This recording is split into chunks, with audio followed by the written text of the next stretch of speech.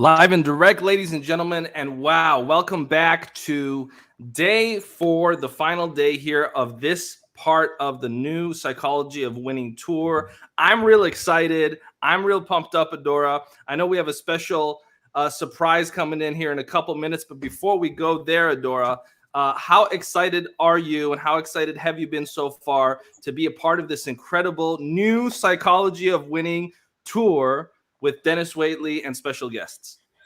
It's been phenomenal. I mean, we're getting so much feedback from both the speakers like Les Brown, Joe Vitale, and Bob Proctor that really haven't been able to share this type of moment with Denis ever, and to express in such a public way their love and appreciation, and then to receive Denis speaking back to them. And so many of the new thought leaders, we've grown up listening to Denis, to Brian, to Bob. And so to just get to witness all of this is another level of receiving and learning. And everyone is saying, I just pray Denis is taking it all the way in. And all these new people are finding him, finding you, Denis. So I'm just thrilled, and I'm excited about what we have in store. You've touched so many people. We've seen so many comments of people saying they're shaking, they're crying, they're remembering their grandparents. It's really incredible. Absolutely. And, Adora, before we hear from Denis, I would just want to second that notion. And yesterday we had one of the highlights of this whole 4-day tour was when Brian and Denis had that conversation. That's when I think people really in the comment section were just going wild and saying, I can't believe I'm seeing this. We're seeing two of the greatest of all time. And, I would agree with that notion when it comes to the greatest of all time in the self-help world. Denis Waitley, Brian Tracy, Zig Ziglar, Earl Nightingale. I mean, these are folks that are the greatest of all time. And I'm so honored that we're able to have that be a proven fact, because I think that it's up to the colleagues to decide that, right? I can't say I'm the greatest of all time in a field, but if my colleagues say it, then there's truth to it.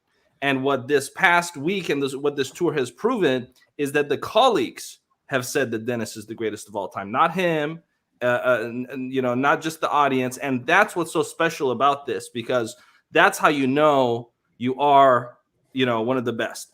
Michael Jordan is respected by his colleagues, right? Wayne Gretzky is respected by his colleagues. And Denis Waitley is also respected by his colleagues because he is one of the best of all time. And with that being said, I'm just curious to hear his thoughts before, Adora, are we ready to bring in a special guest in a couple minutes? In a couple minutes, and I'll make that intro. So first, let's hear from Denis, then we have a special guest coming in. Denis, please. Well, Mo and Adora, this is a great Monday morning and another day in which to excel. And Sunday was great. On a Sunday when you can be together with Brian and I reminiscing and having Kyle come on and talk about Jim Rohn. And I remember Jim Rohn and I traveling through Australia in the 1970s. We had a glass of wine and a big oatmeal cookie. So Jim Rohn and I used to like these giant oatmeal cookies, but we would drink it with fine wine. We'd eat the cookie with fine wine. And people would say, that is the grossest thing. How can you have dessert with wine? And we said, well, the wine is really the main course, not just an appetizer. And oatmeal has oats in it, and it's also oatmeal is good for you. So we would do that together, but then I would listen to Jim, and we traveled all throughout Australia in the 1970s, way back then. In fact, I've traveled more in Australia almost than I have in the United States, and I've traveled more in China. But what I've learned from this event is you don't have to get on an airplane and burn a lot of fuel. You can get on this internet, you can get on this reality, virtual reality, and you can be on that train all over the world without burning carbon. And that, in other words, you can be there instantaneously with the biggest audience in the world, and the biggest library, and the biggest camera. And it was so good also to talk to Brian, then have him reach down in his desk and pull out this pad and say, all you need to do is write down every day what you're going to do and put it in the first person and write it down. And then you hear Bob Proctor say, just trust us, okay? I've been around for 50 years. It works. Repetition, but you have to repeat the right stuff. So why would you ever write down what you didn't want? I don't want to be late.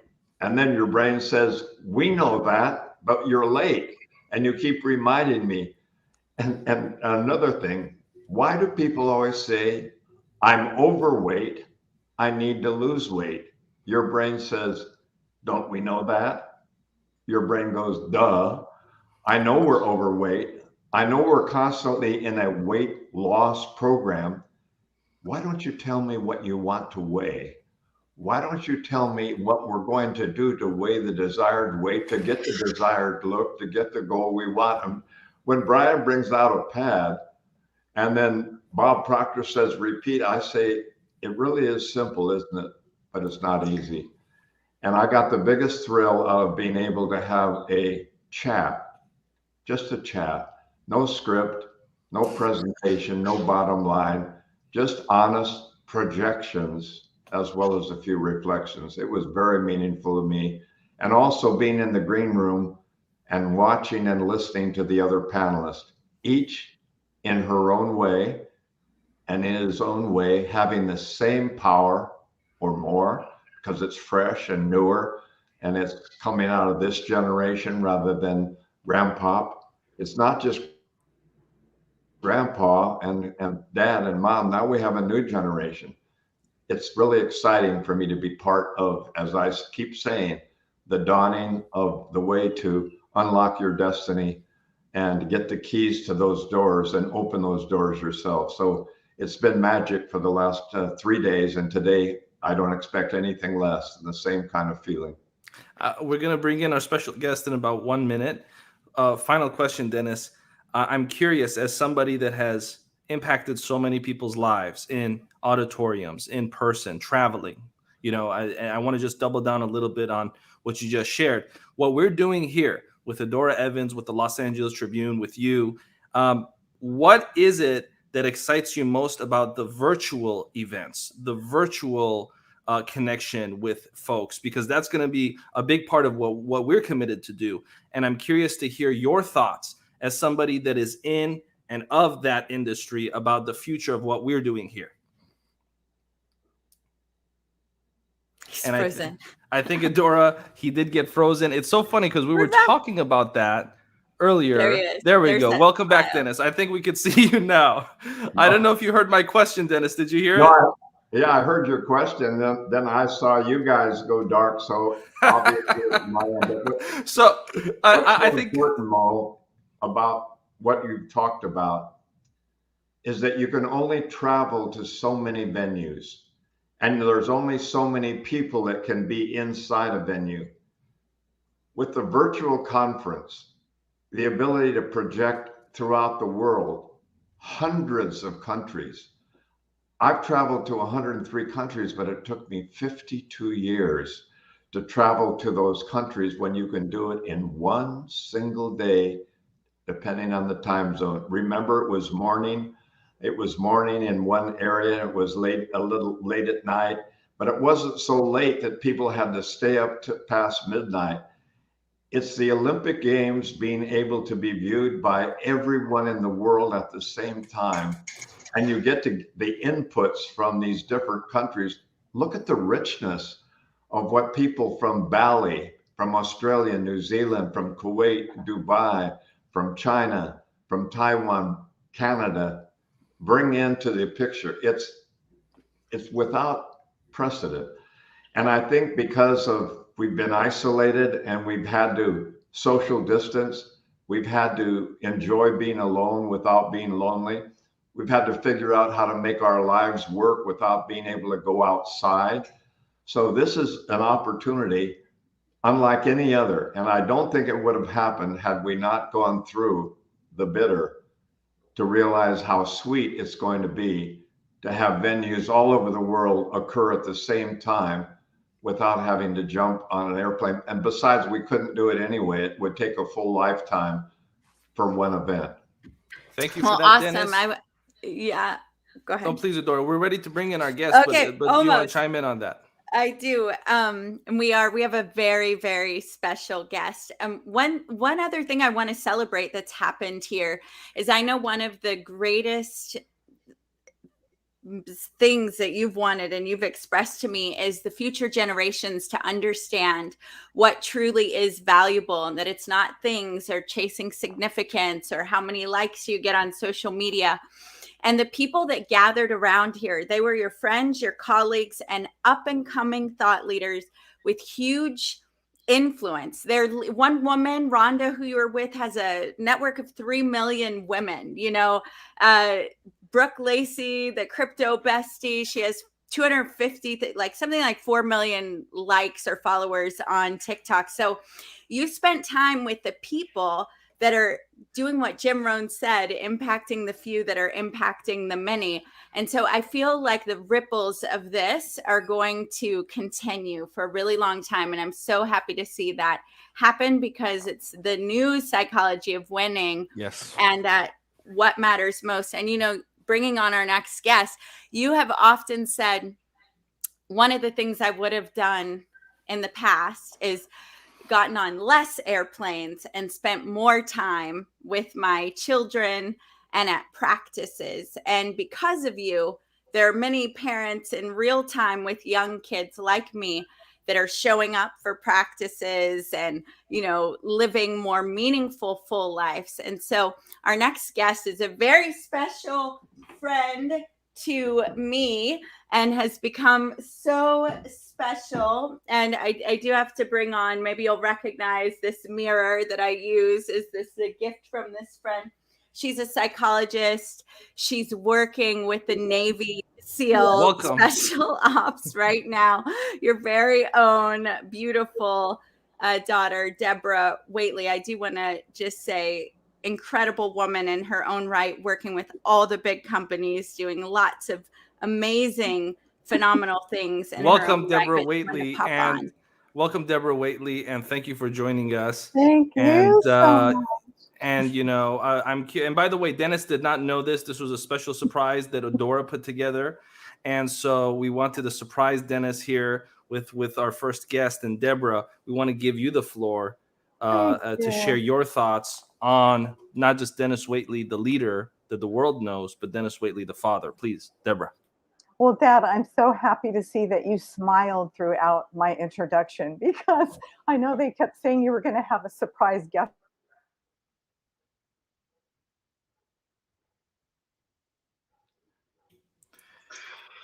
And it looks like we're going to bring Deborah back in a second here. Am I back? There we go, Deborah. You are back. Sorry. Please continue. You probably were the last person that I'm the last person that you expected to see, because we just saw each other last night watching football. But the reason I had to pull over, I was on the freeway, couldn't make it home in time. I had to pull over. I'm at a hotel lobby, so the internet may not be that great, but I didn't want to interfere with our home internet. My dad and I have the opportunity to spend time together on a family compound. So now later in life, we're getting to spend time together as a father and daughter, because in the past it's been through work. We've lectured together, traveled throughout China and various other cities. And I grew up later in life in the green room watching my dad on stage, and went through a lot of early years, right, Dad, with struggles. So, I mean, it was before you got on the stage, but we were always such a close-knit family. And even though he couldn't be there all the time, he was getting on planes a little bit later, he made a point to spend quality time with us. So we took some tremendous family trips together, and our family is still really close. So. Well, we sure are.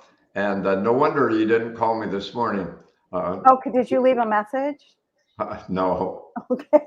No, I didn't. You told me not to call because you were going to be. I'm so delighted to see you and to edify you, because when you and I talk, we don't spend much time edifying each other and talking about how we've influenced each other's lives and how much you've influenced mine. You've been taking care of your mom, you've been taking care of me, you've been taking care of other members of the family. And, You know, you and I mentioned yesterday that this is a woman's world for me, and that you and I both got to know my grandmother, and you were just a little girl when you saw her in your later years, but you saw why I love her above all as a role model and a mentor, because you remember how wonderful Grandma has been. And you might mention about the fact that the women in my life, you and your sister and your mom and my grandmother,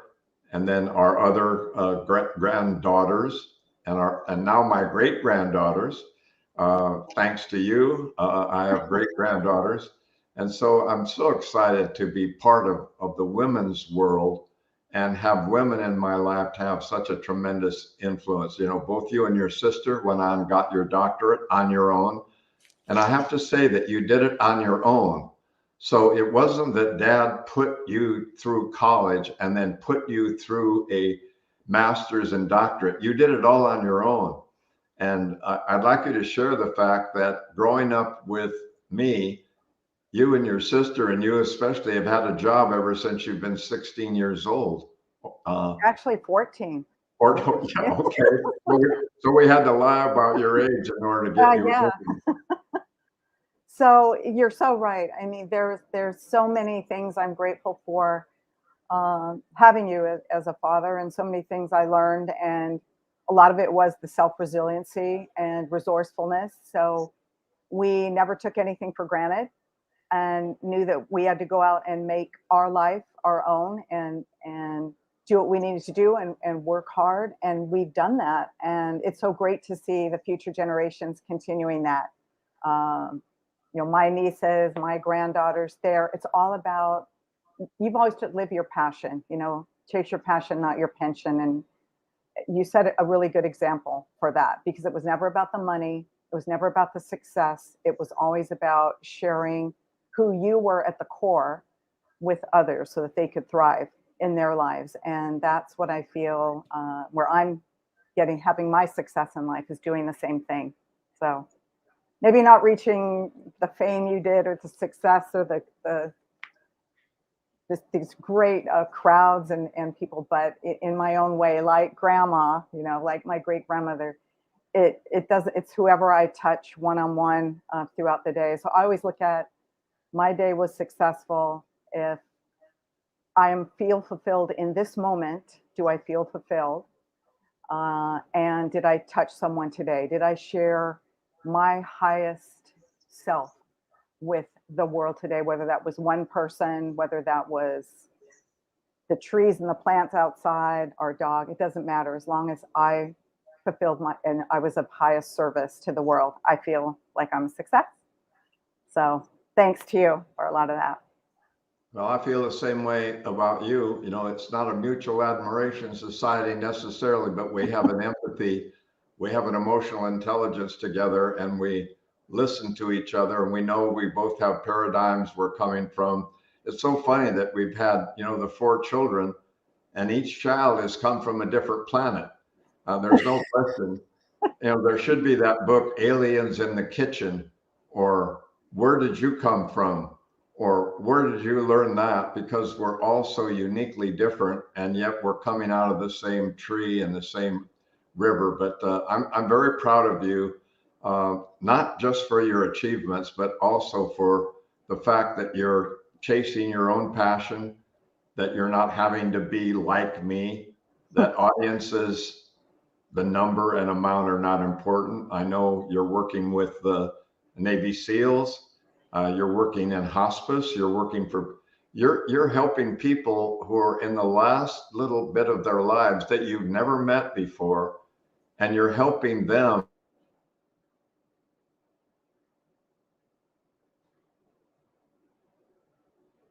And while we, Thanks, Dad.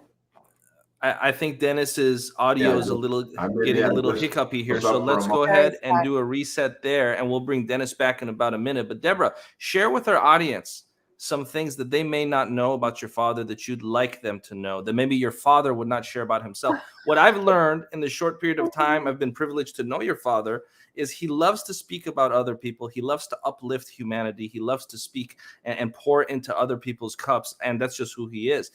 I've never heard him talk about himself. And we've now spent hours and hours and hours on the air together. He doesn't, it's like he might be allergic to it. Like some people are allergic to peanut butter. But we want to hear about Denis from your perspective. And we'll bring Denis back in about a minute as soon as we know that the audio is clear on his end. But please, Deborah. Is this intentional? Like you guys froze him up so I could share some. We are that well, leaving clever. him back there now is intentional. Okay. We're gonna let you shine. He is very unique. My sister and I recently were sharing with each other. After we went through, I'll have to say, the greatest ordeal of my life and his too was the cancer, the chemo radiation treatment he went through. And we shared that we could laugh now because we're on the other side of what was an incredibly emotional roller coaster. We said, Dad's a piece of work. He is quite a piece of work because he is so 100% focused on the optimum outcome.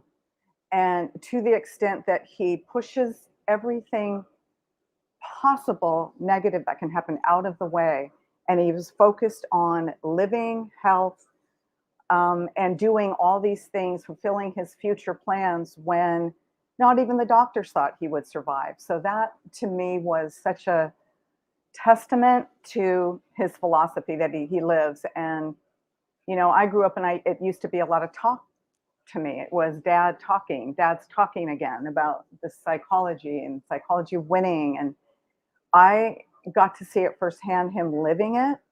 And I'll have to say he does even at home. I'll just tell you what, growing up around the dinner table, there was no room for any negative talk. So, no negative self-talk, no saying anything negative about anyone else. And we grew up just feeling positive about life and always focusing on the good. So still to this day, to a fault, I'll see the good in people and not the negative. And I've just learned a lot about that it's really nice to have this innate characteristic of looking at life glass half full or full. So say something about that dinner table, because you guys used to play a game, right, of trying to get him off a little. Oh my gosh. Well, there's several games. So we had names. I don't know how much I should share, right? We had the one game we had a couple games. One game is, we were brought up to not say anything negative about anyone or anything. So what happened was when we would come across it in life, we would start to label that person as, and we call them a negate. They're a negate. And it became this like bad thing. But when we realized later in life that we were projecting that onto others when really we had that naturally in ourselves too. Like, so I don't know, we learned in an early age that you never want to label anything bad because we all have the good and bad in ourselves. But the game Adora's talking about, it was like, who could trip up Dad? Who could, because he was so definitive about what was true and what was his way, and none of us could ever do it. And we would say things like, oh yeah. Well, what? Yeah, remind me. We would say, like you would say things like, well, what if the pool, or what if XYZ happens? And then his attitude was so positive and feeling. It's like, so Dad, what if, it was the what if game, but what if we went down to the beach right now and a great white shark attacked us and bit off our leg? And he would say, that's okay. The good news is you have your other leg. Or the good news, and it's like, so Dad, what if the shark bit us in half and we only had, all these things we've constant, and every single time he would come back with the so what on the positive. And so now I think I have that because no matter what happens in life, I mean, I could be destitute, have nowhere to live, no money. I would just have myself, my core self inside that knows I'll be okay no matter what. So, Aw, and that's I from love that game. It's from the game. that's from that game and your dad. Okay, I'll bring him on now. I'll bring him on now. Yeah. Now we'll see whether I freeze up again. Now I'll know it was intentional because I have a tendency to give a seminar when you only want an answer. No, that's not true. No, I just know since it happened, we'll let Deborah, I wanted to let her have a moment of sharing because I've heard some of these things, and it's fun to know that you were doing that then, and now they've watched you at a profound level defy the odds. that's And right. it's pretty cool. It's pretty cool. I think the happiest thing about our 4 children that were all 18 months to 2 years apart. So they kind of stepped down from Deborah, Dana, Dennis Jr. and Darren.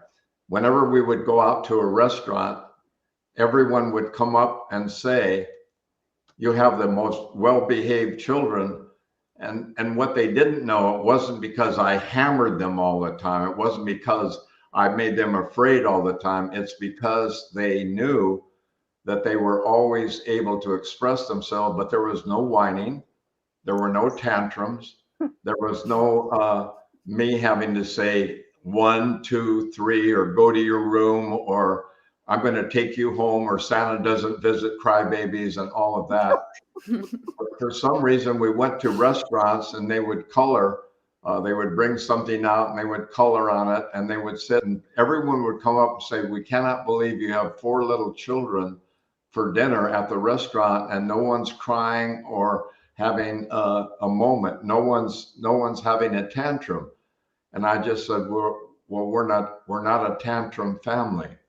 We're not a family that does that, because we usually have said, "That's not like you. You're better than that." When people would come over to our home, the children would come out from where they were playing and they said, "Oh, we didn't know you had 4 children. We didn't hear much noise coming from the other room." So the children were not timid, but they would come out and introduce themselves and say hello to the people and then go back at what they were doing. So they were welcome. But so I think there was a little bit of an authoritarian family, but it was more authoritative than authoritarian. But I would say it was not a permissive family.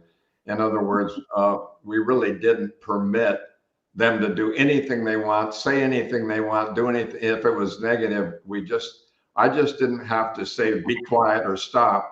I just hold up my hand or go like this, and then they would know that was probably not something they should demonstrate. So I think we learned not to hold it in, but to express it maybe through sports or physical ways, but not say things and overtly shout things. And so none of my children have ever learned to hate or never learned to protest against. I don't know of a single one of my children, grandchildren, or great-grandchildren who are protesting against something they hate. They are all trying to demonstrate what they believe in their own special way. And usually it's quiet, not always. We have musicians and singers and dancers, but I think protesting against works for some people because they don't feel they have a voice. And we understand protest, but we want to be part of the solution. And I think that's what we've talked about so much in life. But I want to go back to you, Deborah. I could say so much about you and about the family, but I still want to hear, what are you doing with the Navy SEALs?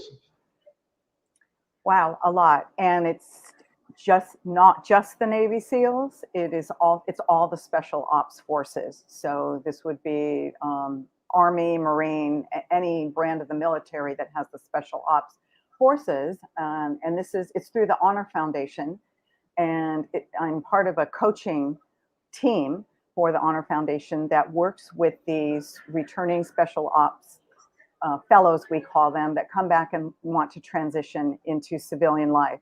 And it's not an easy transition because they have dedicated their lives fighting for our values and for what we stand for against the real enemies out there that want to do us harm. And so these, I have never met in my life people with such core strong values and such empathy for the people that they are working to protect, not just all of us U.S. citizens, but also people over in those other countries that are challenged, that are in life-threatening situations. So the work we do is help walk them through their why and get to the core of who they are, aside from the last 20 or 30 years that they've spent in the military, and what they really want to do now in their second phase of life. And it's just so rewarding. I mean, I get so much from working with them. Yeah, and that's a volunteer situation, isn't it? In other words, it is. you have your own consulting practice, but you volunteer to do that as you do to the other things. I know you volunteer so much.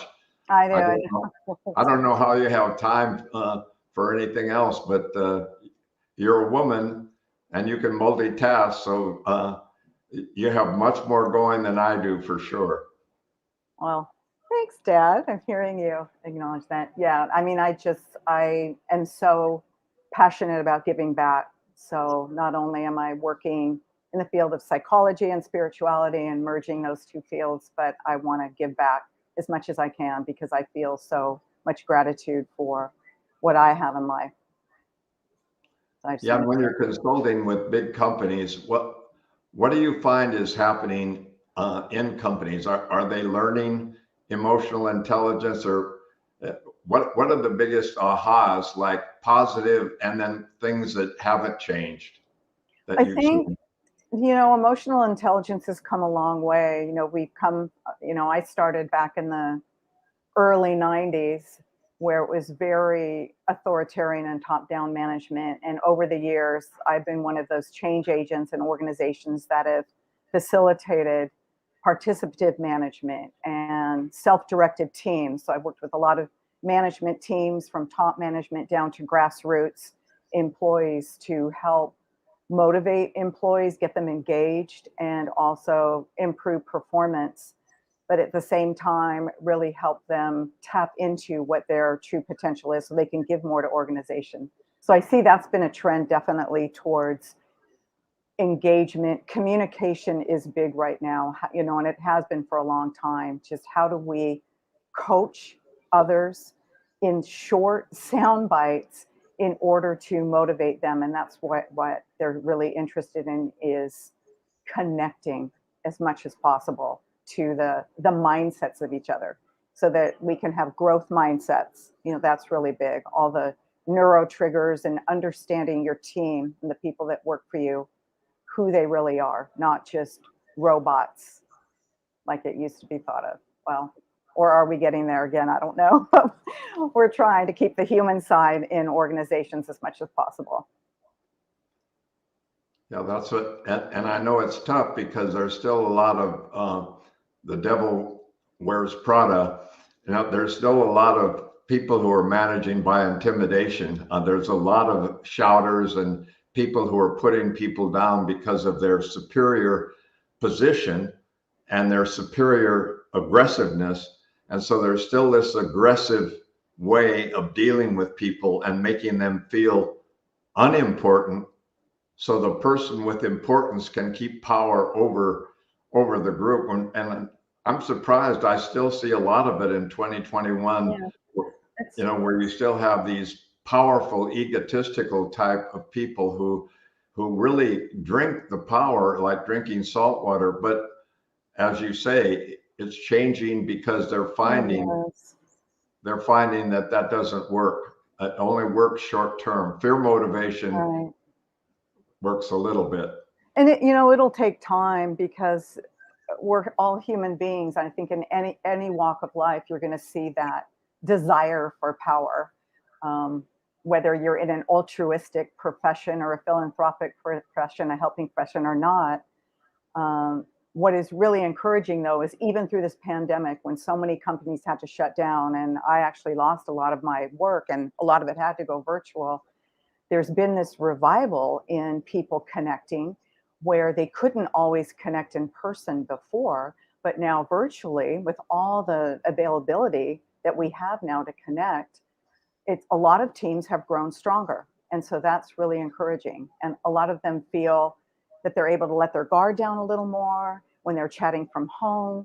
So there's been a lot of relationship building. It's been pretty amazing to see. So there's definitely some upsides with this.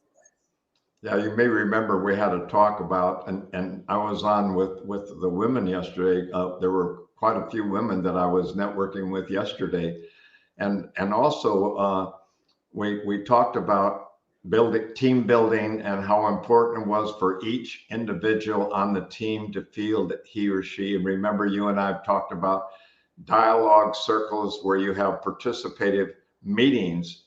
Instead of a meeting with an agenda where the great presenter comes in and tells everyone, first of all, what the agenda is, and then tells everyone what's going to happen, and then tries to get buy-in. In other words, they try to get compliance rather than innovation and participation. They just want compliance. Does everyone agree this is what we're going to do? Are there any questions? Of course not. Who's going to speak up when you're going to be put down?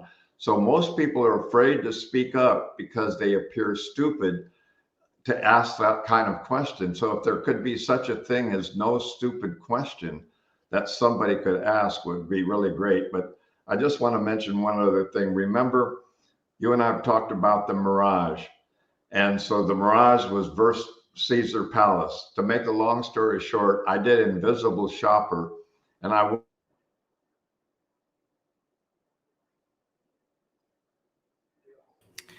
And I pushed the went freeze in to do button on him again. I pushed the freeze button on Dennis again, Deborah, and I know you need we're gonna bring him back now in 30 seconds. Dennis, Right. I think you're good to go. Dennis, can you hear us? Let's bring him back in a minute. So let's continue this conversation. And you spoke a little bit, Deborah, about the connection, the human connection on the virtual level. Have you, in your experience, is that something that is supplementing that connection appropriately? Are we as human beings utilizing technology the way that we are today? I know it can never be the same, but do you feel like it is a good tool to have in the toolbox? Absolutely, I do. And early on, I didn't think that was possible. I thought in person was everything. But the more that I have researched and explored neuropsychology and just the psychology of being and who we are and how we can connect, there is so much to this virtual world and sound and being able to just tap into the pure connection, because a lot of times in person, people will put up a facade. So you're not necessarily getting that pure connection, but virtually, I've just seen a lot of people put their guard down and take their masks off, and it's been more personal, right? We're getting more to the truth. So that's a big plus. And I think that's only going to grow. Why is that, Deborah? In other words, what is it do you think about the virtual experience? Because I've experienced the same thing in the course of the past year and a half, where virtual has been a big part of my life, as it has for many other people.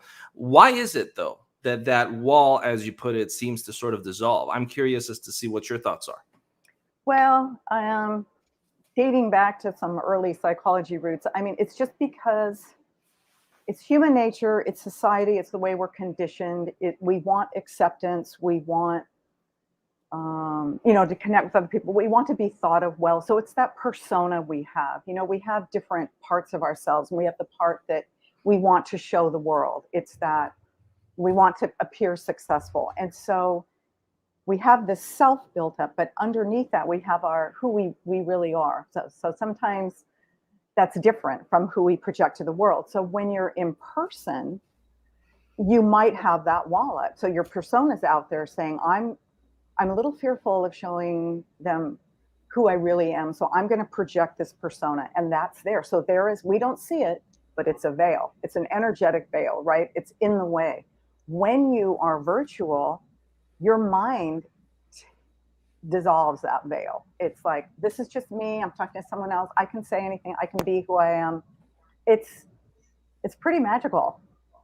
I would agree. And I think we do have Dennis back. Thank you for that, Deborah. Dennis, every once in a while, because Deborah is so brilliant, I just push the freeze button on you because I'm greedy. I want to get a little bit in on this powerful conversation. But with that being said, let's go ahead and allow you guys to continue where we left off.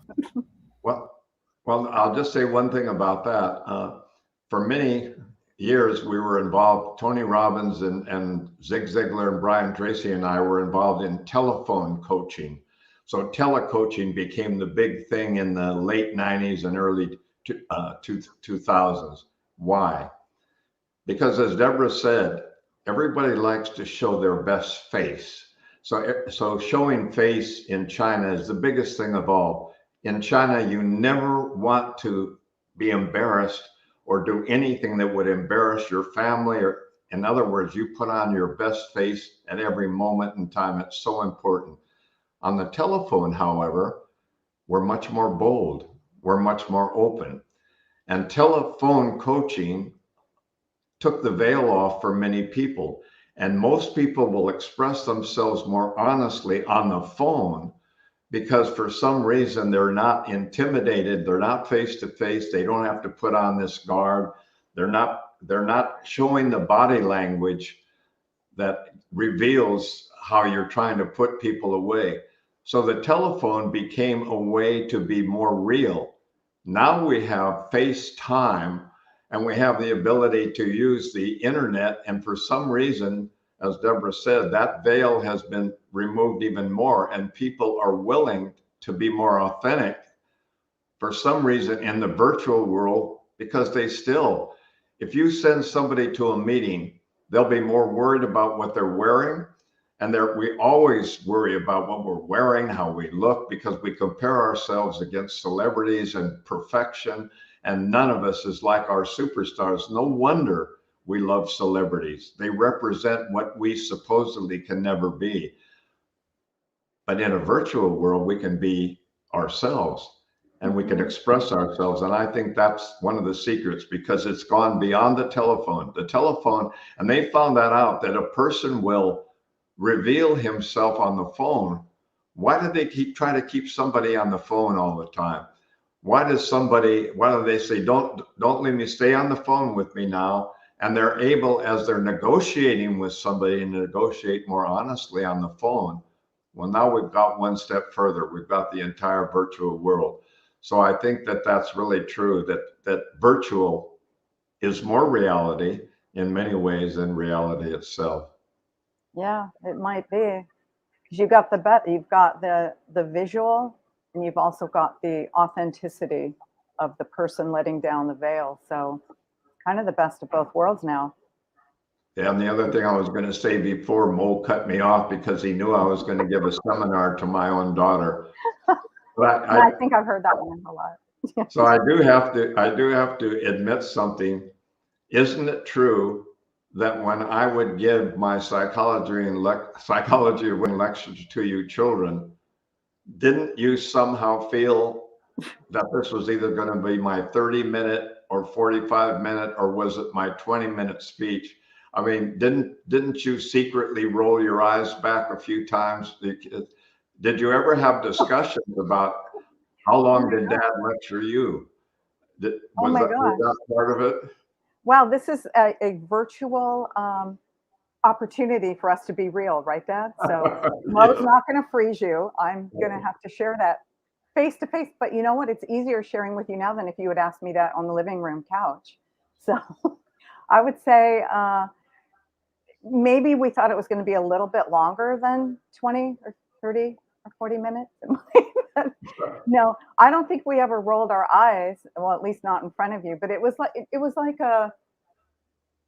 taking, kind of sighing and taking a deep breath and knowing what was coming and taking some of it in and maybe some of it out, or sometimes not taking any of it in. But I'll tell you what, over the years, taking maybe even a minute of those 20 minutes or 10 minutes or 5, it has done the trick, you know. And I think later in life, I think it's true for a lot of us. You know, we grow up and as you know, Dad, teenager will rebel. You know, we want to find our own way in life. And I grew up with a father who was all about the psychology of winning. So where is my way? Is it my dad's way, psychology of winning, or where do I go with that? And what's so great is I got to experience so much of life, and I see a lot of children growing up they come back. They come back to those lessons that were really important and core in our youth that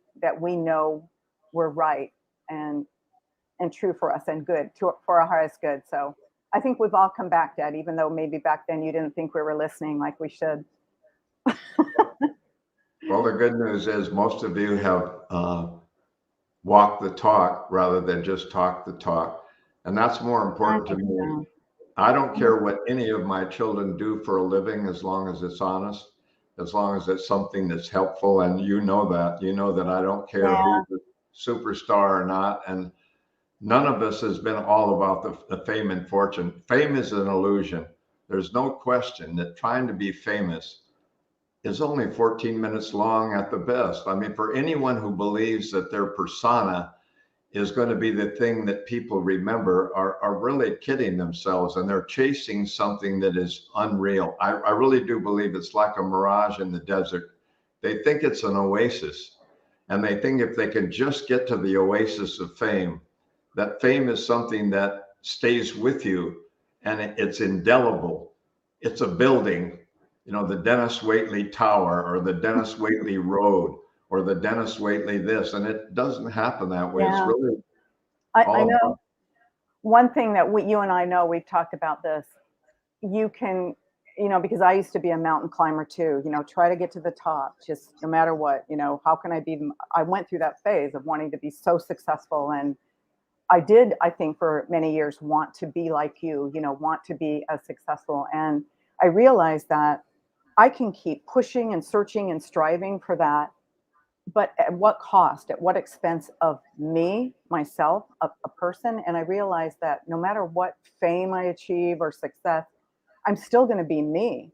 So, and I'm going to have more, maybe have a bigger bank account, but I'm still going to be me. And the question is, am I the best me? So in that journey to get there, was I able to become a better human being in the process or not? Because I don't want to be there and not have changed for the better. And I think a lot of us, we chase after that thinking it's going to change us to become better. And a lot of times it doesn't. It's just the same. And so we can end up feeling more empty than we did before. So. And what do you think about the way, we get used once in a while because we're nice. We realize that we're very nice to people, and sometimes people take advantage of that and exploit that. But isn't it more fun to look at Jose, our gardener, the way we look at him? You might want to tell the audience what we think about people who work with us, no matter what they do.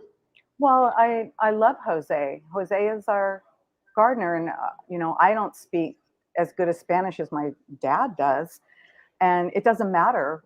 We communicate just how we need to, but he comes to our house every week, and I am envious of Jose because he gets to work outdoors on the land, doing what he loves, hands-on with the trees and the plants, and he loves every single one of those, and he loves what he does, and he's a genuine, authentic person. And I want that for myself or for anyone, to be able to be doing what you love, no matter how much money it's bringing you or how much success. Are you doing what you love, and are you fulfilled? And Jose exemplifies that. He's just always so happy and caring. And it's his garden. It's not ours. Yes, no. It's his garden. He takes care of his plants and his trees. And when you see him, he's smiling, and he represents to me as somebody, they say, just think, if you make all this money, you can have 40 gardeners. And Jose would say, no, I don't want other gardeners working for me. I want to work in my garden. Yeah. I mean, it's not ours. It becomes his. And it really, for me, it belongs to the earth. We're just like sharing some temporary time in this garden together, right? It's like. Well, that's the way it is with everyone. There's a music teacher, and her students said, oh, you have such a beautiful singing voice, and you play the piano so well. You're so talented. You should be on stage earning a lot of money as a star. She says, but I love teaching music to children. She Yeah. goes to play every day. She's not going to work as a music teacher. That's what she wants to do in life. She loves doing that. We don't have to be rich and famous to be doing what we love.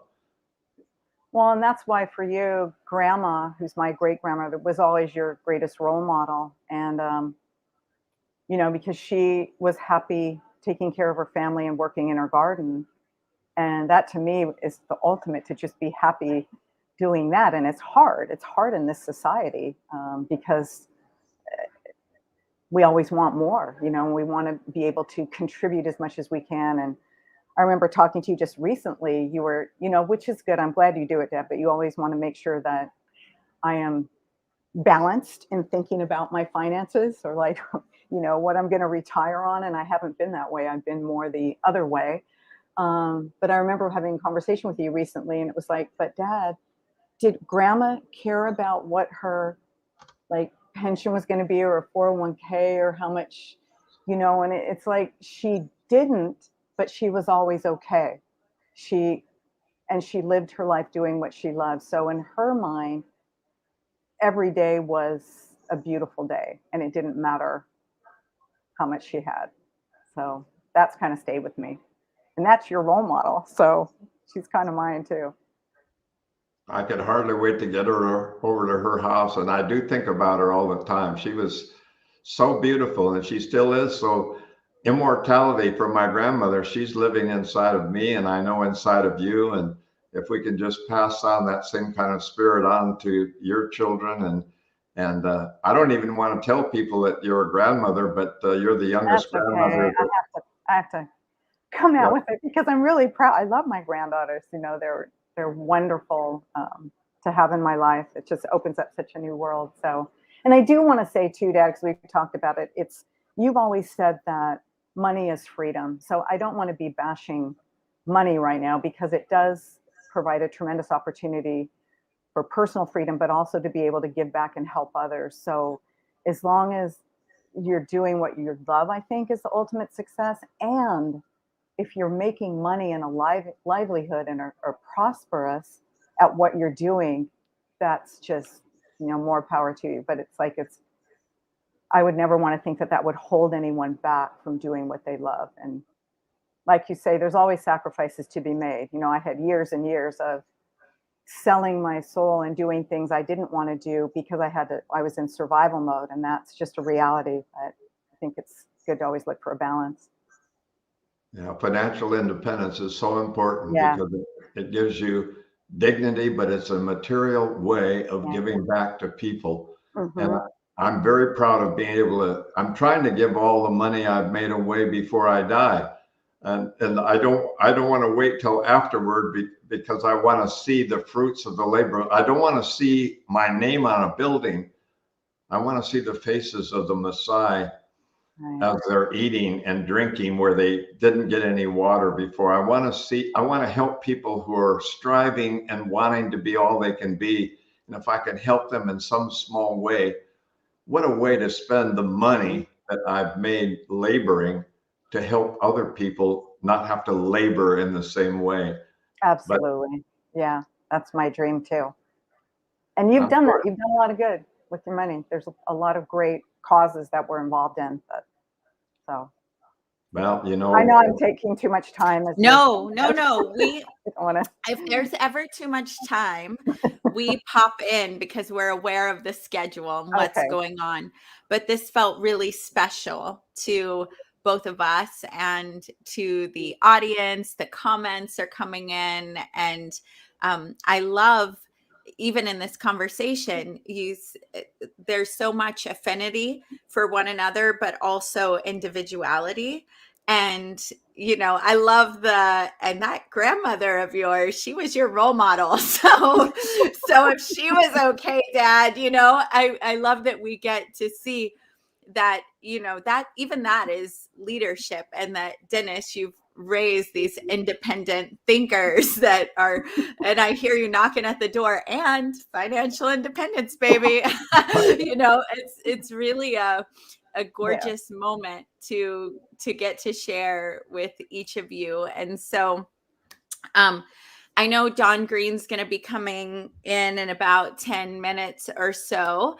So, and Deborah, we'd love to ask you a little bit more, but Dennis, Deborah, final words to each other. Not final on air. Well, Parting. Rex corrected me. He said, I just want to parting say, words. Adora, thank you to you and to Mo for this opportunity to be my dad's special guest on this show. I wasn't expecting that. I knew this tour was going on. I was so excited about it. I'm so honored to be part of this because I think it's taking where those motivational rallies my dad and I talked about, where they were back in the 80s and 90s and how much energy and enthusiasm was present in those in the room. And now, as my dad and Mo were talking about, now it's virtual and we're reaching so many people. And it's so exciting that these messages that all your guests are talking about with my dad, so important for people to hear and have some momentum on the positive in life and the good that we can do and to help each other. So I just want to say thank you. And oh, thank you. And I love the positivity that you brought too, because I know personally how much authenticity and intimacy matter to you. And to hear your, just like your dad, quick on your feet to adapt, to hear you saying, you know what, this virtual world is actually a space where people have become more authentic because and I actually like it. Now, it can be a place. So it really is a tool that we get to choose how we use it. And when we can be in person, like you and your dad sitting on the couch watching football together with our inner circle, do that. But I love that. I love hearing that from you. Dennis? Well, that's so great. I want to add too real quick. Please. I'm able to have intimate relationships with my granddaughters who live across the country. I mean, we can text, we can go into virtual video games together and meet in there and talk. And it's opened up a whole new world. And they're themselves with me in those worlds. But when I see them in person, there goes a little veil, right? So it's opened up a whole new well, world. and one more thing. So you were telling me a story once of like running along. And as you were running, you used to do this thing of like, what was it? Blessing people or smiling. No, just saying good morning, smiling. So I would jog on the beach and I wanted to see how many people I could make smile. And I couldn't believe how many people would just be frowning and, thinking about their day and stressed out. And I would just go, good morning, or I'd even smile at them. And when I saw the shift to a smile, you could tell their whole world changed. And there'd be some people that I didn't get any look or anything. They continued their scowl and I would run back around and do it again. And a challenge, competitive like your dad. No, I'm not taking no for an answer. But it's so amazing how just one smile, just connecting that one moment, one instant, complete shift. And that's what's great about the virtual world is that you can do that with each other and we can change each other's whole approach to life. It's also cool to see the influence that, you're completely independent, right, but definitely don't fall far from the tree doing that kind of thing, right? On your own. And now with what we know about neuroscience and mirror neurons, educate us a little bit. So we all smile more today at everyone about why is it that when someone smiles at you, you might want to smile back? Because it's so we're equipped, our brains are equipped to, and my dad's talked about this, mimic or mirror or repeat what we see. So every person we encounter is a mirror back to ourselves. So we can exchange that communication, that connection with each other. And it's worked in the corporate world with coaching when I coach to change for the coaches or managers to completely change their demeanor when they start a coaching session with their team. And go in and with the smile or more positive and mirror back the state or where the other person is and find the common ground and meet there. Like, don't try to get someone to be like you and don't completely fall and be like them, but find that common ground. And that's what the mirror neurons help us do. Yeah, and I see here, Dennis, another thing is your affirmative statement of chase your passion, not your pension, is winning. Right here with Deborah, right? Like, Dad, I'm just chasing my passion and Yeah. not my pension. And now just going, yeah, but financial Well, independence too, right? well, I can see why, because I'm getting up there towards the pension years. So it's like, hey, Deborah, where's your pension? Wait a second. It's buried in my passion, but I'll find it somewhere. Well, I'm so glad that they didn't chase money because if you chase money, you'll always be its slave. But if you let money chase you, then you'll keep it where it belongs. You want your money to work for you 24/7 relentlessly. You don't want your money to take any time off. But what you want to do is make sure that you're not a slave to money. And it may be fun to earn it, and it certainly is good to have it, but it isn't good to be chasing it because you want to keep money one step ahead of you. So you always want to be underpaid for what you do. And that way money will come back and grab you and pull you forward. So I love to be underpaid for the value that I'm trying to get across. But to be realistic, financial independence when you're my age is so important because Deborah knows I don't want to be a stowaway. We live in a family compound, but I don't want my family to have to take care of Dad because parents become children again. There's a certain age that we get when we say, so I got my suitcase and my kids are grown and I knock on their door and say, hey, remember when I used to change your diapers and get the formula? Remember you don't remember, do you, when you were 0 to 24 months old, but hey, I kind of need some help right now. And they would give it, they would drop everything that they're doing to take care of me and their parents. But I don't want to lay that burden on them. And I also like my privacy. And in my darkest times, I want to be together with my creator and I want my family there, but I don't want them to have to take care of me. And it's a very personal thing. Most people are like that. They want to take their own shower. I want to take my own shower, and I may have a shower handle and I may need one. I may need to sit on a bench someday, but right now I want to take my own shower. And Deborah, you can hand me a towel, but I'm taking my own shower and I'm doing my own thing because I've got dignity and I'm financially independent. And so I don't need to be a stowaway, and that's important. I don't need to be in a nursing home or an old folks home because I didn't take care of my life. I don't want to ever be dependent on the government or somebody else for my security, my privacy, and my dignity in the golden years. I want my golden years to be golden.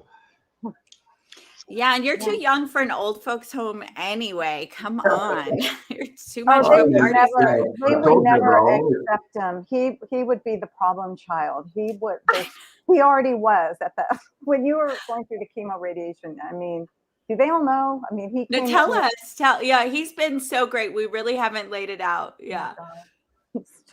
Remember when we said he's a piece of work? Well, he's a magnificent piece of work because he showed up at the skilled nursing facility with his laptop, his light fixtures, he wanted his desk a certain way. He refused to wear a hospital gown. He had his list of how he wanted his room in the skilled nursing facility. And his exercise cycle. Yeah. I love that. Les Brown got a kick out of that too. He said, when I heard Dennis refused to wear that hospital gown and he was exercising, and he gave only a laugh only Les Brown can give. You have to watch that replay. But guess what? They were expecting him, and he said, I'm not going to watch TV. I'm not sleeping is the only thing I'm doing in that bed.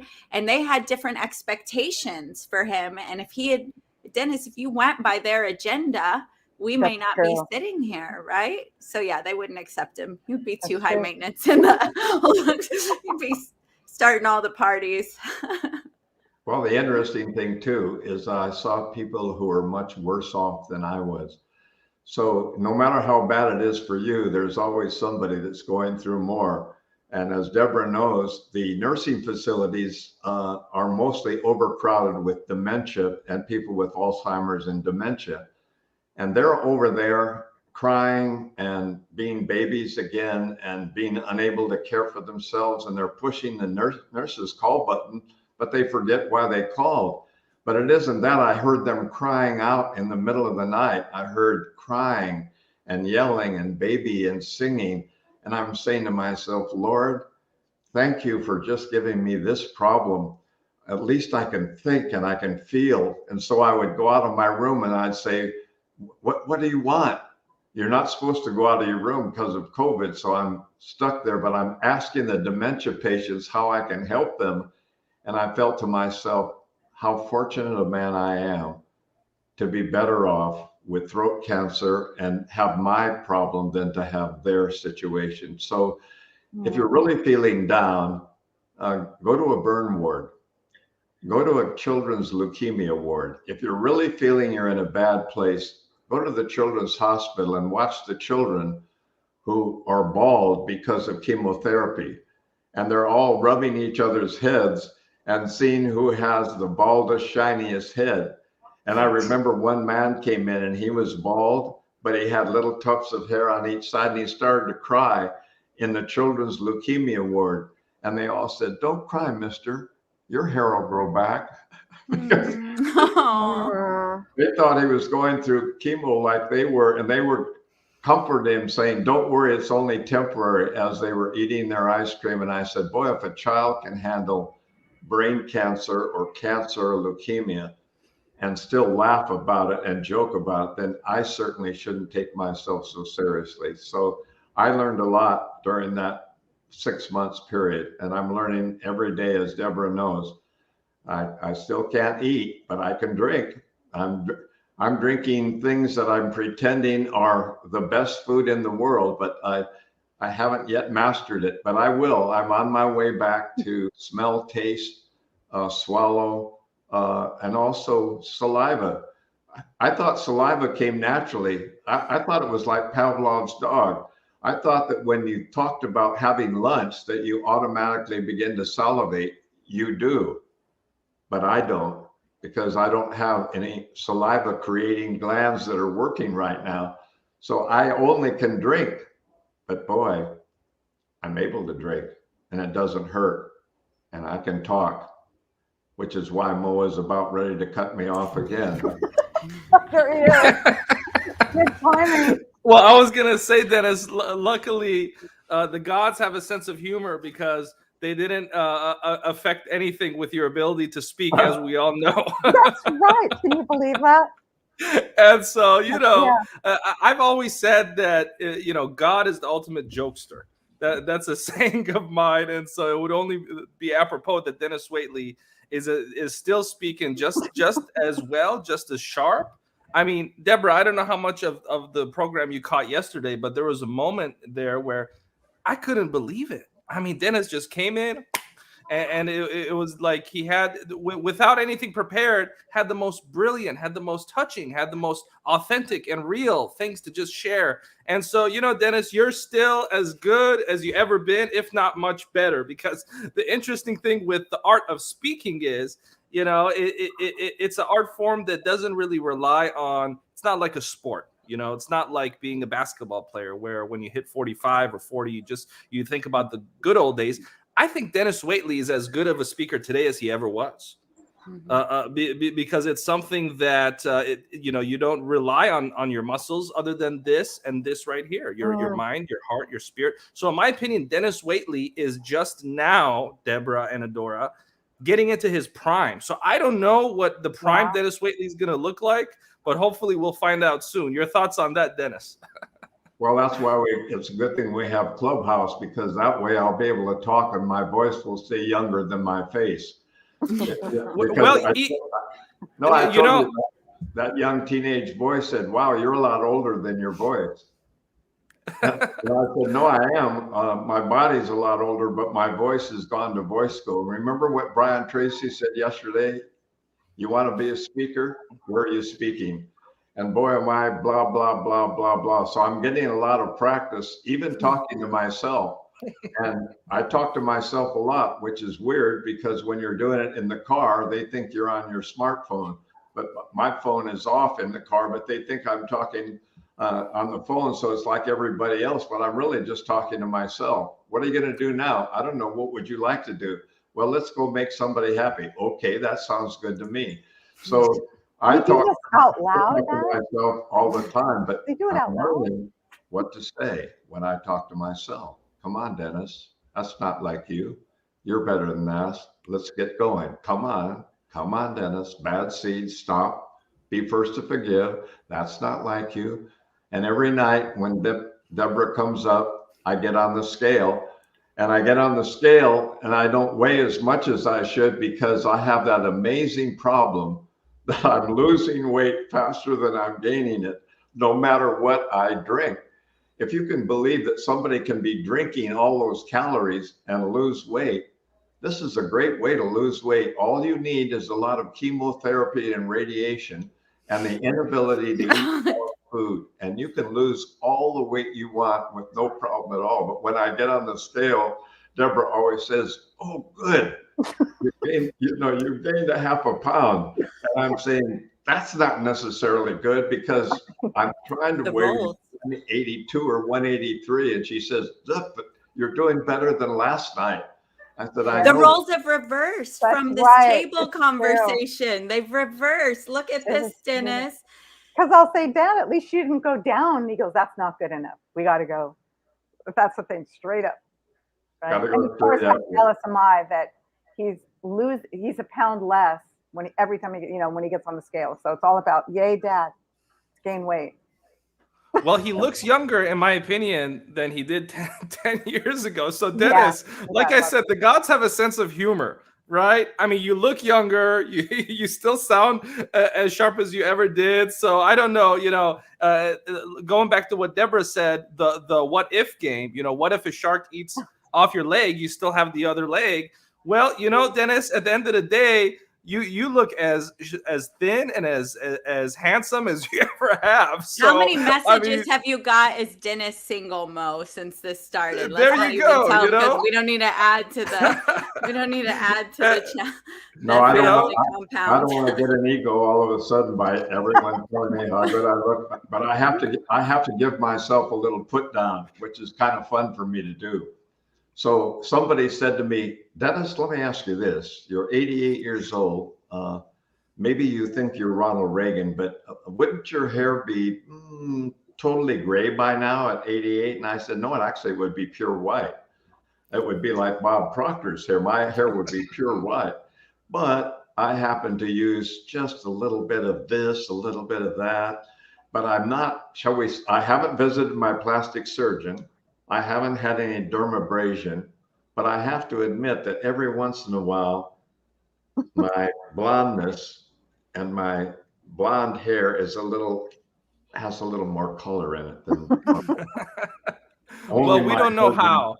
Only my hairdresser knows. My hairdresser says, "So you're 65 again." I said, "Yes, thank you very much. Instead of 88, I'm 65. Thank you."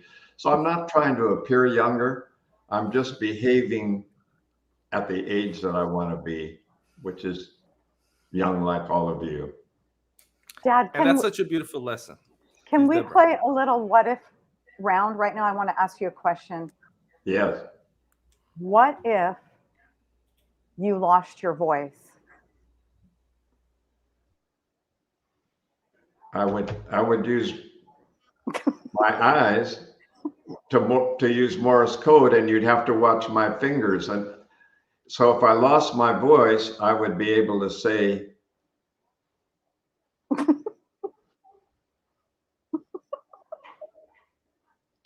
and I think Deborah, if I lost get a lot of books. Eyes, I would be able to say, "Tell me again, describe how beautiful the sunset is.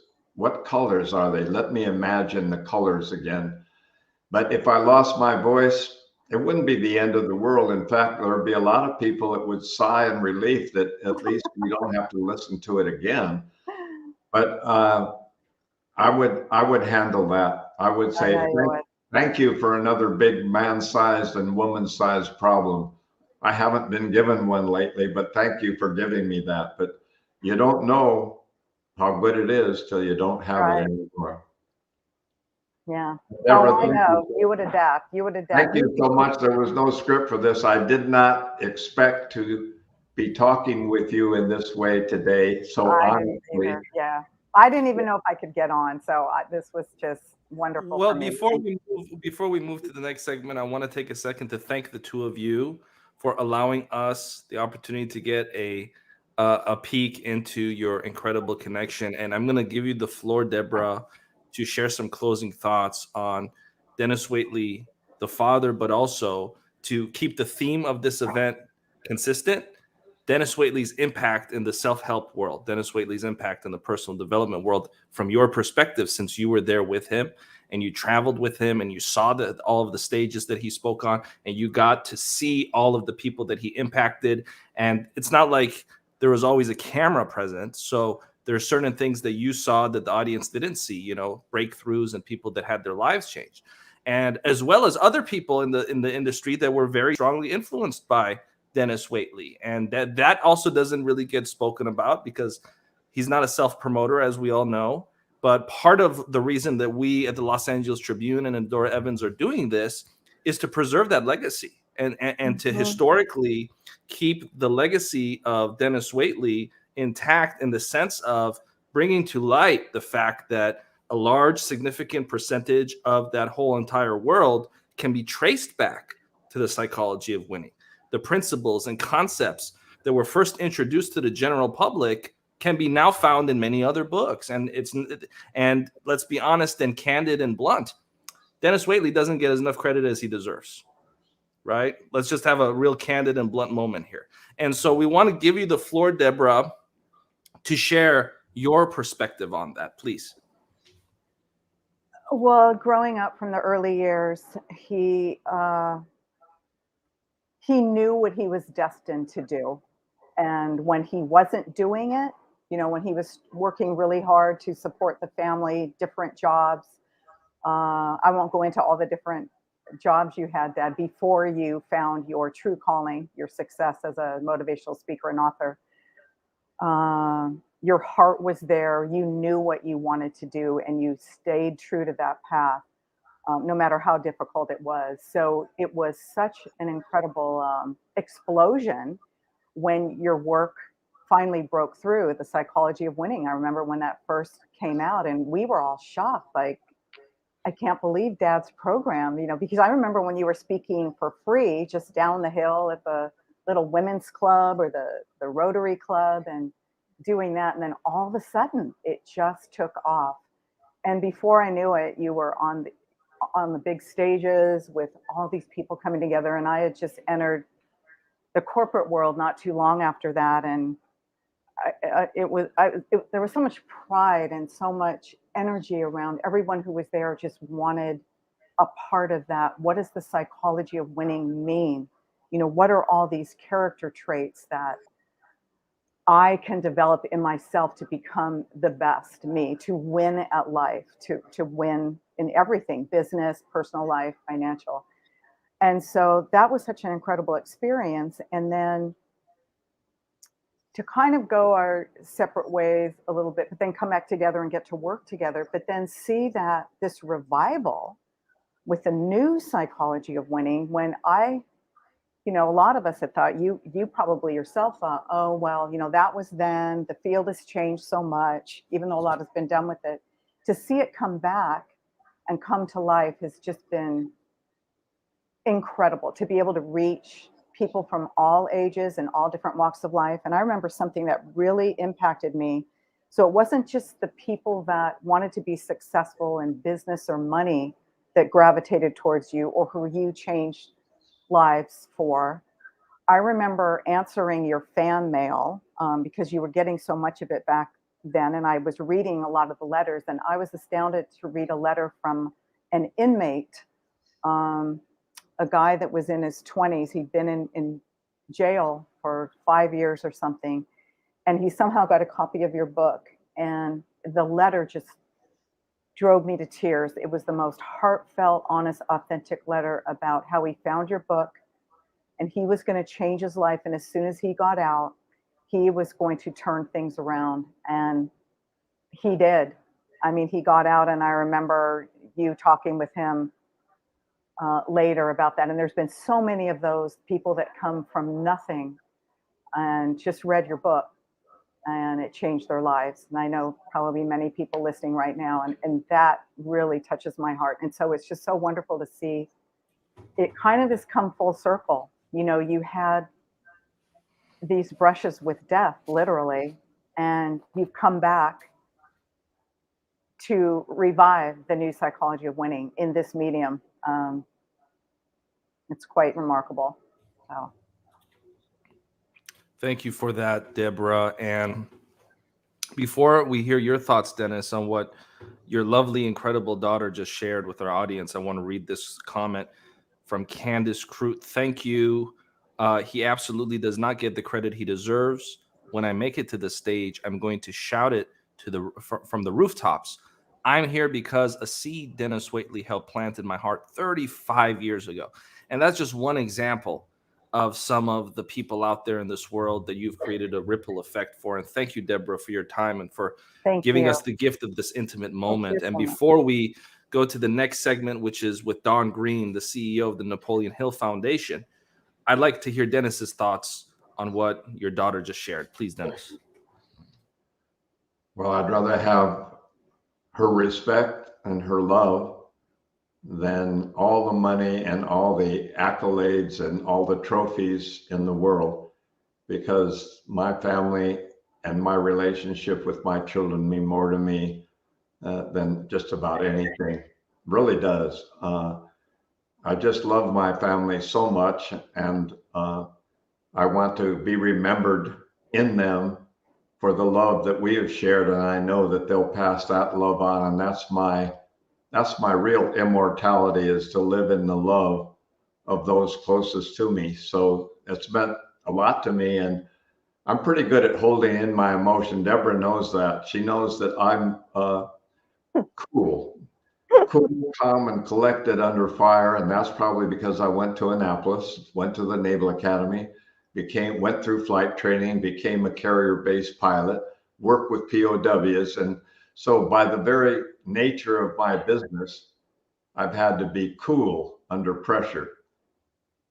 But there are times like these when I will go into my room tonight and I'll synthesize and remember this, and I'll shed my own tears of joy in the solitude of my own room so that I can share it with myself alone and say, you know, after all has been said and done, this has been the greatest experience of my life, to be surrounded by the people I love. And as far as the new psychology of winning, just to change one life in one small way is worth everything, because fame, when you get it, doesn't last more than a minute. I want to keep telling people that the older you become, the less relevant you are in the moment, because you're not part of the future.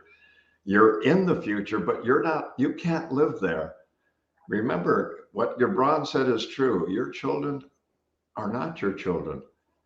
They belong in the house of tomorrow, a place you cannot visit, not even in your mind. But what you can do is strive to like your children, but not have your children be like you. And Deborah is her own child, her own person. And she and I have had our debates, and we've had our father-daughter things, and she is definitely, she's going to her own drummer. She's listening to her own calling, and I cherish that. I don't want any of my children to be the Denis Waitley next generation. I want them to be who they are, for what they stand for, and just have had a positive influence. So Mo, what it means to me to have her on is everything, as much as it meant and more than Brian and Les and Bob Proctor and all the rest. To have one of your own children be able to talk with you in this casual way. And I know my kids used to laugh when I would fail. Now, let me just say that. So here I am, chairman of the technology for the Olympics, but we're skiing. And we're skiing down a hill, and I just barely miss hitting a big tree. So I wipe out and end up being a snowball, and they laugh. And I said, that's not funny. I nearly hurt myself. I could have broken a leg. And they said, why didn't you use your Olympic visualization? I said, because I just work with them. I'm not an Olympian. And Deborah and I skied off down into a tennis court that was covered by snow before. And our family laughs when we're under some kind of pressure, but they know that Dad is not Superman, that Dad is just Dad. And they know that Dad is a flawed guy that's made a lot of mistakes, is not perfect. And I want them to know that I don't think that I'm any better than any human who's ever walked upon this earth. But also, I'm no worse either. So I'm not placing myself ever. Competition, I compete, but remember what we said, and I tell this to Deborah, the Olympians don't compete to beat somebody. They compete to see how good they are against an excellent standard. I mean, there is an excellent standard in certain areas, and it's really good to measure how good you can be against this standard. But that doesn't mean if I come in 100th that I haven't done my best. I don't feel like I've failed because I'm not making $1 million a year. Enough is enough for me. You guys, I want to add one more thing. I'm sorry. But Dad, in all honesty, we used to give each other high fives if we could win, or like maybe get one little, if we could win an argument with you. And so there's one conversation you and I had that the kids still talk about to this day, that I won. But although we say, but Dad probably wouldn't think you won, but we know I did. But the other thing I want to share with you, because Dad, you don't see this from my perspective, and to everyone listening here, our time with our loved ones and each other is so precious. And, you know, we have such a limited amount of time on this earth. And I just want to share with you. So this morning is an example of just the gift of you, Dad, every day, and how each day is so important. So I come up in the morning. So we have a dog, my dad's dog. It's a military vet dog that he got, a white lab, highly trained to be our companion, add to our family. So I tell her this morning, do you want to go see Papa? You want to go see Papa? And she goes crazy and she sprints up to go see him. And she went in his area in the compound, and she was looking all over for him, and she's crying for him. And, you know, I see his door is close to his room, and I always wonder, am I going to get another day with my dad? You know, because you never know. And so the dog, Raina, and I walk over to the door, and we hear him, my dad, singing. He sings every morning. And Raina gets all excited. She's jumping all around doing circles. And I am like, yes, another day with Dad. And I feel so grateful for that. So. Well, you said the dog was whining at the door, and I'm not sure whether she was whining because she didn't think I was singing on key and that I sounded more like a cat. But it was good to know that she was outside my door, and so were you. And that we did have another day today, and it's a great day when I wake up. Great day. Adora, thank you for that. Adora, would you like to chime in before we move on? Because this is so powerful. I mean, this is just incredible. But, you know, I have a habit of hogging this, Adora, so I want to give you a chance to chime in. We love our conversations. You know, I'm not cool. I cry and I couldn't help it. And we're seeing so many tear emojis in here. And just thank you both for the vulnerability that you are, the beauty that you are, the stand for everybody can live their best version of their highest self. You all stand for everybody, both of you, being their authentic best self, and you commit your lives to that.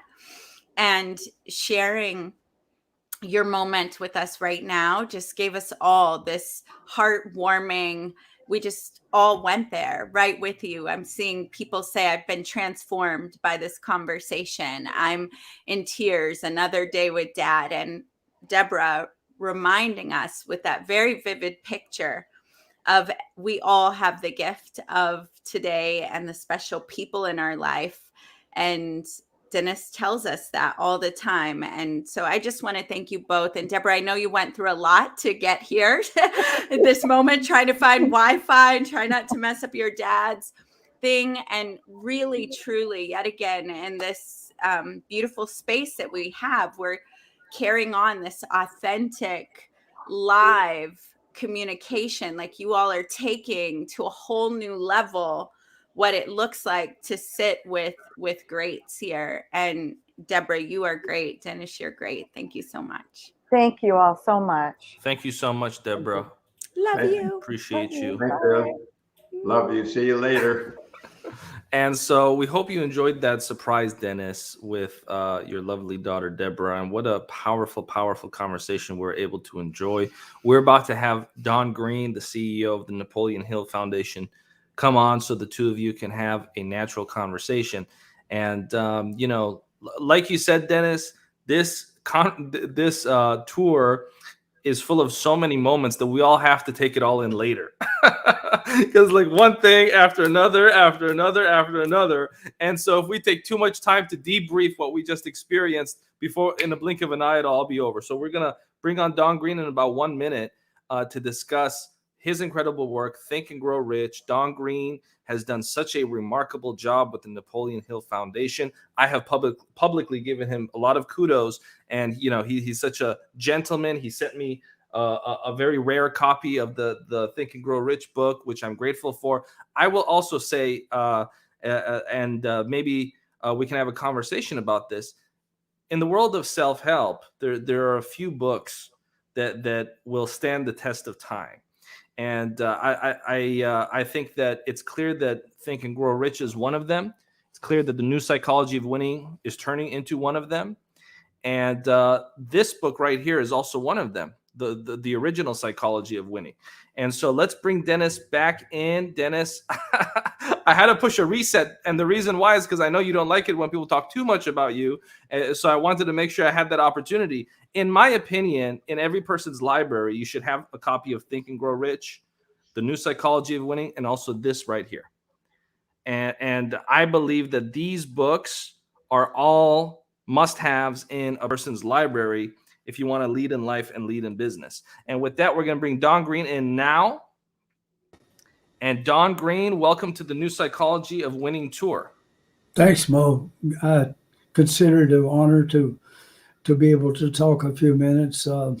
Gosh, I go back. I can remember a lot of things you can remember, but I know Denis goes back. It's a little over 40 years without me tracking back because I know what I was doing. I started a job at $1.15 an hour. I would stop at, my wife would fix peanut butter and jelly sandwiches. Sometimes it was potted meat in a can, some crackers. I considered it big deal to stop at a little store and get a Pepsi Cola or a Coke and pull off the side of the road. But all this time I was listening to cassettes. Denis was on cassettes. It was, it's been more than 40 some years ago that I listened to them. And I didn't just listen to them. I listened to them over and over and over and over. And when I got a little extra money, there were other guys out there, Brian Tracy, Napoleon Hill, and a lot of other guys, Ed Foreman and what have you. But I just cherished those guys. I mean, I never got tired. I'm not much of a music person, but I was out working outside in a car. And no 56 Chevrolet paid me 7.5 cents a mile for using my car.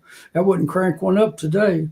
But anyway, I was listening to these things, and you might call it dreaming or what have you. But because I grew up in a home, I was in high school before we had running water in the house or had a bathroom. My dad was an underground coal miner going through the Depression. And one summer I was working in a mine, but I was reading these books, I was listening to these audios, and something just told me, people like your dad, They kill themselves making a living for their family working undergrounds. And actually, I read somewhere that underground coal miners life expectancy was about 20 years less than the average miner. Dangerous, no safety laws at all. They got black lung. I mean, it was just pitiful working conditions. It was worse for a mule to get killed working in the mines than it was a man. The man could be replaced. The mule you had to go out and buy. And that's kind of how they was treated. But someone just came to me and said, you know, Don, your dad and your relatives, they're killing themselves making a living. These guys you've been reading about and following, they're making good money using their mind. And I determined to get an education and to learn. And I read, and I read, and I read, and I read. And I still read, and I read, and I read. Because I guess I'm a slow learner. And so I just kept at it. But then I was dreaming big. I was probably making $1.20 or $1.25, but I was learning to set goals on a little card. I was watching. My wife watched television. I founded a cable TV company one time. She couldn't believe it because she said, "You're the one person that don't watch TV." But I said, "Yeah, but I know what the numbers are because I was in banking." But I was making goals, and so one night she's watching a little black and white television, which wasn't paid for. I was paying $10 a month on it. And I was working on my goals. And I haven't told this to everybody, but I thought material things was it.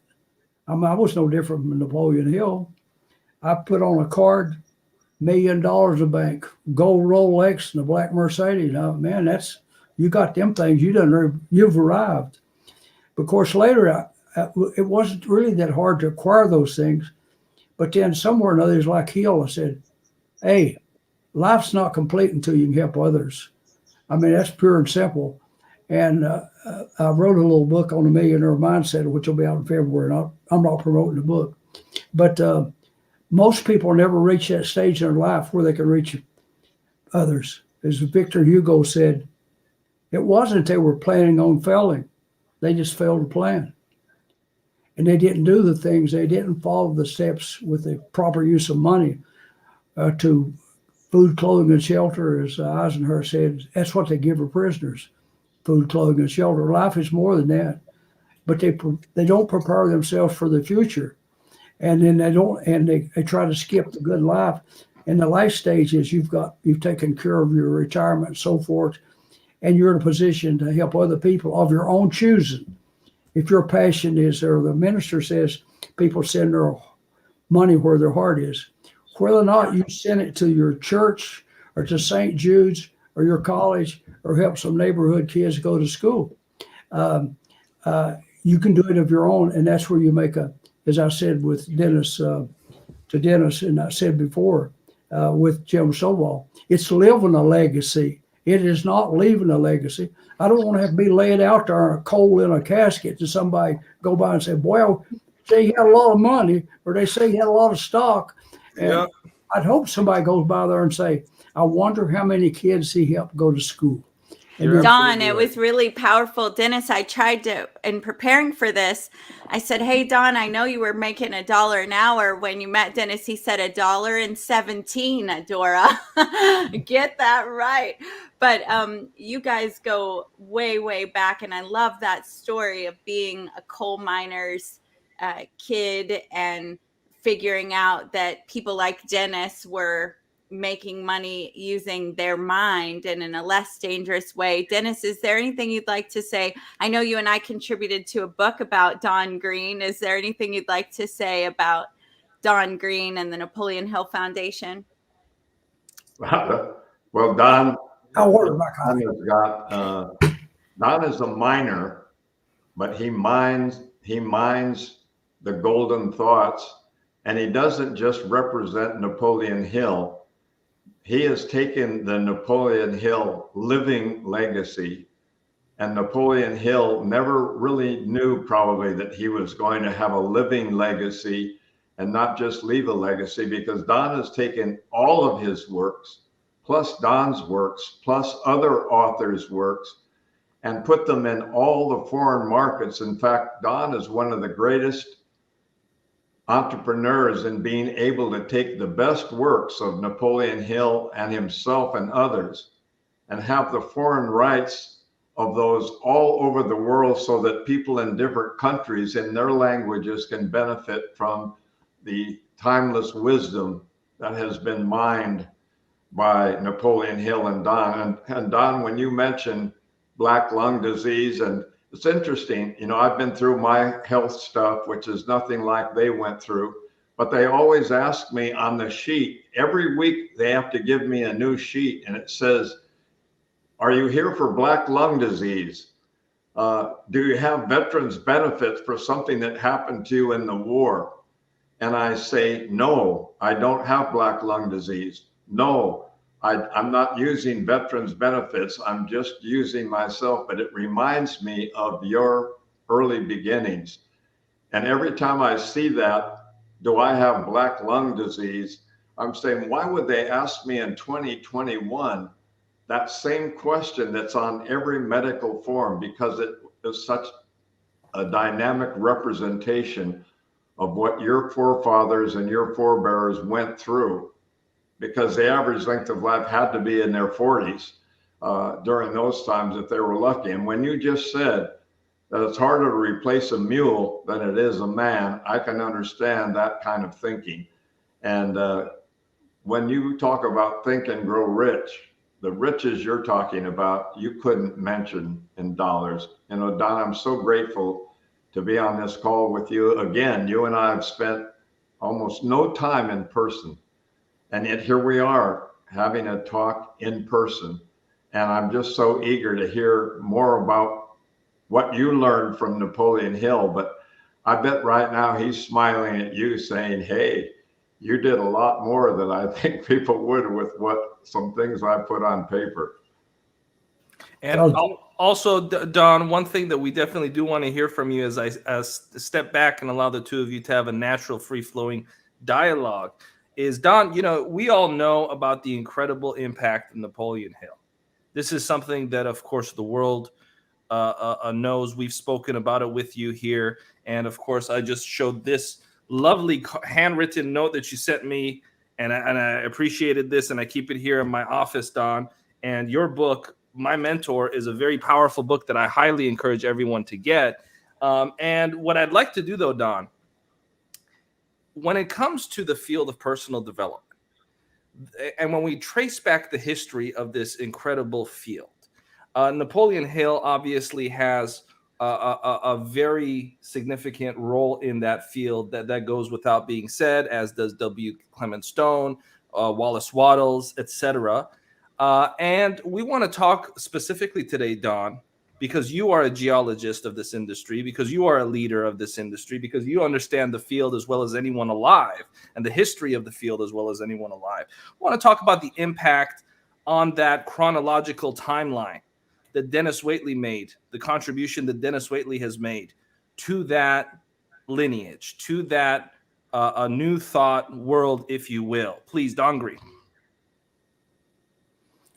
Well, Dennis was just reading it. I mean, I know he's got a doctorate degree in psychology, and you know, and when you read him, you want to go to not only just read him, but to other people that you get the stories from, like Viktor Frankl, Man's Search for Meaning, Shad Helmsettler's What Do You Say When You Talk to Yourself, which is nothing but auto-suggestion.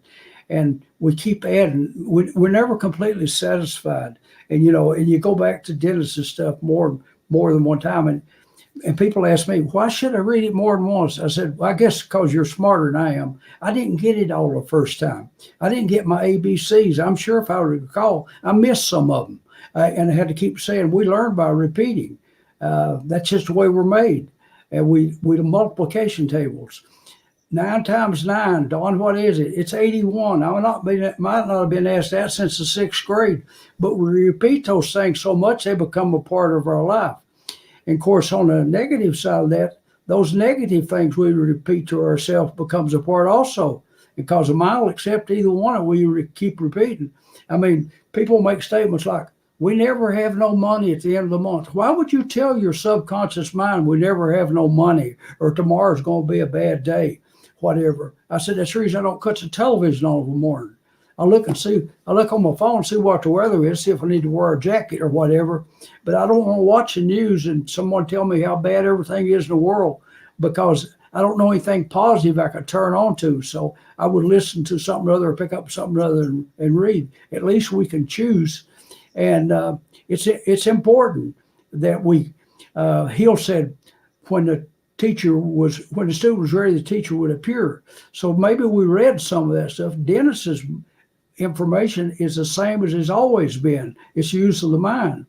But if we read it when we was 18 or 20 years old, we might have thought, what in the world is that man talking about? But if you go back and read it 20 years later, you say, oh, now I know what he was talking about. I'll give you an example. When I was in school, our English teacher, the part was enjoyable. He was a major, served with Patton in World War II. Now, I listened to his war stories about being with Patton and so forth, and marching up through North Africa and into Germany, and how fast they went and so forth.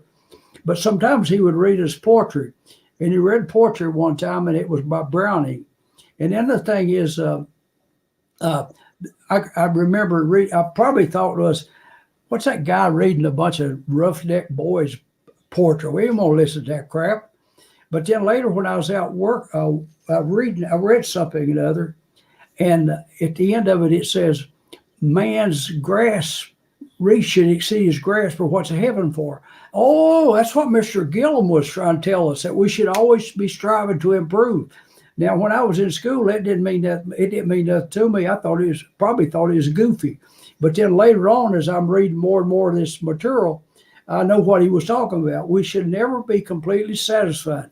Mr. Stone called it an internal dissatisfaction, always knowing. And what Dennis said in sports is, you're not trying to beat the other guy. You're trying to improve yourself, and then you'll have to take the results of what they are. Because if you concentrate on the other guy, you can go nuts. The same way with judging our life against other people's life. We have to judge ourselves on what our capabilities is, because we'd have a tendency to compare ourselves to Bill Gates or Elon Musk. We'd crack up if we did, because money-wise, we're probably not very likely to get there. We have to compare ourselves what our possibilities is, and to me, that's kind of what it's about. But I was honored. I was on a trip somewhere, somewhere out of the country. But I got back on my recorder was a message from Mr. Gillum's family. It said, Don, we would consider it an honor if you would be a pallbearer at Dad's funeral. And so I went, and he made quite a name for himself. And he kept up with me, and I kept up with him. One day in the cafeteria, my wife and I came across him, and he said, "Oh, Don, I've been wanting to talk to you." He said, "I see all that work you're doing with Napoleon Hill." He said he come and spoke to our class. I couldn't wait to write all the stuff down he's telling me. But I even had the nerve to ask him, Mr. Gillum, do you know what he talked about? And he told me it was a 33. He said he talked about how important our thought process was, what our thoughts could make us. And he remembered that conversation, like 50 years or something other later. So it was just amazing. And I won't talk about his two sons, but they were when I was in the banking business, they borrowed a little bit of money, and they sold their company out for just a little bit over $1 billion. Both their mom and dads were school teachers, but and they have paid back. These guys gave 20% of everything they netted to their employees when they sold out. And they make their gifts are not in the thousands or whatever a lot of us would think about. They give gifts to the university like $10 million at a time. And well, guys, sorry to jump in there. So we have about 4 minutes before we bring our next guest on. And I know that sitting at the feet of the very studied Don Green, who is a celebrity in his town, you guys. I've been there, and you got the Napoleon Hill Memorial there, and have done so many things in your community. You could give us books and books and books, which you do. But as we wrap up in being here today, what would you like to say to Dennis and anybody watching? And then Dennis, as we've been doing, we'll give it back to you with Don before we bring on our next guest. Well, to me, it's an absolute honor to to be with someone that I admire so much. It goes back so much. And when I know the book was coming out, I ordered my copy. And I posted on Amazon. I use Amazon. I mean, to meet the people that you've read, what have you, it's an absolute blessing. And it is it's not all about me. What I'm proud of is, like, I had dinner with his grandson Saturday. He drove down to have dinner, brought some friends, Dr. J.B. Hill, and he told me, he said, grandfather would be very proud, Don, of what you've been able to do with the foundation. And of course, he's kept up with me, and he's always supplying me stuff and material, and also it's an honor. I feel like, Dennis, I'm not there yet, but I have hit the 80 mark, and to be able to think it, maybe it's you're contributing a little bit. It's a good feeling, and we've went past that stage where it's about money. Peggy Lee said, "Is this all there is? If all you've done is gathered material things, I feel sorry for you, because anybody can acquire those material things, but to make a difference, that's what's important. Make a difference." Don Green, ladies and gentlemen, I'm so excited, Don, to have you here again. Like I said, your handwritten letter you sent me means so much. I keep it here in my office. Of course, I brought up our mutual friend Rex Sykes. I know, Don, you also appreciate his book, and to just create a moment here before we give it back to Dennis and Rex. How important do you think the psychology of winning, the new psychology of winning, is in the field of personal and professional development when we compare it to the chronological line? The way I look at it is, here's what Wallace Wattles contributed, here's how Napoleon Hill contributed, here's how Denis Waitley contributed, and there are so many other thoughts that have contributed to that movement. But Rex, you have such a history in this industry as well. You could kind of put it all in a nice bow. In your opinion, Rex, please unmute yourself. In your opinion, how does that the psychology of winning, the new psychology of winning, all the other powerful works of Denis Waitley, how does that connect to Think and Grow Rich? Please, Rex Sykes. What a wonderful question. Let me just go a little bit into the past. You can go back to the Bible and before. You can go to the Vedas. You can go to ancient mystics and scriptures, and then to the more modern people that you've mentioned in Napoleon Hill and the people since then, and Denis Waitley, and they are all significant, landmark, one-of-a-kind documents that will stand the test of time. I mean, truly, the new psychology of winning is just an absolutely marvelous work that is, a pillar among other giant pillars. And to have Denis and Don together, to have Denis and Napoleon Hill, and Wallace Wattles all mentioned in the same sentence is truly, a wonderful history and a legacy that people can look back on and will look forward to, because both these guys are keeping the movement moving forward, as are you and Adora. You're aiming it not only from the past, but to the present and then off into the future.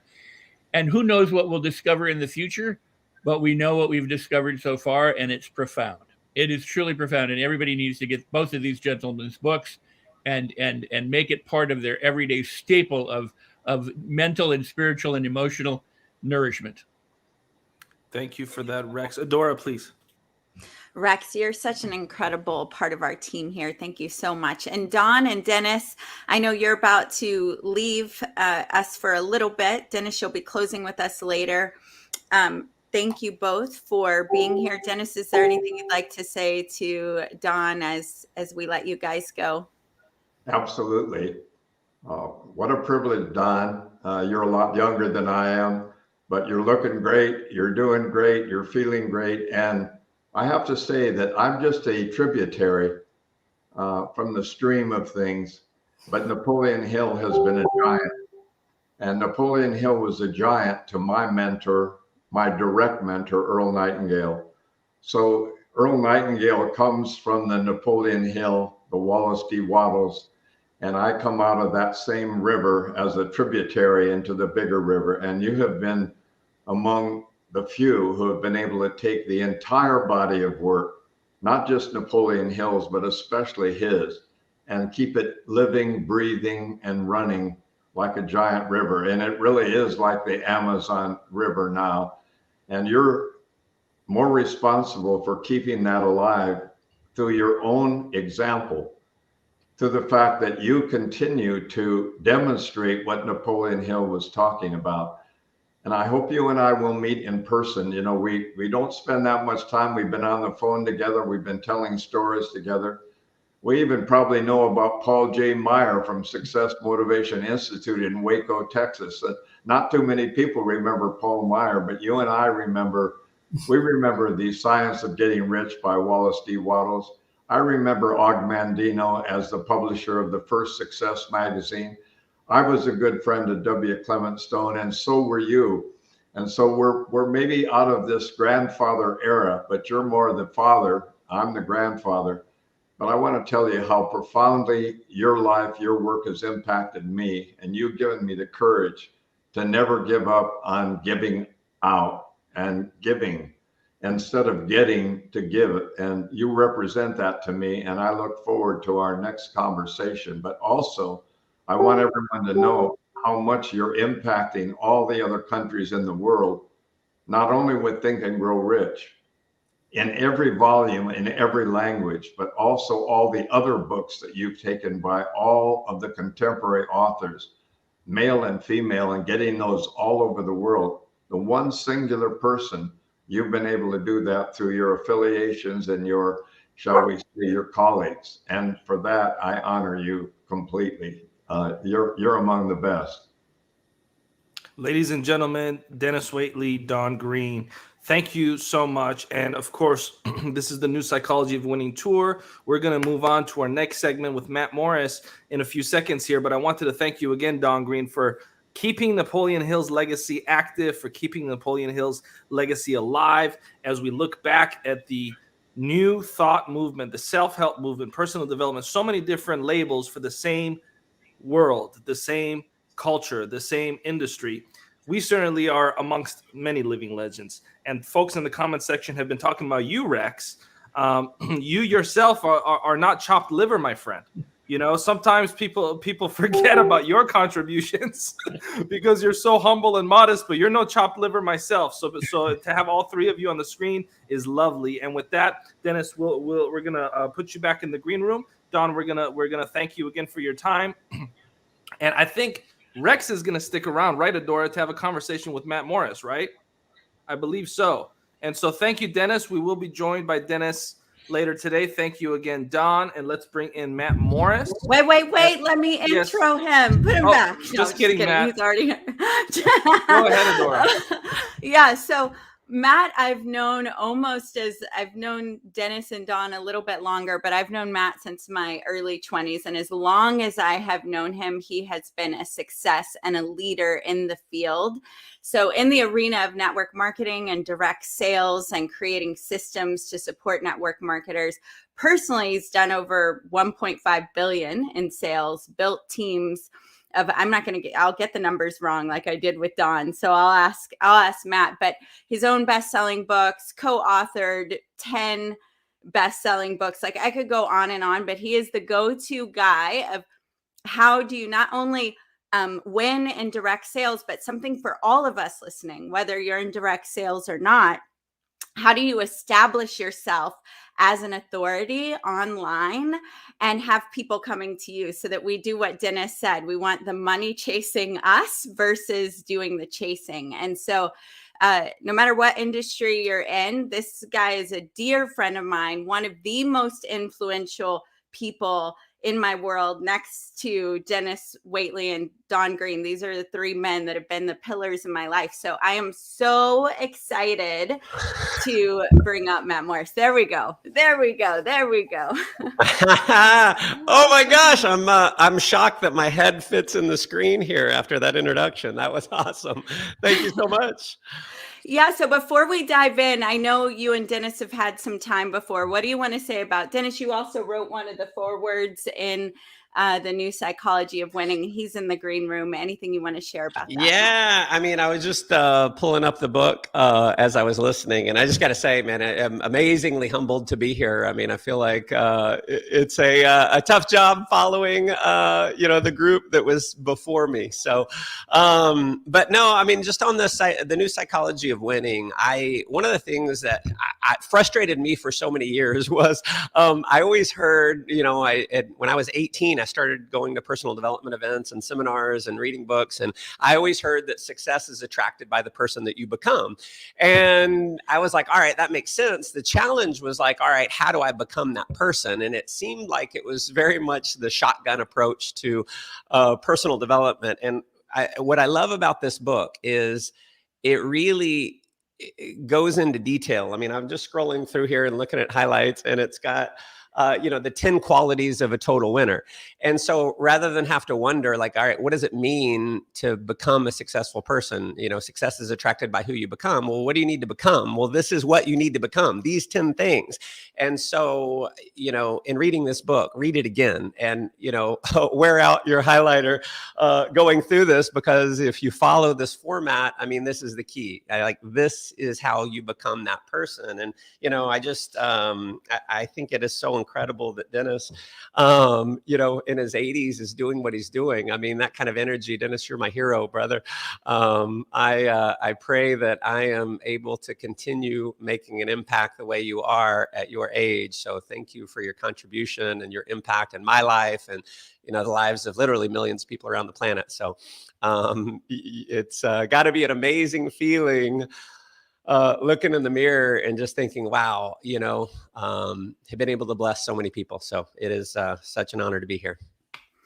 Awesome. Thank you, Matt. And so for you, how do you define success? Because you've made the millions, you've had the tiny, what was it, a Ferrari that you didn't fit in very well, or a Lamborghini, and then decided that wasn't really such a great goal. Like, what is winning and success about? Yeah, great question. So for me, I'll talk about what you just talked about, and it really kind of, in fact, last night I was doing some writing, and I was writing about this particularly. So it's interesting that you asked that question. Everything happens for a reason. So there's really 3 levels of motivation and 3 what I kind of call levels of success. And so the first level is money and things, and that's how I was driven for so long. I grew up with a single mom working 2 and 3 jobs, working through college, worked her way through law school. By the time I got to high school, she became an attorney. And because we didn't have a lot of money, we lived in a trailer park, we upgraded to a garage apartment, and then we moved into a 2-bedroom house. And it was like, oh my gosh, food stamps, never had a lot of, nice clothes and things like that. And so I was driven for money. I mean, I grew up wanting to get rich because we didn't have money. And that was just my driver at the time. And, nothing wrong with being motivated by money, but it was interesting. I drove so hard, and I can remember finishing one year and I wrote myself a check. It was a little over $200,000 bonus at the end of the year from one of my companies. And I had made several hundred, thousand before that year. And I just remember writing that check and depositing it, my bank account very full, but inside I kind of felt empty. And it was the first hint that money wasn't, the thing that was really going to drive me long term. Now I continued working towards it, and it was, I think maybe a year, 2 years later, I bought that Ferrari.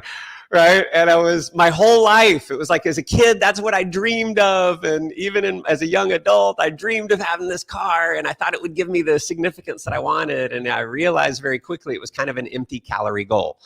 Right. And again, nothing wrong with wanting material things. I still want more material things. I still want to fly in a private jet on a regular basis. So, that's fine. But it's the first level of motivation. It's the most shallow level of motivation. Not shallow as in bad, just shallow as in it's not very deep. And so that's first. Second is really respect, significance, recognition. People are more driven for recognition. If you look at employee surveys as an example, people always value being recognized and appreciated for their work, actually more than the money. In network marketing, we see this true. Anyone who's been involved in the network marketing industry, you probably know the greatest leaders in network marketing, the greatest companies in the network marketing profession do an amazing job of recognizing people. And what I've seen, just human behavior, people will do way more to hit a rank and be recognized for that rank than they will for the money associated with the rank. And so, that's important. But the deepest level of motivation is purpose. It's calling, it's destiny. It's, to me, that's success. And, having earned, a good amount of money, money's not money. Like, I want things, but I'm not going to move mountains just for money. And I think most people are not going to move mountains, move heaven and earth to create something magical just because of money. And so purpose, destiny, calling, like, why did God put you on this earth? And for the longest time, I struggled with purpose because I kept hearing, you got to find your purpose. And that's, what's really going to drive you. And I would pray to God and like, God, please help me find my purpose. And I don't know about you guys, but I never had God never came down. He was never like, Matt, your purpose is this. So I struggled with it for a long time. And what finally hit me one day, and I don't remember why, but it was like, all right, if God is all powerful, then God gives me the power to create my own purpose. So God will allow me to determine why he put me on this planet. And so for me, it's getting very clear as to why God put me on this planet. And it's not that someone told me this is true. God didn't even tell me this true. God gave me the power to create it. I decided. So I made a decision that God put me on this planet to help entrepreneurs become powerful leaders, to step into their greatness. Right? And what I believe, like at my core, I believe that every single person has an incredible level of greatness inside them. It's just a matter of bringing it out. It's why I love coaching. What I've spent my career building sales organizations, but what I've loved about building the sales organizations is it requires leadership. It requires people stepping into a level of power that they didn't know they had. And so for me, it's simply, that's a long answer to living my purpose. As long as I'm living my purpose on a day-to-day basis, I'm successful, whether I'm making a lot of money doing it or not. Yeah, that is so powerful. And I am going to give Rex some chance, but I feel like I have such personal experience here that there are some things I want to highlight. I want to tell you personally, I'm in your mastermind now, which I'm so grateful. I'm always going to continue to learn. And just like Dennis, one of the things I've been super impressed about is I know I referred a coach to you recently. And then when I talked to him the other day, he said, yeah, Matt is letting me coach him. And I thought, wow, that's incredible. It's the same thing Dennis says, is like, he is constantly putting himself in the position of learning and knowing you all the years that I've known you and how powerful you are and how profoundly you've impacted me and millions of people, and you do daily. And to hear that one of your ways of empowerment and leadership is taking that student chair. I just want to know a little bit about, I want to acknowledge and know a little bit about the philosophy behind that. Like, what were you thinking, or how does that go? I mean, he's brilliant. Yeah. But yeah, for sure. So my take on it is this: the greatest athletes in the world, the greatest business leaders in the world. I mean, you look at Muhammad Ali, Tiger Woods, Michael Jordan, they all had coaches. And their coaches weren't necessarily better than them. They weren't better at the sport, but you often can't see the forest through the trees. And I know myself, and I know I often get caught in the forest and I don't see the forest through the trees. I don't always trust my own thinking. And so it's great to have an outside perspective on that. And so, Anthony is just an incredible soul. He is such a blessing. Just got over the weekend, incredible results, a testimony from one of our students getting incredible results specifically from what Anthony has done with him. And, I personally invest, I actually didn't realize this until the other day. I personally spend a little over $10,000 a month just on coaches. So I have a branding and direct response internet marketing coach. I have a personal coach. Actually, the person who coached Anthony is my coach. I have another coach that coaches coaches, right? And creating a coaching program and masterminds. And so for me, it is there's the two biggest expenses in life. Number two is taxes. So number two is taxes, right? And so if you make $100,000 a year, if you figure your property taxes and sales tax, your state tax, if you have your federal tax, it works out to be 50%. Let's say 50% when you figure all the taxes that we pay and all the different things. So you make 100,000, you end up with around 50,000. Okay, so that's the second biggest expense in our life. The first biggest expense in our life is not knowing how to make $1 million. That's the biggest expense, is our lack of knowledge.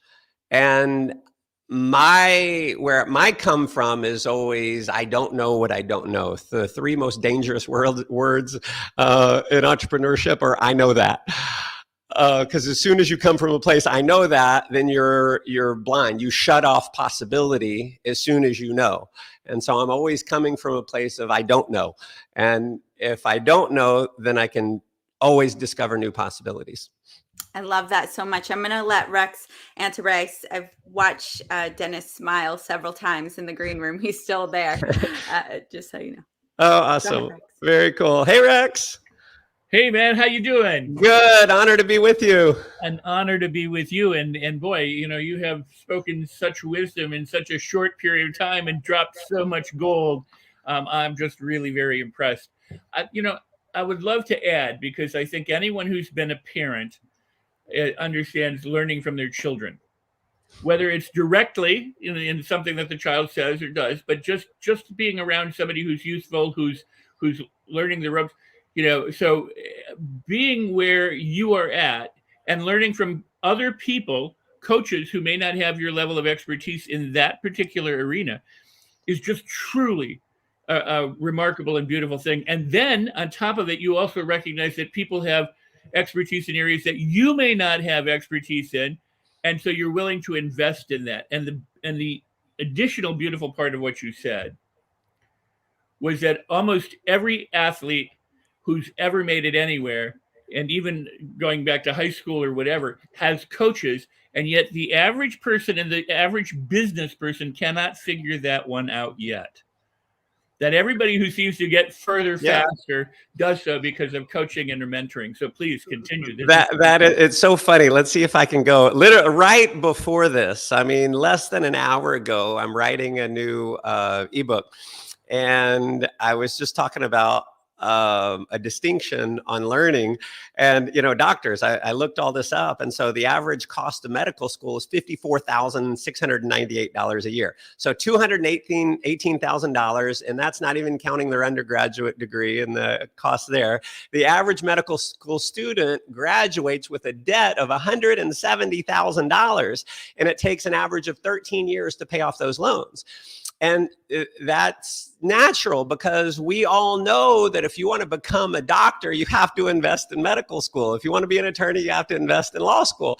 But and here's my often frustration, is someone wants to be an online marketer, and they'll invest very little in online marketing. They want to be a professional in network marketing and earn a full-time income, but it's like, I'm not going to invest any money on my education. And so it's just the reality of things is there's an investment in order to succeed in whatever particular area of life that you want to succeed at. And so,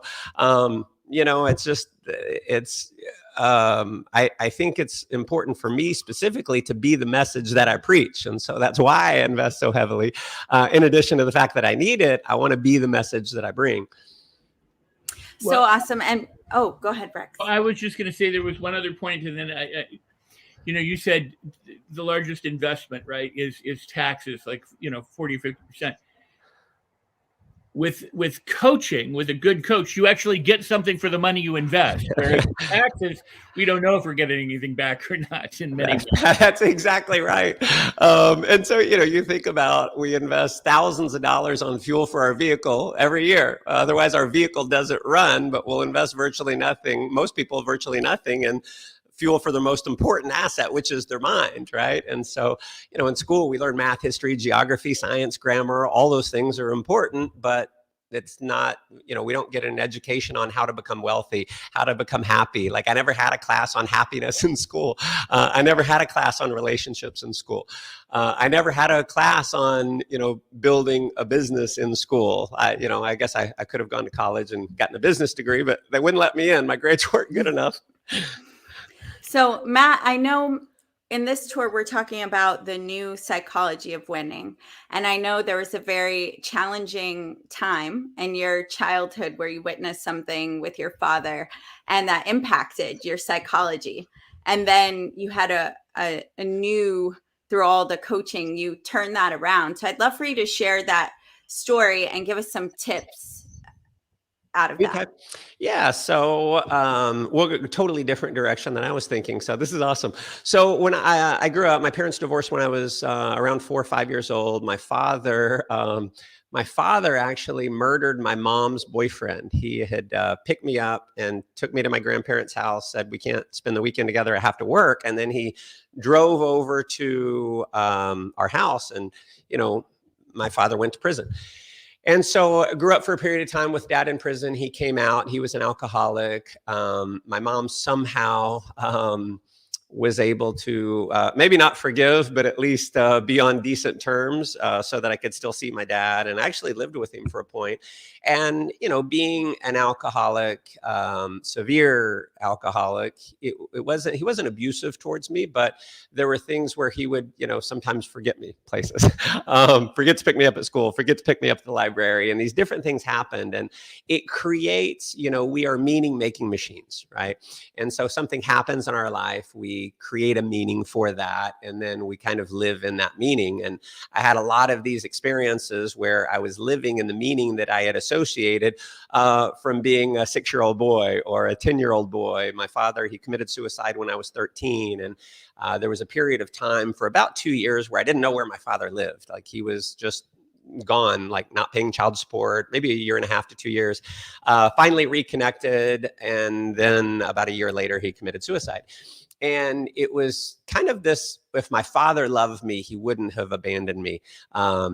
And, not been there for me for 1.5 to 2 years. He wouldn't have taken his life and gone away if he really loved me. So I lived in a place where I'm not really lovable.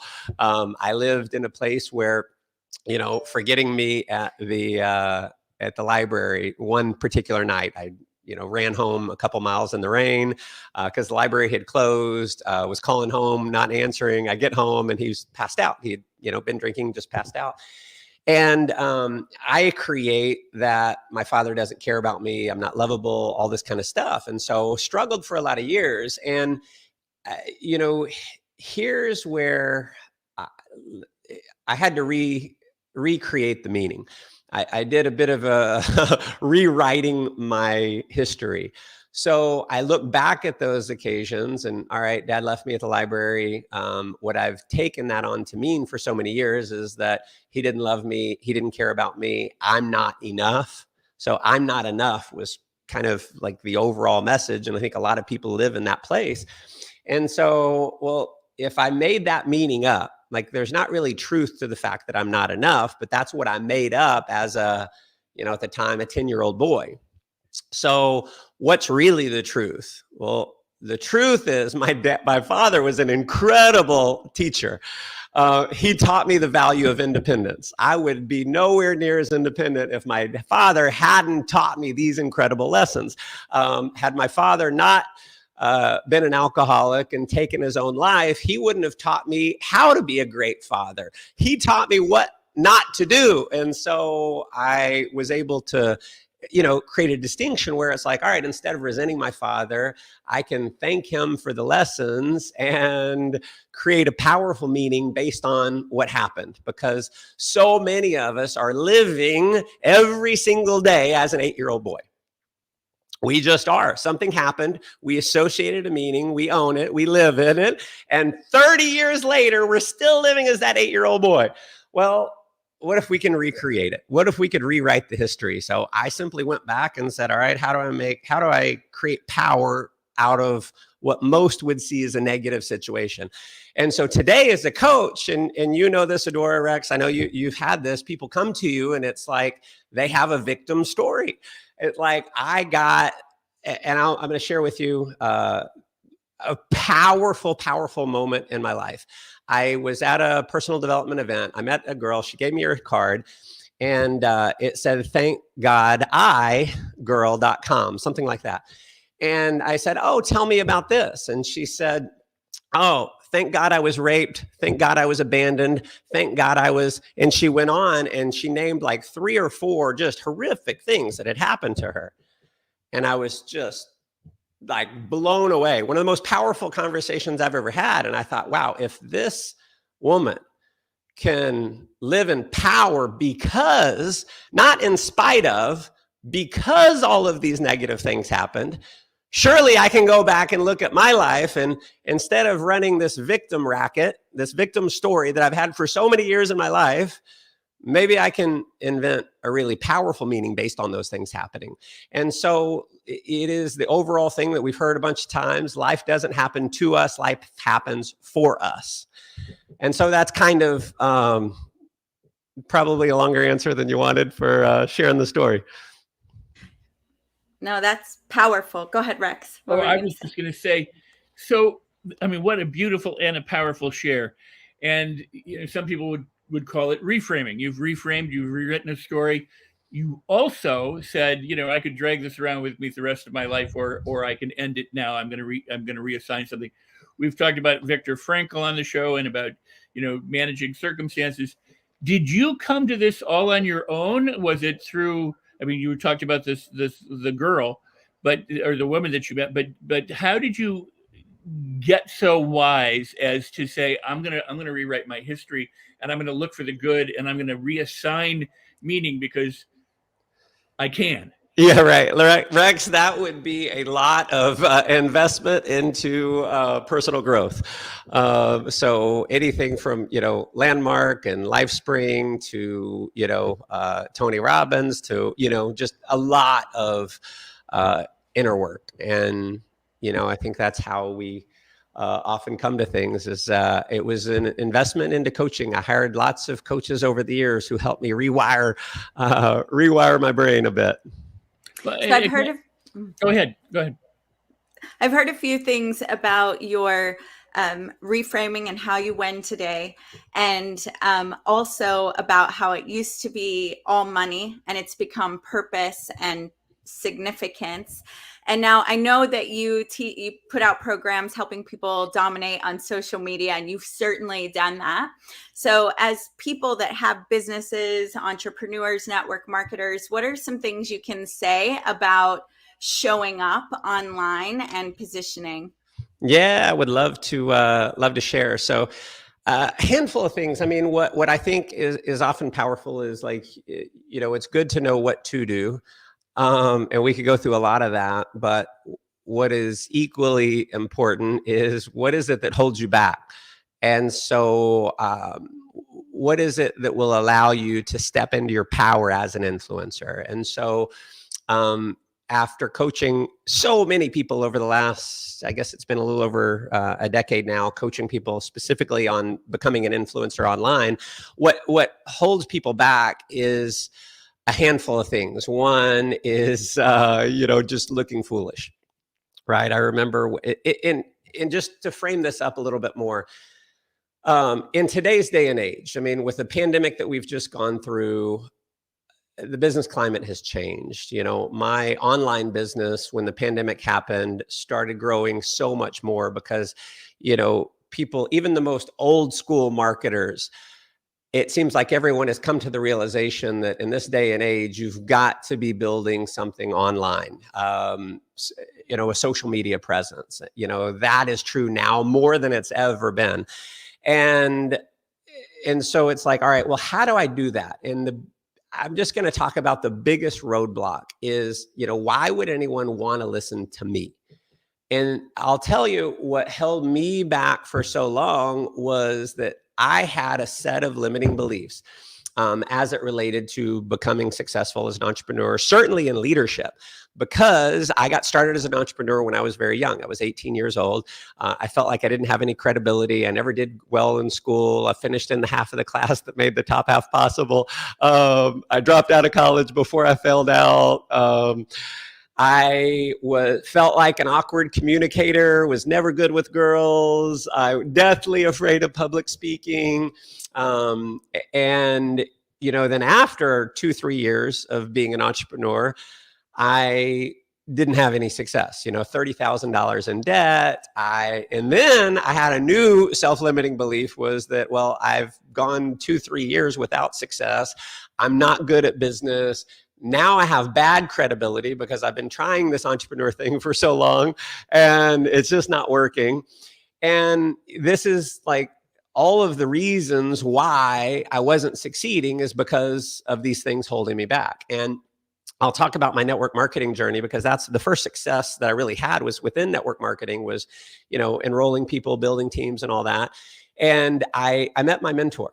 After about 5 years of being involved in network marketing, spending more money than I was making every single month, I met my mentor, and he was, and you know who he is. He's the most talented networker I had ever met. Good looking, well-dressed, drove a big S-Class Mercedes, had a big platinum Rolex, was amazing on stage. People would hang on every word that he says, amazing closer, not because he was like a forceful closer. He was just so good and so relatable and funny. People wanted to do business with him. And he was like this walking personal development book. He's walking around spurting out golden nuggets of wisdom everywhere he went. And I was so in awe of him. I was like, wow, I've never met anyone. Made over $1 million, built a sales team of 100,000 people. And I had him on the biggest pedestal imaginable. And he, I think he saw this. Like, I think he got that I was maybe semi-hero worshiping him. And he said, Matt, I want to give you a quote and I want you to remember it. He said, it is good to observe the leader, learn from him, study him, but never worship him. Always believe that you can surpass. Second best thinkers are invariably second best doers. And he said, Matt, I want you to learn from me, and I want you to learn from a bunch of other mentors and leaders so that one day you can be better than all of us. And I had, previous to him saying this to me, I had finally surrendered. For 5 years, I tried to do it my own way. I refused to step out of my comfort zone. I just surrendered to his coaching. I said, I'm going to listen to this guy and I'm just going to do whatever he says to do. If he says, read a book, I'm going to read it. If he says, go to an event, I'm going to go. If he says, go to he said, Tony, go to Tony Robbins. I went to Tony Robbins. There was 10,000. He didn't even tell me to do Master University. It was $10,000. I didn't have $10,000. I did it anyway because I knew my mentor Wayne had done it. And I just surrendered to his coaching. But previous, if someone would have said what he just told me, I would have discounted it. I would have just said, well, I can't because I'm not you. I could never go beyond you. And I would have discounted it because I surrendered to his coaching. I couldn't refuse his command. And so I got myself in a place where, well, how? And I just stayed in the question. And it wasn't an overnight thing. It wasn't an instant thing, but I was like, all right, how could I ever make as much money? How could I ever be as good as him? And it was like instantly what my brain said was, you can't. But because I had surrendered to the coaching, I'm like, all right, there's got to be a way. There's got to be a way. How? I don't want to be a second best doer. And here's what I finally came to. Was number one, I could work a lot harder. On a scale of 1 to 10, he's a 10, I'm a 4. If I work 3 times as hard, maybe I can make as much money, but there's got to be more than that. And so this was the thing, and I don't know why it hit me, but it did, and it was this. It was like, all right, he is perfect in so many ways, and I am so not that. And when it comes to leadership and inspiring others, are more people like him or more people like me? Or are more people really good looking, or are more people a little more average like me? Or more people like great on stage, or are more people like deathly afraid of speaking on stage like me? Do more people think they're amazing communicator, or more people think they're a little bit awkward communicating? Have more people succeeded in network marketing, or have more people failed in network marketing? More people are like me than him. And here's the thing. It was like, wow, all of these self-limiting beliefs that I thought were holding me back, what if that's actually what makes me really powerful? Because if I'll get over myself and I'll go succeed anyway, guess what? I'll inspire thousands of other people to succeed in spite of themselves. So it's this: consider the fact that what you think has been holding you back for so long is total bullshit. What you think has been holding you back is your greatest strength, because part of leadership is inspiring people to get over themselves and go take action, even though they think they can't. So that is what gave me so much power. And I held back for so long because I thought, well, if I go do the work, no one's going to listen anyway. And I decided, like, wow, let me just talk about all these things. And so I would get on, like, I would talk to people and go, look, I've, was working as a waiter at Saltgrass Steakhouse, living at home with my mom at 24 years old, $30,000 in debt, failed in business for all these years. I mean, if I can do this, I know you can do it too. All I needed was a little success, and then I'll inspire everyone else. And I was like, oh, I'm too young. I thought I was too young. I'm 24, never succeeded. How could I ever lead someone who's in their 30s or 40s or 50s or 60s? Well, what if I were to decide that someone who's in their 40s or 50s, they love my young energy? What if it's actually a positive that I'm young? What if it's a positive that I haven't made a lot of money? And so that was a big shift for me. Well, thank you so much, Matt Morris. I mean, wow. I know that the audience has been loving this. And ladies and gentlemen, you're tuning into the new Psychology of Winning tour, where we're bringing together some incredible thought leaders. And we're about to go on to our next segment. So I want to thank you, Matt, because you really brought the value, you brought the heat, and you really embody what it means to win in the modern era. So I wanted to thank you for your gift of sharing with our audience so many tools, so many practical resources. And we will be bringing you back, Matt, on this platform to speak more, because we got to have more time with you, Matt. So we're going to be inviting you back very soon to do a in-depth Matt Morris special episode here on this network. So thank you so much, Matt Morris, ladies and gentlemen. Love it. Thank you so much. Appreciate it. Thank you, Matt. And I'm really, really excited for the next individual that's going to come on. And Rex, I know she's a mutual friend of ours. Of course, I'm talking about international actress Maggie Avila. What's so unique about her, Rex, is not only is she a remarkable artist, not only is she a remarkable talent, she helps make other people's dreams come true as well. She helps other actresses, other actors, other people that want to get into industry. And I think that's a reoccurring theme of this tour, right? Whether it's Brian Tracy or Denis Waitley or Les Brown or all of the, Bob Proctor, all of the greats, the concept is, this is what I use to become successful.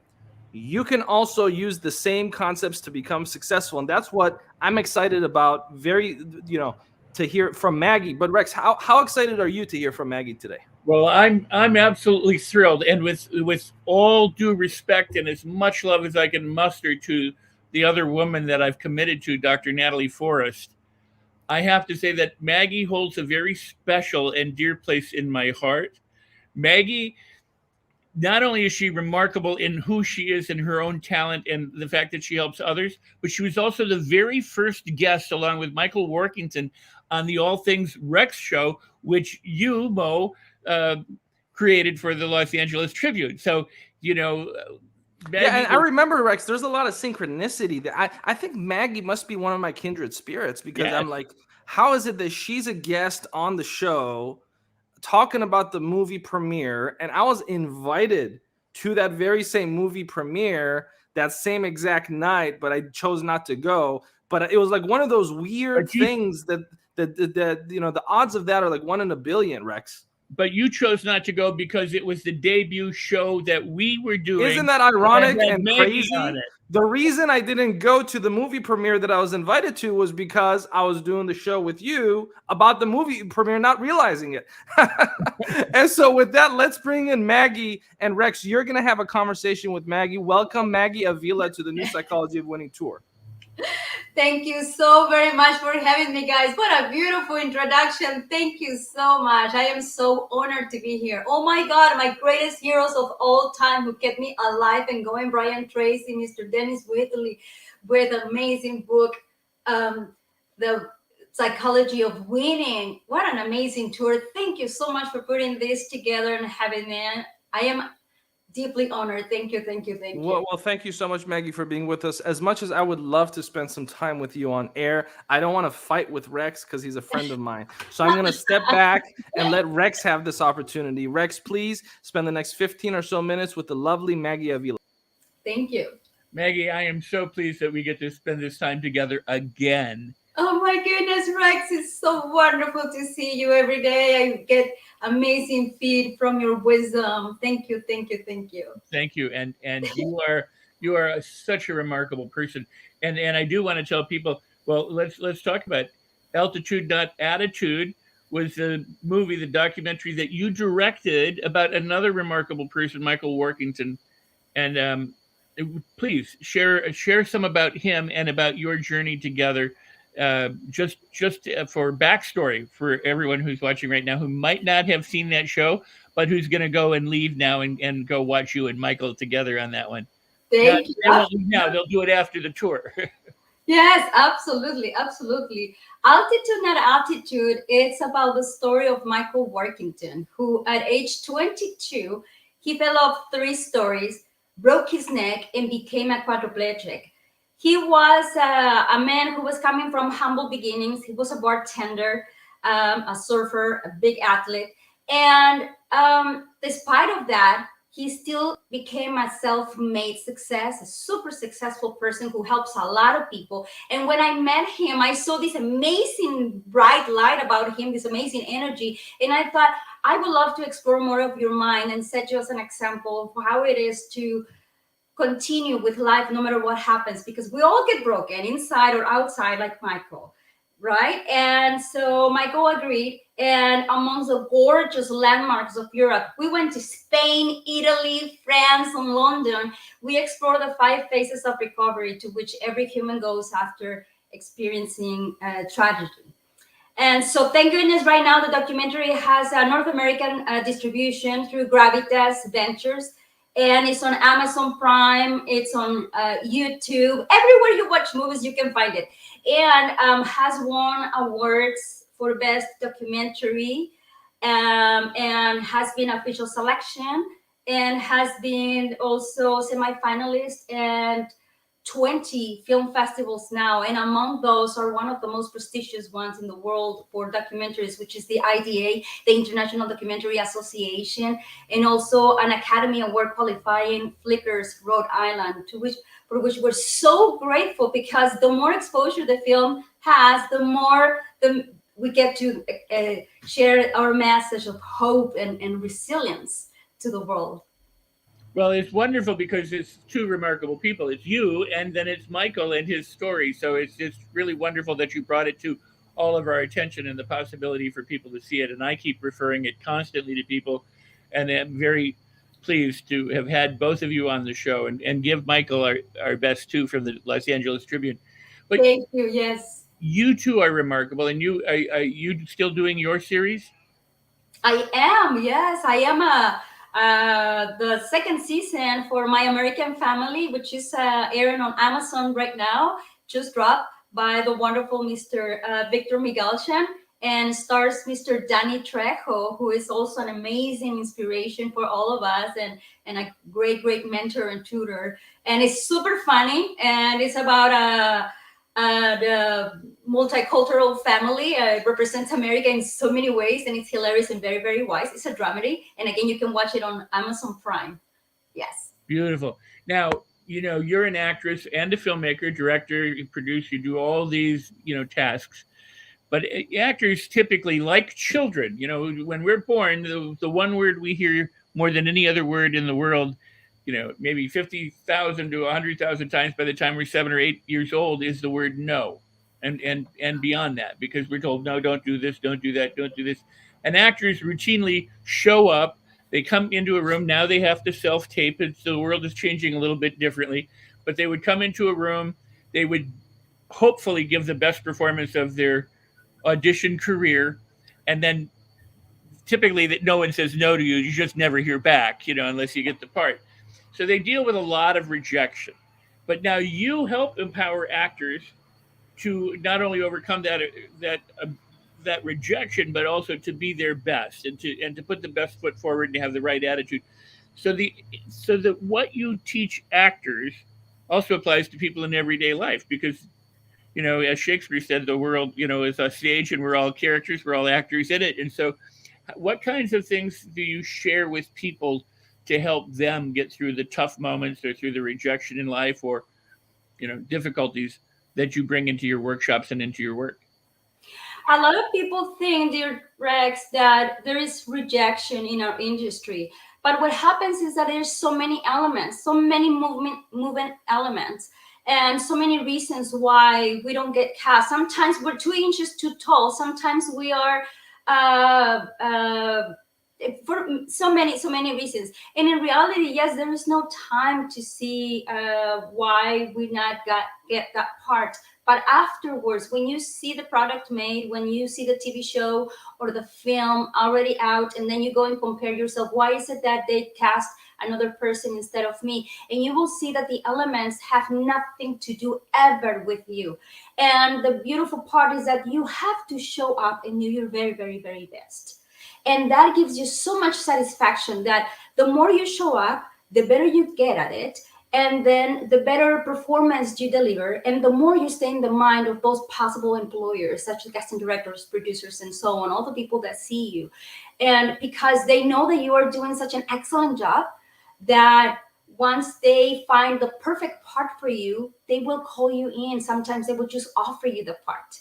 And so it is very important to continue getting better and better and better and better in every area of your life, because you have to become as whole as possible. And we're going to die and never be able to learn everything there is to learn in this world. Like Socrates said, right? The more I learn, the more I learn that I don't know nothing, or something like that. And in reality, it is really a game of numbers. And it's about showing up no matter what. No matter what the circumstances, no matter what the challenges are. So that is one of the things about rejection. Is it really rejection, or is it really that it was not the right timing, or it was they just needed somebody that matched more? Like, there is people that really look like family, and they wanted somebody that really looked the part, or, you know, so many reasons that again are not within your control. You know, what you bring up, that's a really great point that I think so many people miss, actors, but also people in everyday life, is the fact that since there are multiple reasons that may have nothing to do with you or your performance in the audition, the actor, person in real life circumstances, would be probably better off not making it self-deferential, not saying, I did something wrong, I screwed up, they didn't like me, you know, all the stuff that we typically do. And instead, you know, we talked with the last guest who said, I had Matt said, you know, I had these circumstances, but I decided that I was going to rewrite my story, and instead of those holding me back, I made them the very cause of my success. That as you point out, they would be best served if they just kept doing what they're doing, get better at what they're practicing, keep showing up, which Napoleon Hill would say, you know, repetition is the, you know, correct repetition is the mother of skill and of making things permanent. So get really good, keep showing up, and then opportunity may take you by surprise. They might call you in for a role without even having an audition, because you've been present all along and you've been positive all along, and you're just continually improving yourself. I mean, this is truly Yes, incredible advice for everyone, Maggie. Thank you. Thank you. And by the way, Matt Morris, what an amazing experience to hear him speak. And I am so, so grateful again for being surrounded by such an amazing group of people. What he said was so profound and so beautiful, and it is so true. Everything empowers us. And that is one of the things that I also teach on my online courses, which I also developed and delivered through the pandemic as well, because there was so many people with so much fear, so many fears, and thinking that the world was going to end, that there was no going to be any more acting opportunities and so on. And yes, things have changed, but things have made us stronger, closer. So many beautiful people now are doing what they love to do. Now they're thinking, I am not going back to that job. I will continue to deliver and to perform or to create this thing that is really bringing me happiness. And so resilience is such an important thing, because again, you don't have to think about rejection. You don't have to think about the things that are not working, only when you can learn from them. Because again, we all are going to go through tremendous tragedies. Has such, my personal life or Michael's that broke physically, or what happened to Matt Morris and so on, right? But then all of that makes you stronger. And then how do you keep that strength though? That is an important question. You need to find out what is your why. Why do you do the things that you do? What motivates you? What fires you up? So you have to have very clear in your mind, what is it that you want to do? And for young actors, for example, young people, young talent, sometimes they're so young and still will develop other skills and other talents. And it is okay, as long as you keep on growing and acquiring knowledge and doing the things that you love to do, doing things that bring you joy, because that is going to bring joy to other people. Then you're going to be able to create things that touch lives, such, the movie Altitude, Not Attitude. We are so grateful right now. We are donated a portion of the proceeds to charities and organizations such as the Christopher and Dana Reeves Foundation. So guys, go watch it, because you're also going to be changing lives by doing that. And so if we find a way to benefit more people with the things that we love to do, especially when we have acquired a level of a good skill, great skill that can really, we can contribute to pieces of art or works, or collaborate with people that really does help others and benefits others. Like we said during the interview, if you think at your projects and things, everything that you do, it has to be like a fountain. It has to sprinkle all the way, everywhere. I mean, the more winning situations that you can find, the better your projects are going to do, and the better your work is going to affect. And after all, I know earlier Mr. Denis Waitley was talking about fame, and that is a thing that is a concept that comes up a lot with us actors and people who wants to act. Everybody wants love. Everybody wants acknowledgement, and everybody wants to be and feel important. Everybody wants to know that it contributes. And so when we get the oohs and ahs, there's a little bit of that feeling. But then you have to ask yourself, where is this oohs and ahs coming about you? Is it really because you are just a beautiful person, but it's your work really contributing? Because when your work, it's really contributing to society, your legacy is going to speak after you. And then your life is really going to become more meaningful. And that is one of my whys, for example. If my work really makes you laugh, or makes you change your mind, improve you in some way, then I am really happy and satisfied that I am doing my job. Because I am going to die, like everybody. My friend was telling me, you don't say that. I mean, really, by the time we figure out what problems and what challenges we have to go through life, and we get to fix them, and then we have developed all of these skills, and we are making use of our talents, we really have a very short period of time of productivity throughout our life. And I really admire people that continue doing writing books, for example, such yourself, which is so your book is amazing, and everybody that keeps on teaching people and sharing the knowledge and so on, because I mean, life really, to be able to affect other lives in a positive way, it's just really, time passes so fast. Wow. I get so much from listening to you and talking to you. It gets the wheels turning in my head.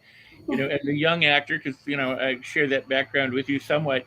I was a dick. I mean, I just was somebody who had a chip on my shoulder and thought the world owed me opportunity, and struggled and took every rejection personally, and it really had to. And I remember people who would always say, be nice to everyone because on the way up, because you'll pass them on the way down. And so, I have this theory that fame is like a bell curve. You go up and then you come down the other side. And everybody who's been at the top of their game, if they, like James Dean died at the top, he wasn't even famous yet. But I mean, people remember him. But most people go up, they get to a crest, and then they come down the other side where they're not hired as much, or they're, And so actors have this unique ability of sometimes, some of them, of trying on different things. Like they will rehearse lines differently, or with different intentions, or with different backstory, or yep, exactly.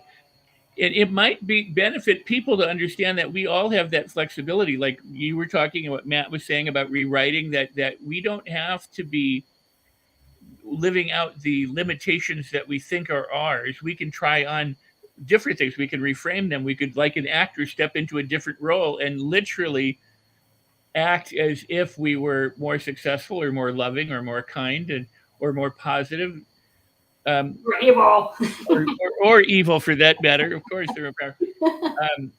So, in your own journey, how did you come to all of this? How did it happen for you that you got so wise so young? It was the same challenges in life. I was a teen mother, and I was singing opera when I was a teen, and then everybody immigrate to other states or other country to continue music, and then I decided to continue with acting because it was going to help me with stage performance. And then I decided to go move to the US here to expand my acting career, which was already working very well in Mexico, but I needed more. I saw more opportunities, and I wanted the best for my daughter. So my little girl was my big motor. I wanted better and best, and always better and better and better. And so when I came here, well, I obviously struggled with the language, with the culture, and so many things. And so life experiences, some tragedies did happen around here that made me go through that realization that whatever will happen will make me stronger, because I have people that depend on me, because I have now my daughter is grown up. I tell people, well, now she's older than me because she's married, she's 27, and she's got a beautiful life. But there are people also that depended on me, such siblings, my parents, they passed away, already. But then now there's people that are looking up to me as a person that came from a very humble beginning as well, and has been working her way up just like everybody else. And I think that every human has that responsibility to come in here. We come here to become the best versions of ourselves. And so I think that no matter what happens in life, we'll have the opportunity to become a better version of ourselves. Hi, Mo. Hi, Maggie. I have been really excited to hear this conversation, and we're getting ready to wrap up to go to the next panel. And I just wanted to thank you, Maggie, for graciously sharing some of your time here with us, for the work that you do. What an incredible documentary you made, and you should be so proud of yourself. And Rex, buddy, you owe me one, because I wanted to spend a few minutes with Maggie. So I gave you that opportunity, Rex, okay? You got one from me, buddy. I look at it this way. I brought her to the Tribune. There you go. Thank you so much, Maggie Avila. Thanks for Nadine. 1 minute or less, Maggie, just 1 minute or less before we move on, if you have any final closing words. Yes. Believe that it's possible. It doesn't matter if your belief system has told you that it is hard for you, that it is impossible. No matter what the world tells you that it is impossible, surround yourself with the people that tells you that yes, it is possible. Watch the stories of the people that have made it possible. Just work really hard to overcome whatever obstacles you have, whether you're in your mind, in your heart, or around you. Just make sure that you keep on acting as if you had all the resources in the world. Believe that the universe, God, or whichever your belief system is, it's conspiring towards the achievement of your dreams. Just keep on working for it. Smile and believe that it is possible. Thank you so much, Maggie Avila. Much love and respect, and we will have you back on the network very soon. Thank you so much for having me. Love you guys. Bye, Ray. And I am so excited because this next duo that's coming up is going to be such a magnificent duo. And we're going to have Adora come up a little bit to talk about Holly and, of course, Parisa Rose, who's an NCAA champion. When it comes to the psychology of winning, you know, being a record-breaking NCAA champion is the definition of, you know, a winner in many respects, because you're not just competing with others, but you're also competing with yourself. And this whole program is about that. So we have an NCAA record-breaking champion. We have Holly, who, Adora, talk to us a little bit about Holly before we bring the two of them on. And my dear Adora, you are muted. So let's go ahead and make sure you're unmuted. Adora, please. Okay.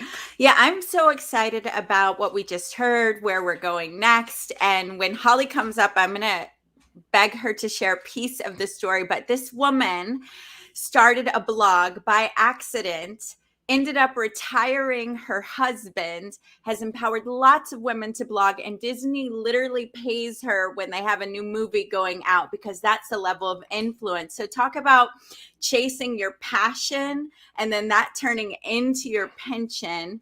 We're super excited to hear from her. Amazing. And so let's go ahead and bring in Holly and Parisa. And I'm excited to listen to this conversation because the two of you are winners.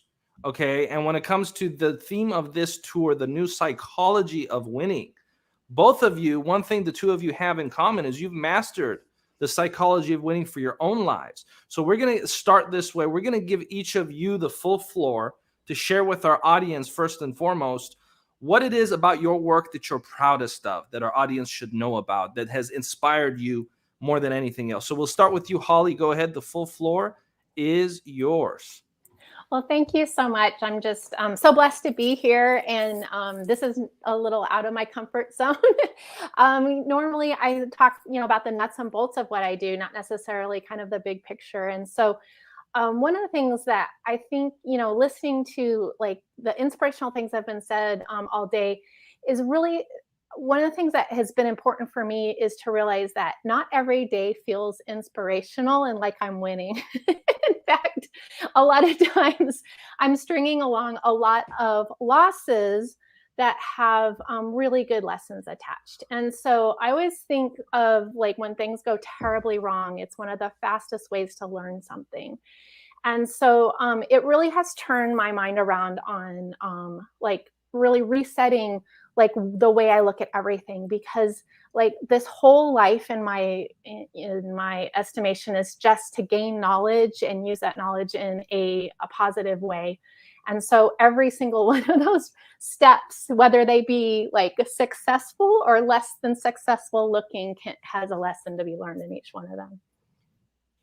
Thank you for that so much, Holly. And using a sports analogy, I'm going to call a timeout and I'm going to make a substitution because Rex, you look a little fatigued and I need the people on the team to always be fresh. So we're going to pull out Rex. Okay. I'm making an executive decision and we're going to bring in Dr. Natalie Forrest to co-host this panel with Adora. And so Parisa Rose, you're a national champion. Not only are you a national champion, you're a record-breaking national champion. You are the fastest female swimmer in the country. And you have held that record for over 10 years. No other swimmer has broken your record. So we're going to give you the full floor. Share what you're proudest of, because not only do you have that as a background today, you're a transformational coach. You help people with their own endeavors, with their own goals. And so we're going to give you the floor. Then when we come back, Adora and Natalie are going to have a powerful conversation with the two of you. Parisa Rose, please, floor is yours. Thank you, Mo. So, okay, this is going to be a two-layer kind of explanation. I'd say the thing that I'm most proud of is learning how to master the mundane. It's something that I talk about often enough with people, and I think that it's not that I think, I feel, and I know that it is not something that is really focused on enough. I'm not talking about the grind and like getting the hustle every day and just like, you know, pedal to the metal all the time. No. Talking about like the true mundane of the day-to-day stuff, the background noise that you can't get rid of, the problems that are chronic sometimes, learning how to master those and not allowing it to dominate you, but also coexist with what you have going on, with what you want to do, with where you're going, with what you have set forth ahead of you. Like that is like, I feel like the sweetest spot of life. Mm-hmm. I feel that I've not that I've mastered it completely, but I truly feel that it's something that I have a great like grasp of, you know, mastering the mundane as a swimmer. Okay. Think about it. As you're swimming, your head is down in the water, looking at a black tile line. You're not talking to anybody. Yeah, you may be able to talk to teammates here and there a little bit in between sets and all that, and hear your coaches, but you're talking to yourself in your head the whole time. So after doing this for over a decade, all of the thousands and thousands and thousands of hours of doing this, I learned that the conversations in my mind were not just vital, they were my world. And I'll explain that. So this is the second layer to this. I would say I learned how to take up space. Now, most swimmers, and I guess like most elite athletes, depending on the sport, but pretty much most elite athletes are pretty tall, okay? I am not. I'm 5'3". And I was competing against girls that were close to 6 feet tall, and okay, so be it. Who cares, right? Well, in swimming, you know, if you put everyone horizontal, someone that's just even an inch taller than you can out-touch you. And so what I learned with being 5'3" and racing against girls that were significantly taller than me was that I needed to swim like I was 6 feet tall, or maybe like 6'5". And without changing my actual height, because I couldn't do that, without changing it, I had to change how I swam, how I experienced my body in the water. And that was my key, is I learned how to swim big. And so every time I had a race and I'd get out, and other coaches or other athletes would see me, and they'd see me walking with the other athletes I was competing against. They're like, you just swam that? Like, I saw you swim, but there's no way you're that short. I'm like, nope, that's me. You know, that's me. And the way I appeared in the water was much bigger of a presence than my actual physical body. And that is something that still to this day, that I get told that all the time. Anytime I'm online speaking, or even if it's just through an audio only app like Clubhouse, for example, most people think I'm pretty tall. And randomly it'll come up, hey, how tall are you? I'm 5'3". They're like, there's no way you're 5'3". I'm like, no, I'm 5'3". So it's all about what you're embodying, the presence that you choose to embody. Embody something bigger than what you actually are. If it's your height, if it's your mind, whatever it is, let yourself sink into the bigness of whatever it is. Thank you for that, Parisa. And I'm going to give the floor now to Adora and Natalie to lead the way. Adora, please. Thank you. Parisa, my daughter's also a swimmer, so I can't wait to let her have the replay. Yay! She's tall, though. She's my height, 5'3" at 10. Holly, so I want you both have already set a theme, and that is the mundane, the not feeling like it's all exciting and the bells are going off. But Holly, I really want you to share your story of discovering blogging, because one, it's hilarious and laughter is opening of the heart, and I think it's also, you never know how you're going to discover your thing, right? So Holly, we'll give you the floor. That is so true. I mean, like, I am on the most unexpected journey here. So about, I guess it's been 16 years or so ago, I was the stay-at-home mom of 3 little boys under the age of 5. Prior to this, I had my master's degree in physical therapy. I was specialized in chronic pain. I had run a pain clinic that was world renowned. And when I went to work, like people would like ask me questions and then listen to my answers. And then, fast forward a few years and here I'm like in the kitchen with chaos in every direction. Nobody's listening to me. My husband is a doctor and he's at the hospital 24 hours a day. And I was just like, when you have 1 or 2 kids, you can get out pretty easily. But when you start getting into those 3 more, it was really difficult. I felt really isolated. And so one of my coping mechanisms is one of my college friends that I had literally not seen since college. We were writing these really long emails. Of course, this is, pre-social media and everything. This was a long time ago. And so every Saturday morning, and by the way, I didn't even know how email worked. Like I asked my husband to download my email each Saturday so that I could get these emails. Now I realize that I don't even know. He probably was opening the computer. I don't know what he was doing. But this is the level of tech experience I have. Anyway, so we were writing these really long emails back and forth on Saturday mornings. And like she had 2 boys about the same age as my older 2 boys. And so it was just, we weren't solving the world. It was more commiseration and back and forth. This had gone on for a year or so until I remember one Saturday morning, like all hell was breaking loose at my house. And the email like pops up, it's a little late. And the subject line is, I think we need to stop emailing. I'm like, oh no. I will not make it till bedtime without this email situation going on. Don't mess with me. So I opened up the email and she said, I think we need to start blogs. And then she went on to say that she was emailing another girl. And so this would help her because she could just write these things once. And then we all 3 of us could go read each other's blogs. And I'm like, I have no idea what a blog is. I've never been online. I don't even know what that is. But she put the little link for Blogspot and you go fill out this form. And then all of a sudden you're a blogger 15 minutes later. And so I started a blog that day called June Cleaver Nirvana. And I just thought it was kind of a non-traditional twist on kind of a traditional life of being a stay-at-home mom.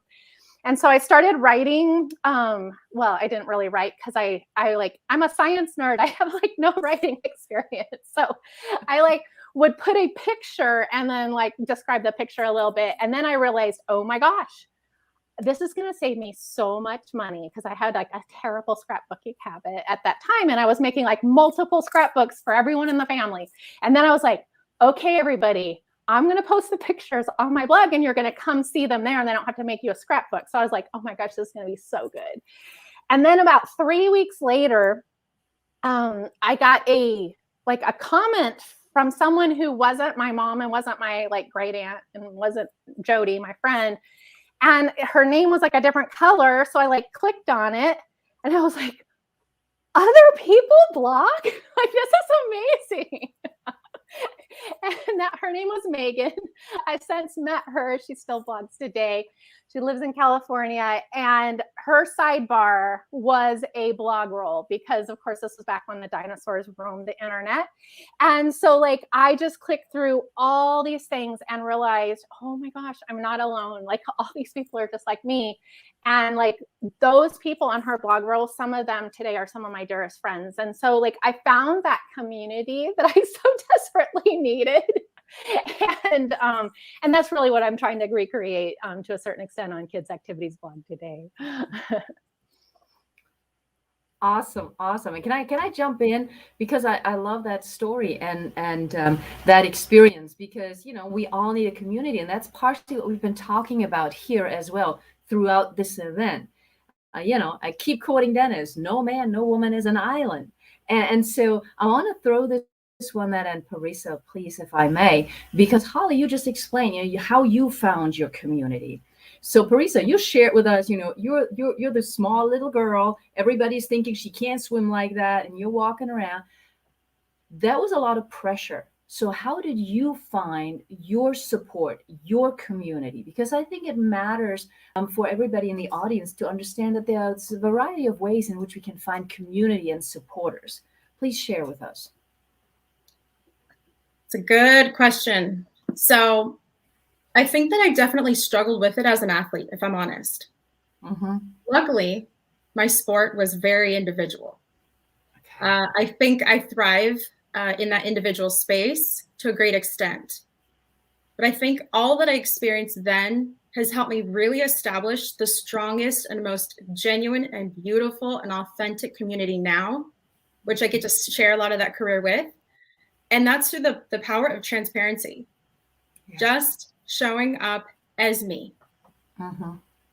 And that lesson that I mentioned a few minutes ago about, showing up big, being big, bigger than what my physical body was, what it did and what it continues to do now is that I may not wake up feeling big.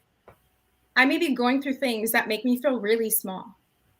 I may have those stories in my mind, because I have, that continue to tell me that I'm not big, I'm small, I'm nothing. I'm the bottom of the bottom. I don't deserve to do this. I don't deserve to say that. This is something that's a normal thing for everybody, though. I didn't realize that, though, until I started just showing up as myself. I didn't realize it. I wish I knew it way back then. Thankfully, my sport was my face down in the water looking at black tile line the whole time. Thankfully. And thankfully, I became good friends with my thoughts. And I enjoyed thinking. I'm a thinker. I love to think. So it was good for me. It balanced me out well.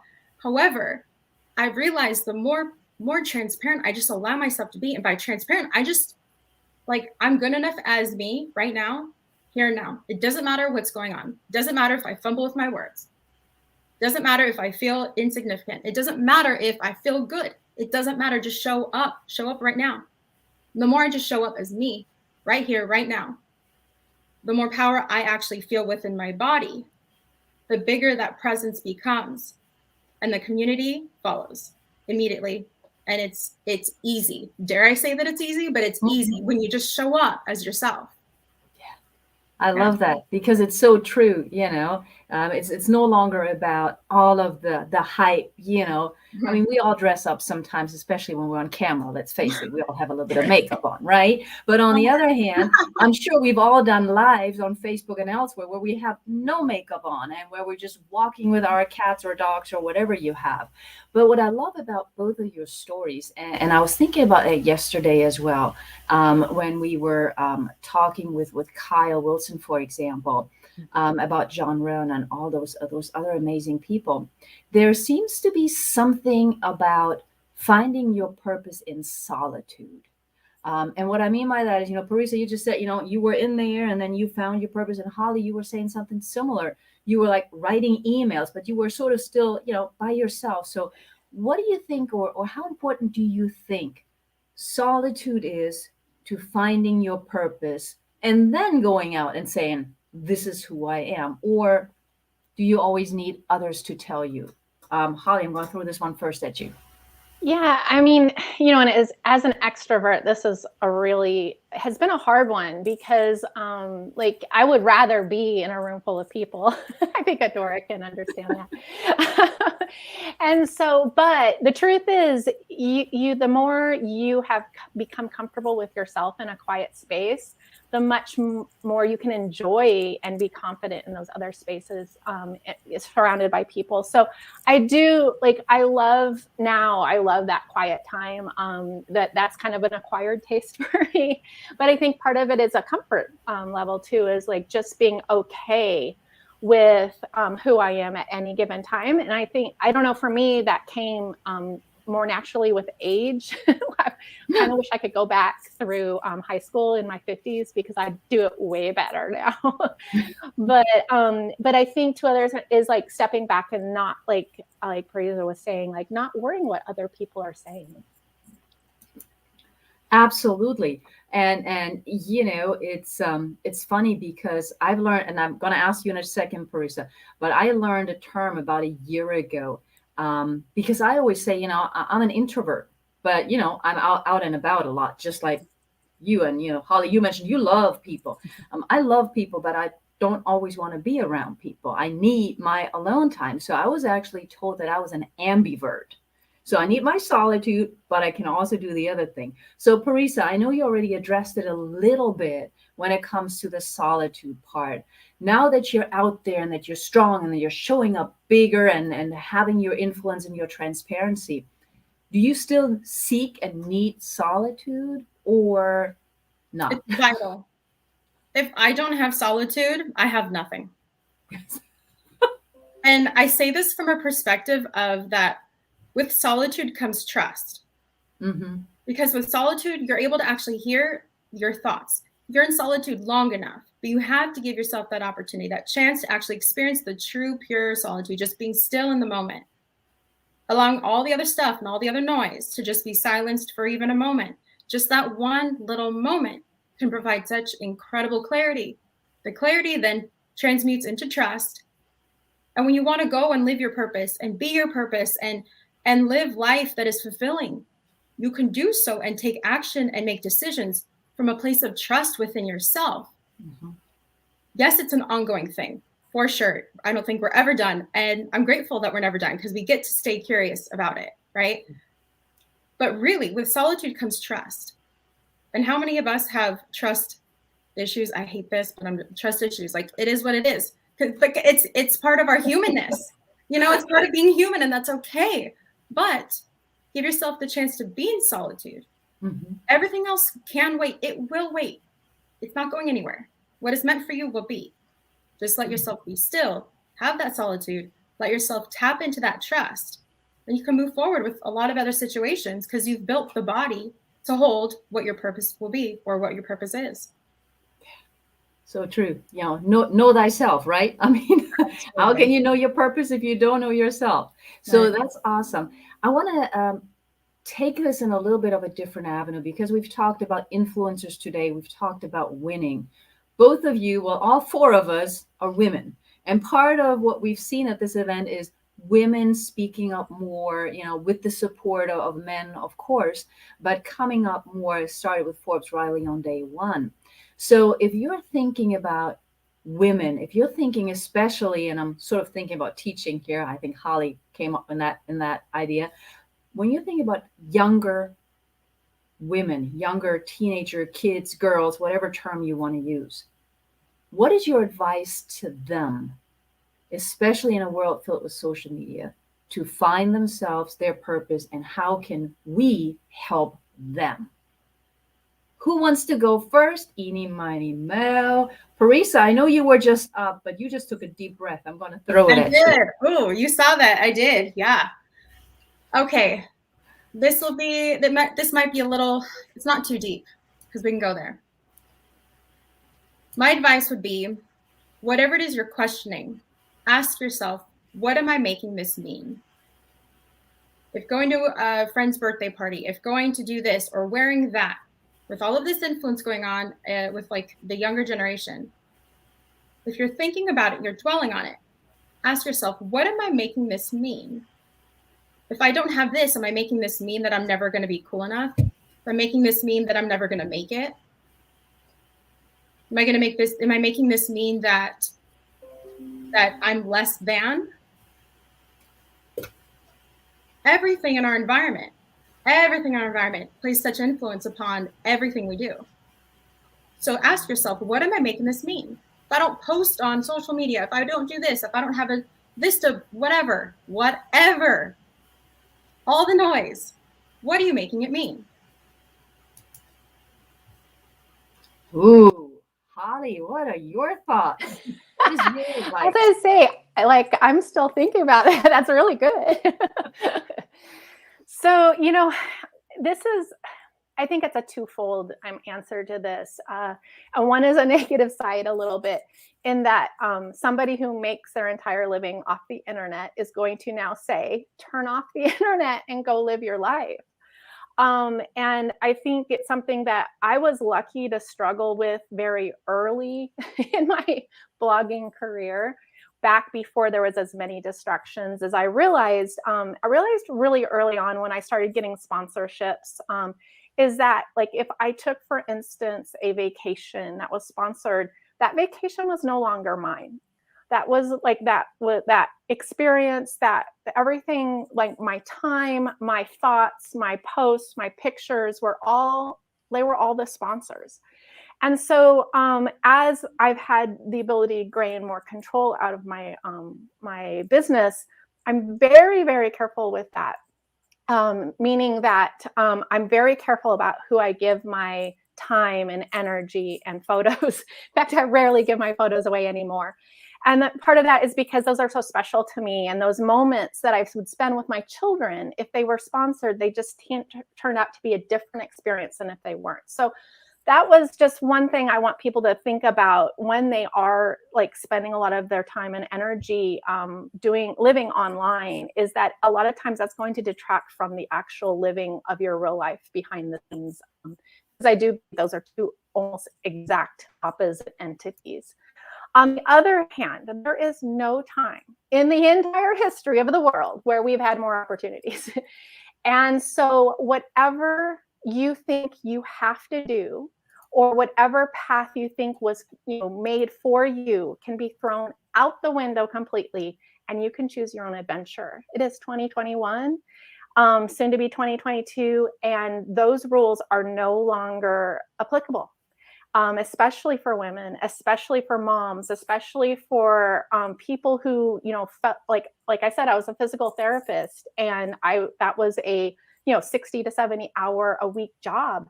And now, I work when I want to at home, and I can do that on the road or on a boat or whatever I want to do. So, but I would never, ever in a million years, if I had say, that's where I want to be in 10 years, I wouldn't even known to dream this. I wouldn't have even known this was possible. So I would just say, go in a direction where your heart seems really comfortable, and the opportunities will open up. Yeah, that's super. I love what you're both sharing, because it's a time when to be involved or in the world, we need to be online. We have a megaphone for our voice, but also learning, okay, what's mine and what's private, and making sure that we're passing that on, that your identity isn't just what you put out there. And I'd never thought about it the way you just said it, Holly. Now, look, I know you have multiple streams of income that support you, and that's how you're able to focus on kids and moms and work from a boat, retire your husband. So as far as winning when it comes, whoop, whoop, you're the sugar mama. Yeah. Hey, no candy. I'm just kidding to the kids. Dennis, love you. Okay. So what do you suggest for people that are out there and they're passionate and they want to live the vacation life or the Bali or the RV life or the mom life? How have you been able to do that? And what can you tell us about winning with multiple streams of income or being an influencer? Yeah, so it's really, really simple. And I think it's more about what you say no to than what you say yes to. Because you need to build, I really, truly believe you can only build one thing at a time. So right now, if you're building a Facebook group, that's where your effort is. Or maybe you started with a new network marketing company. That's where your effort is. But that doesn't mean you can't have a full-time job, or you can't be a full-time mom, or you can't be doing something else while you're doing this thing on the side. And I think one of the things that really occurred to me when I was building this business with small children, and by the way, 2 of them are in college and the other one is turning 16 in a few weeks. So the life has changed quite a bit over the years, but I built this business while they were growing up. And while being a mom is super intensive and stressful and chaotic, there are hours and hours and hours and hours of thinking time. And I think that's part of the kind of the solitude that you can have within yourself, even in a chaos, even in different situations. You're waiting here, you're driving here, you're doing this, you're doing that, you're picking up, you're dropping off, you're shopping, you're doing this, but all that time you have space in your head.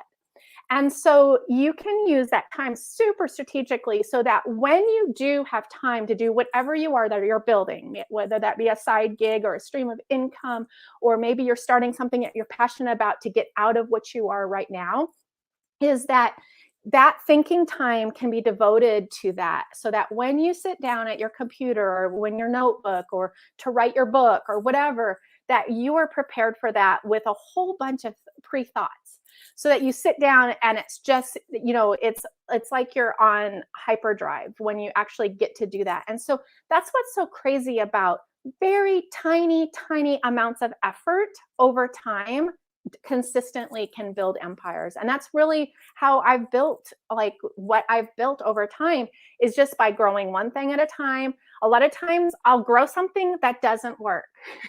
Oh no, that just means, okay, I'm stopping that. I'll try something new and I'll grow that. And that's the thing is like, don't get attached to any of these things. Like the algorithm's going to change. Like I have hundreds of thousands of followers on social networks that don't exist anymore.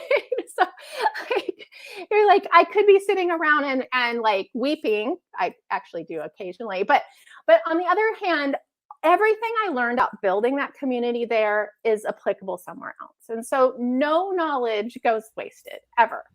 Yeah, and I love something you said to me on the phone one day is, look, you may have one income stream that only makes $60 a day.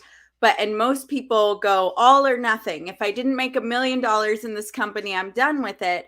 But if you get one income stream to $60 a day, and then you add something else, and I loved your ideal, because I am an extremist sometimes, and I needed your wisdom. Like, I'm all or nothing, number one, or I'm not playing, right? And Yes. I'm obviously not that, right? I'm collaboration, but that's the way I handle business sometimes. And so, can you speak a little to that? And then we have some questions for Parisa on the same. Yeah. So, and I had to learn this because while I'm not a competitive swimmer or ever to that level, I'm a very competitive person in real life. And so like when I joined a network marketing like company, I wanted to be like the one on stage. And then I was like, but wait, at what cost? So like, if this is like, for instance, in my case, my blog is my primary source of income and all these streams of income are accessory to it. So that like if I spent all my time on this thing, then I would be neglecting this thing and this thing would be no longer a foundation. And so I had to step back and maybe not even go to the conference that I'm not getting an award at because that's not going to put me where I want to go. Like that's not my time. And maybe someday it will be.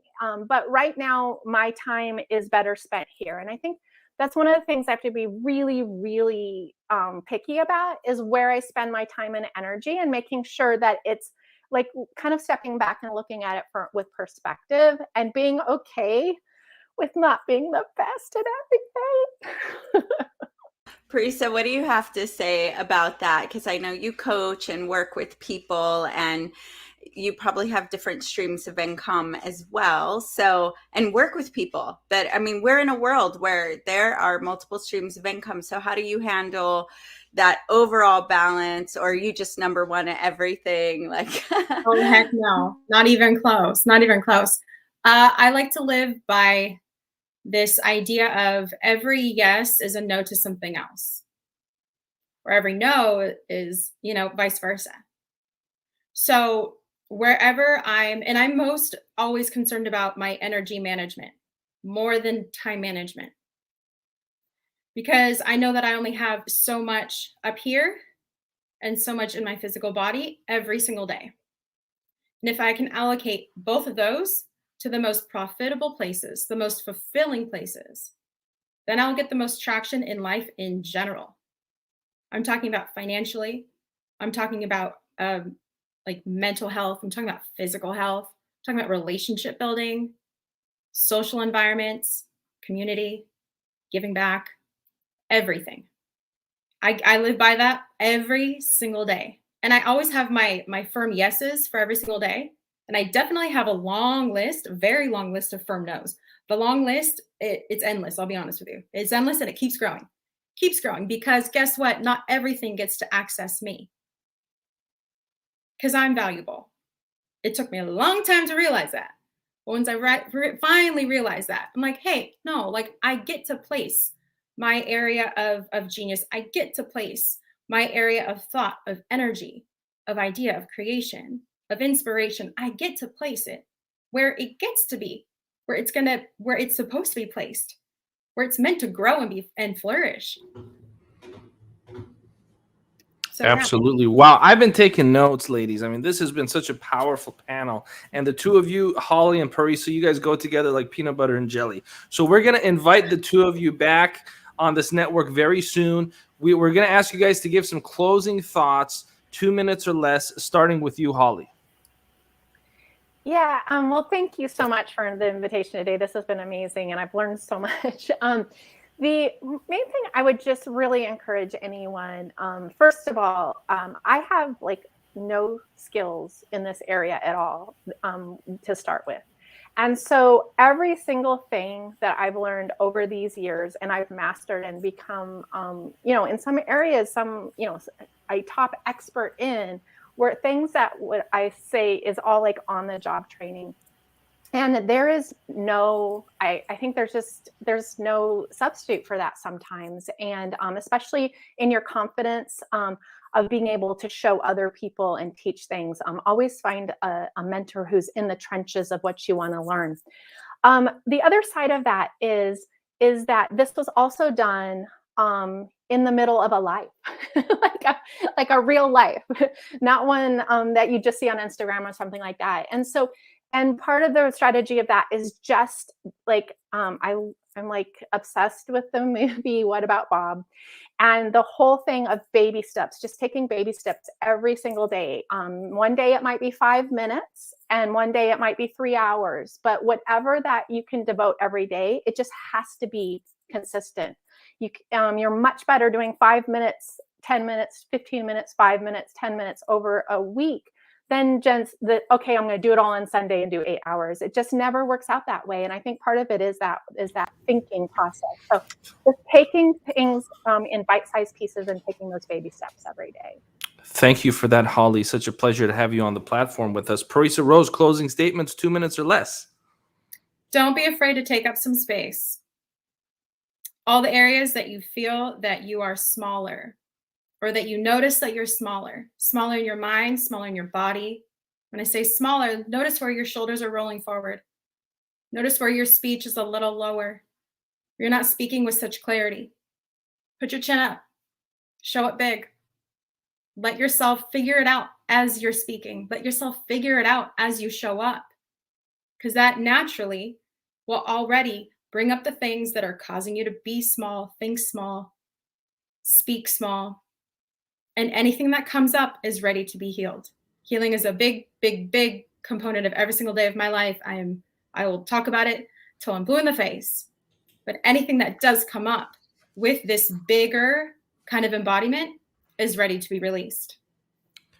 Thank you so much, ladies. This was so powerful, and we'll definitely invite the two of you back on this network because you guys have so much value that you graciously share with our audience.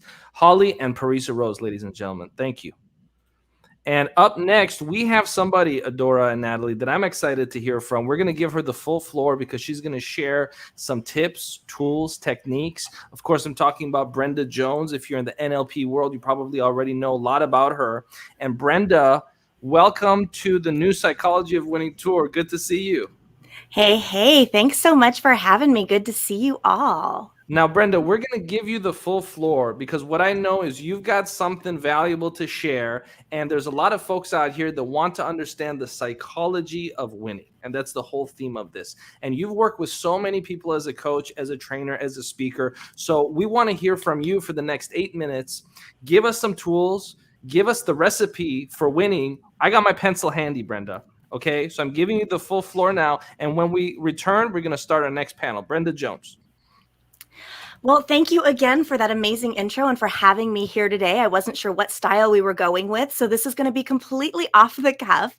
I have just really enjoyed listening to all of the speakers up until now and hearing from people, not me, the same things that I've been teaching, because there are times where even as a speaker, even as a trainer, you start going, am I the only one teaching this? Am I the only one that thinks this way?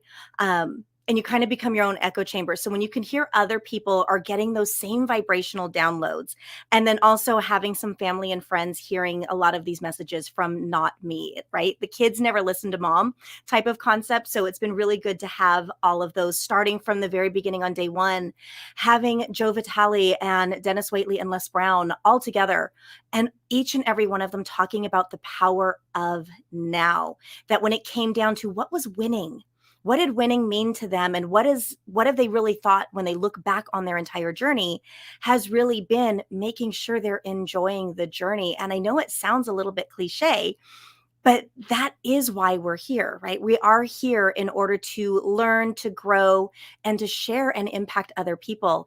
And jumping on even just today, listening to Matt earlier when he was talking about his childhood, so much of what he went through was very similar to my story and my path.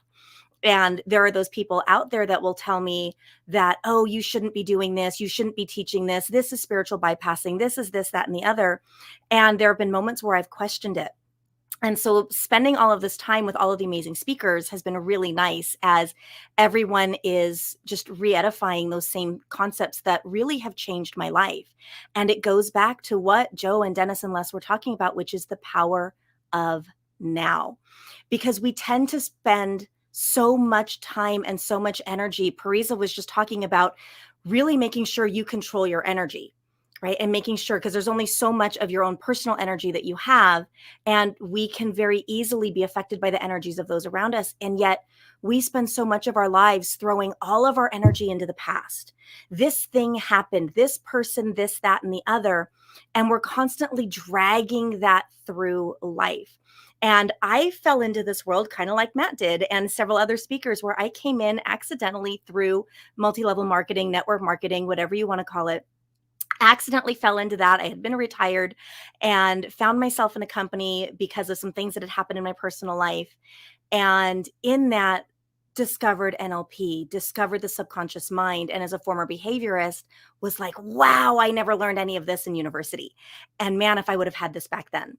And one of the first speakers I saw, she had actually gone up on stage and she grabbed a big, giant, like hefty trash bag, like the big black ones, and tied it around her waist. And then she started writing down all of these like things that people had told her, things that kept her playing small, things that were holding her back, and crumpling them up and throwing them around the stage. And then she walked around and started picking them up and putting them in the bag. Because so much of what happened to us in the past, we are picking up and we're putting in like this backpack or this bag that we're dragging through life with us. And it's weighing us down and it's draining our energy. And at the same time, we're future casting some of that energy out into the future, but we're not doing it in a way that empowers us. We're sending all of this energy out into the future with, what if things don't go the way we want? And here's the cool thing about that. And I did not know this for a good portion of my life. I did not learn this until, I think I was in my 30s, actually solidly in my 30s, the first time I learned all of this, that number one, that bag of all of those things, those that people said that we took on and we started holding as our truths, that we began believing about ourselves. We were never meant to carry that through life. In fact, not only were we not meant to carry it through life, we actually can just choose to take it off and put it down. And I never knew that. I had gone through life. Well, because you're a child of an alcoholic, your life is going to this, that, and the other. Because you had this happen in your life, that means that this is going to be your truth. And in 3 days, I learned that all of those truths were like these hats that I'd been wearing, that I could just take them all off. And I could set them down and I could pick up new hats that better served me. Like Matt was talking about earlier, choosing to tell the story in a way that empowers me. And in doing that, what happens is you reclaim all of your energy that's been going out into the past. Because while we can't change the actual thing that happened, we can choose, as a lot of people have been talking about over the last several days, we can choose what that means to us. And when I simply changed the meaning of these events in my life, I very solidly stand here and say nothing bad has ever happened to me. And for those who know me, you know all of the things that have happened in my life, and you may think that I am absolutely off my rocker to say that nothing bad has ever happened to me. But it's very simple. I choose to not let it have that meaning. Because yes, losing my soulmate sucked. And I wouldn't be where I am had I not had that experience. Having one of your childhood friends murdered and you being one of the only ones that know about it, and having to go to the school and explain to all the adults on campus why all the kids are crying because you're one of the first people to know that this has happened. It sucked. And yet I can change the meaning about that. What does that do for me?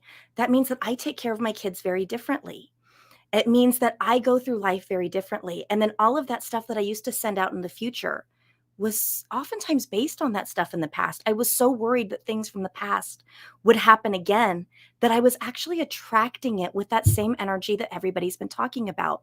Because all the way back to day one, we've been talking about what you believe becomes your reality.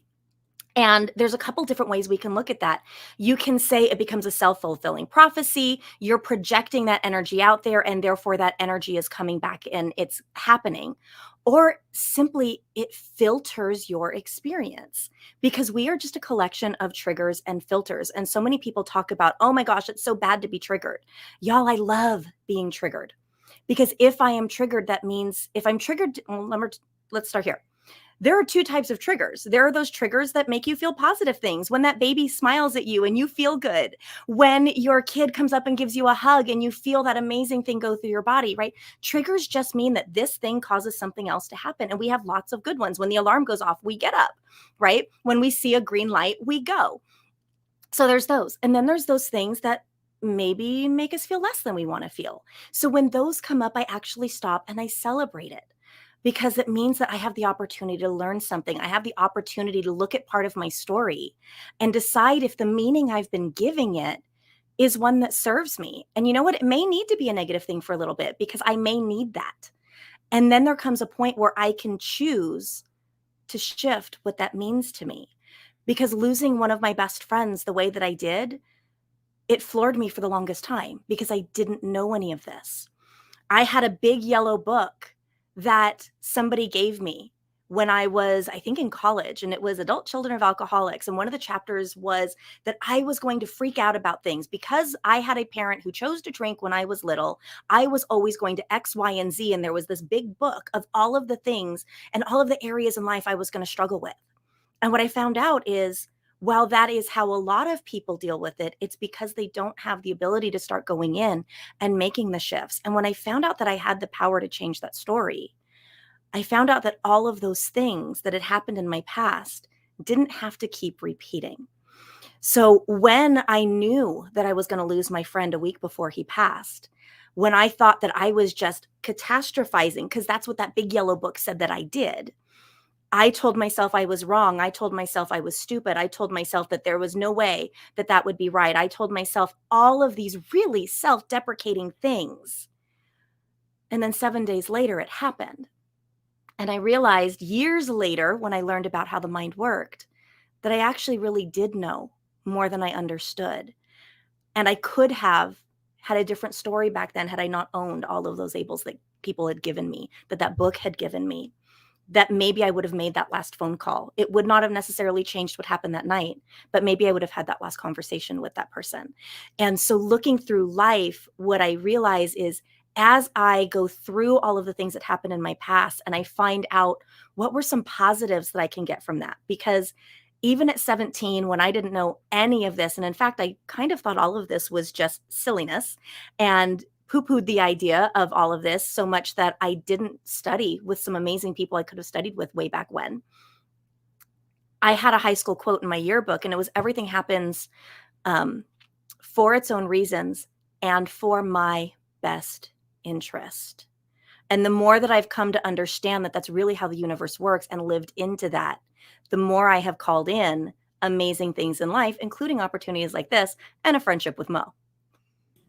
Brenda Jones, ladies and gentlemen. And Brenda, I'm so thankful that you were able to come here, share some of your wisdom, share some of your golden nuggets, and just 1 minute or less closing thoughts, please, you'd like to share to our audience.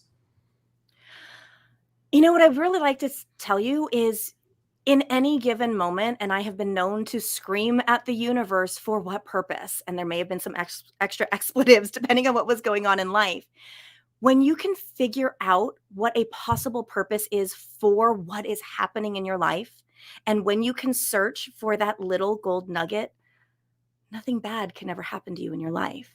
And when nothing bad ever happens to you in your life, that also means that everything good is always happening in your life. So if you can find that, search for that, all of a sudden life begins to change. That's it. Thank you so much. Ladies and gentlemen, Brenda Jones, I appreciate you so much, Brenda. Thank you for graciously taking time out of your schedule to come on our platform and share your gift with the world.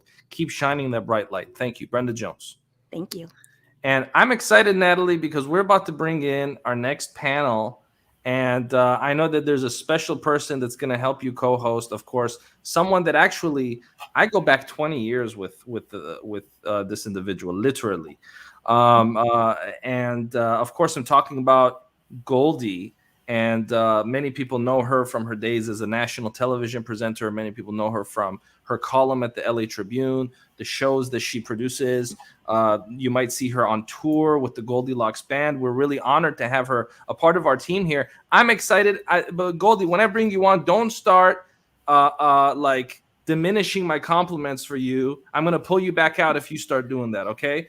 Accept it and receive the compliments, or else I'm pulling you out. Okay, so thank you because you're just humble. Thank you, Goldie. I know you. I know your instincts. Okay, but it's an honor and a pleasure to have you here with us. I love you. We appreciate you. We all love you. And Goldie, Natalie, I just want to ask you guys, how excited are you for our next panel? Starting with you, Natalie, please. I'm so excited. You know me.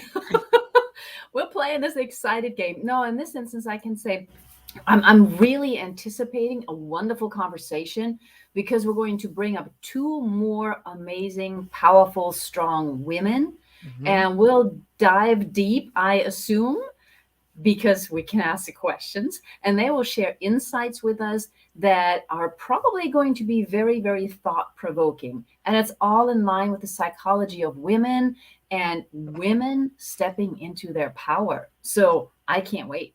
Absolutely. And with that being said, I'm going to go ahead and bring in Lene and Kim. And this is going to be a real powerful, unique conversation. Let me position this properly. See, Lene and Kim are both very holistic minded. They have a holistic approach to helping people. Kim Lee has worked with some of the top spiritual masters of this world. And Kim is a dear friend, and she has such a magnificent way of healing people's hearts. In fact, Kim, I want you to share the story of that incredible woman who gave a testimonial about your work, the woman who could not walk before you healed her heart. And Lene, of course, is the first African-American cheerleading captain for a NFL team, and just a remarkable soul and a remarkable spirit. She's also a columnist at the Los Angeles Tribune. And I'm excited because I also know Lene has a real holistic approach. So I'm going to sit back. I'm going to take notes. Natalie, I was going to bring Rex in to help navigate as well. But you mentioned that you want this to be an all-women panel. Do I have permission? No. Bring in the guy. We like guys. Let's bring in Rex. So I'm going to sit back and we're going to navigate the conversation. Go ahead, Natalie. Awesome. And as we've done before, thank you, Rex, for joining us. You're in our midst. We love you. I want to give each of you the floor very briefly, just so you can talk a little bit about what does winning mean to you. You've noticed that's what we've been doing because we're talking about the psychology of winning, especially the new psychology of winning. So what do you think about when you hear winning? What do you understand winning to be? I think is really, really important in this context. So if I may, I'm going to throw it first at Lene, and then, just take a couple of minutes and tell us what your thoughts, and then we'll go over to Kim. Absolutely, my pleasure. I feel like I'm coming home with our dear Los Angeles Tribune family. As Mo graciously said, and as well as Dr. Natalie, I'm Lene Cook-Braxton, a senior columnist with the Los Angeles Tribune. I also own a company called Holistic Performance Center, wherein we specialize in integrative sports psychology, mind-body medicine, and combining embodiment with the mind and the body. We work with everyone from athletes to dancers, ballerinas, actors, as well as those with special limitations. Winning to me means being embodied and at peace with oneself. And I'll repeat that again because winning mindset means being embodied and at peace with oneself. And I say that because this morning at the Wellness Center, where I work with people and see clients as well as take care of my own mind body wellness, I was speaking with a woman who had a stroke and has been, as she calls, sick for about 3 years. She is so beautiful. She was working out on the weight machines, but actually could not speak or walk and was still cognitively having trouble putting words and sounds together. What I know for sure is that she was winning. To be able to be in that wellness center by herself and to actually know how to change the weights on the machines, as well as walk and talk and introduce herself to me, that is winning. I think society has it a bit wrong as far as winning. We typically place winning on monetary value or materialistic gain, and there's nothing wrong with that at all.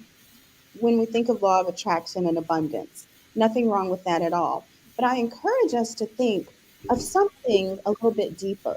Embodiment, the mind and the body as one, as well as being in a state of flow, I truly believe is true winning. Thank you all so much for having me. I'm so glad to be here. Woo!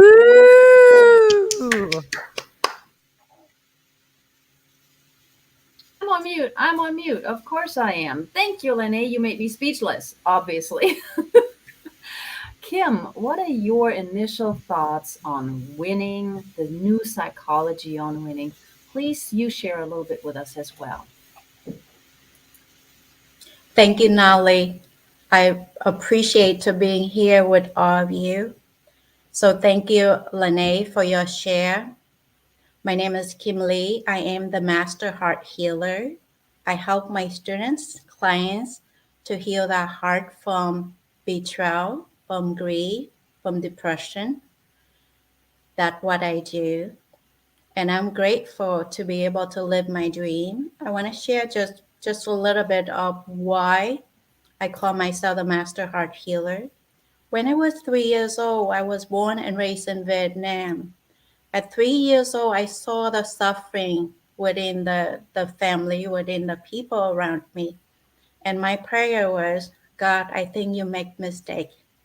Take me home. I don't belong here because you make me too small. I cannot help people around me. Move forward. I was a boat people came to America. I was in extremely toxic relationship. When I have my awakening, I heal my heart. I have the courage to end that relationship. I'm grateful for that. So from that heart healing, I developed the 7-step Heal Your Heart and Thrive. That's how I serve my students and clients. And the new psychology of winning, what does it mean to me? It means from the depth of my soul, heart, mind, body, spirit in harmony, in unity, from that place of peace, peace from within me, peace around me, with self-love, self-respect. This is the energy that I serve from the internal foundation of heart, mind, unity. So I can have that love, compassion for me. And from this place of love, from the power of love, that I help to grace others to heal. So the story Mo was invited me to share is really touched my soul deeply because this clients of mine, we was at the retreat together, actually as friend of mine, I graced her. We was at the business retreat together and I didn't know that she had problem with walking and she been stay at the hotel, for 3 days. And the last day she showed up in the class. And I've been graced my friend to heal many of them. And she came to me, she said, "Are you Kim Lee?" I said, "Yes." "You must heal me because my friend told me that you are a great healer. I need to walk in order to fly back to Canada." So I said, no problem. So when the class is, we have a little break. So in that space, this is my gift about the master heart healer. I see the heart of the problem. So when I look into her blueprint, I heard her mom saying that you cannot be a powerful woman, you be healed. So therefore, the fear that her mom, her ancestor blueprint imprint within her heart, that she cannot be successful as a business owner, she cannot be seeing her. So I said, is it true that your mom, your ancestor tell you not to be so loud, you be in danger? She was shocked. She said, how do you know? I said, I just heard the information. Is it true or not?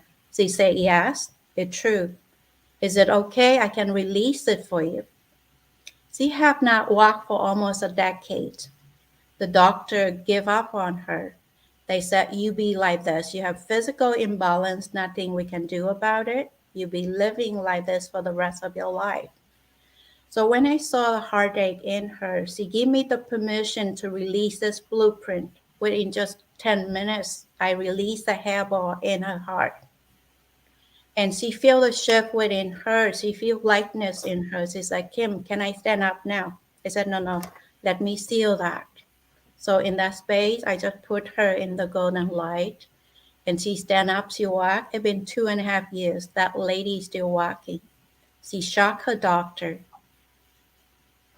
When she went to the visit, next month, she went to the office, she danced, she go, da, da, da, da, da, look at me.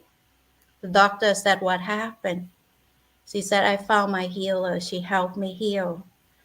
So that I share with a humble heart. In the new psychology of winning here is about the power of love. When you truly love yourself and love the other person in front of you, in that space of stillness, God will use you to grace whoever that in front of you have a prayer within their higher heart. So for me, the deep psychology of winning here is the power of love. Wow. That is, both of you are talking about love and about healing. And it's interesting because I had a conversation with a friend just the other day.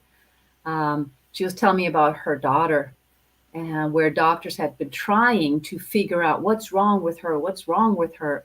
And then it turns out she needs healing of the heart. A traumatic experience when she was small. And that is so important. The healing part, not in the sense that we're broken, which we've talked about, but that there is some kind of trauma, obviously. So thank you for sharing that, both of you. That is very powerful and inspiring. And I see Goldie leaning forward, so I'm not sure if Goldie has a question. I'm just She's chilling. like, in here. You're all good. All right. Well, let me ask you, ladies. We've talked about body, mind, and soul. We've talked about the power of love. How do you suggest people refind, and I'm focusing on the refine, because when we're born, we have it, regain the love for themselves? Lene, you want to take it first? Yes. Oh, I'm just, I'm sitting with that for a moment, Dr. Natalie, because you always have some good ones. You do. Such thought-provoking. I'm still actually buzzing energetically, have chills from beautiful Kim's story. Kim, everything about you radiates light. Your soul shines, and thank you so much for the way you show up on this earth. I'm honored to be here with you, and thank you, Mo, for having me also, and dear Rex and beautiful Goldie and Dr. Natalie. Sitting with that for just a moment, Dr. Natalie, I have to say, in connecting, it's very important for us to recalibrate. And what I mean by recalibrating is that with everything going on in the world, a lot of times energetically we can absorb things from other beings. And it allows us to be disconnected or to dissociate from our heart and our mind and our body. And so to recalibrate using a variety of tools from meditation to Reiki energy healing to working with gifted souls like Kim or like Rex or like Goldie. Maybe, it's more important to work on physicality. Or Natalie, I know you have programs and courses that you work with people with. What I tend to do, because I work intuitively with my clients, and what I mean by that is I simply serve as a vessel.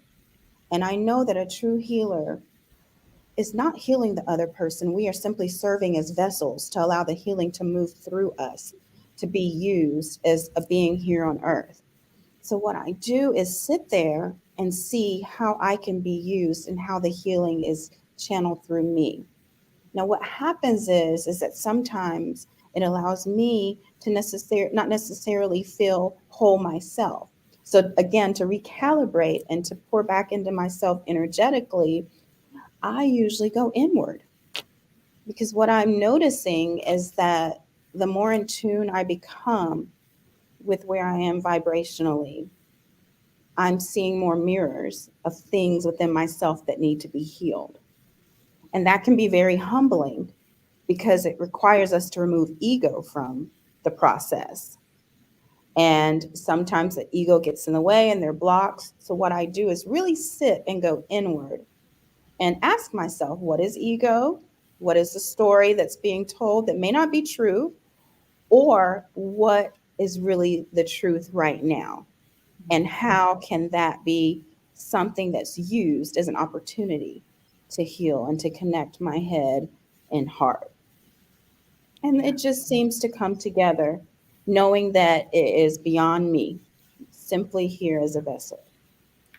Absolutely. It sort of reminds me of what Parisa was saying earlier when she was saying, what am I making this worth right now? What am I creating versus going inward? Kim, how would you, or how do you, not how would you, but how do you advise your clients to refine that self-love? Yeah, it's very simple, it's very easy. See, if we can think of the breath that we're breathing in, breathing out, that is divine love. That is the life force. So we are loving the others easily. We give love easily. Sometimes we have problem receiving love. So normally I would advise my student is to breathe. Just breathe deeply. All you have to do is a little ritual that I do. When they close the ring finger and the thumb together and breathe. And as they're breathing in, close their eyes and affirm that I'm calling my power back. All the love that I give to others, I'm going to suspend that. I'm going to bring that love home to myself, to the breath I'm breathing. So as you're breathing in the breath, the life force, we're breathing in that divine love. And then with exhalation, we release whatever inside of us. So when we are breathing in that place, and remember, we are love, we are light. So from that place of remembering, see, in nature, when you step out in the ocean, in the tree, there's only love. If we can recognize that we are living in the field of love and release all those wrong label in terms of fear, doubt, judgment, disease, just let it go and be in the present moment and empty everything there is. It's not a true essence. I love this sharing from one of my mentors, Glenn Morshower. He said when David carved that Michelangelo carving David, he only carving the thing that belonged to David. Everything is in their true essence. So for us to return to love, loving ourselves is breathing that divine love, release everything else that's not love. So that's how I normally share with my students that simple practice. Just return to oneness at this moment, right here, right now. And I want to share this quote from my teacher, Tanya Khan. See, in true love, this is his quote. You want to love in a way the person you love feels safe, in your presence. You want to love in a way the person that you've been with that feels safe in your presence.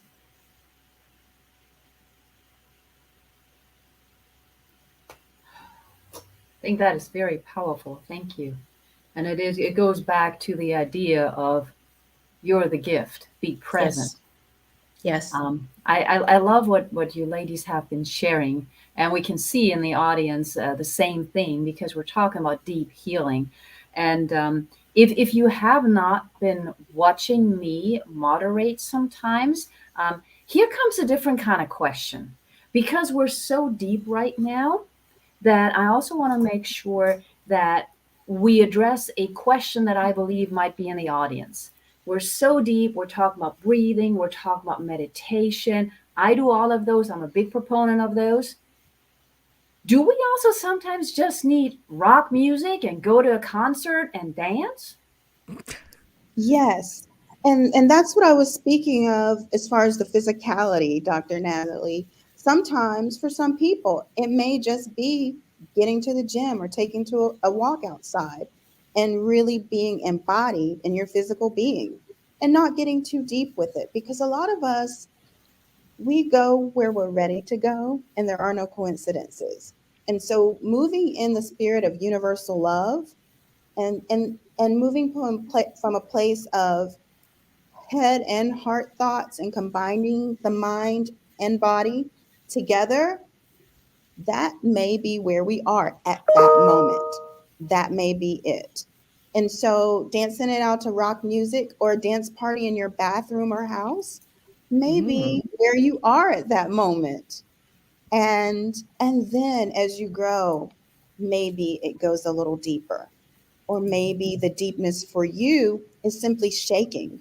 In a mind, body, spirit integration course that I teach for Saybrook University to new doctoral students, we actually go through a somatic experiencing exercise where we simply shake. And so much comes out of everyone. And there's some people that when they're first shaking, they may shake a hand or something and feel kind of embarrassed. But all of a sudden, they're not thinking about who's watching them and they're simply releasing, simply releasing. Wow. Hey, can I ask a question here? Because I occupy a unique space at the moment. I'm surrounded by 4 incredible women.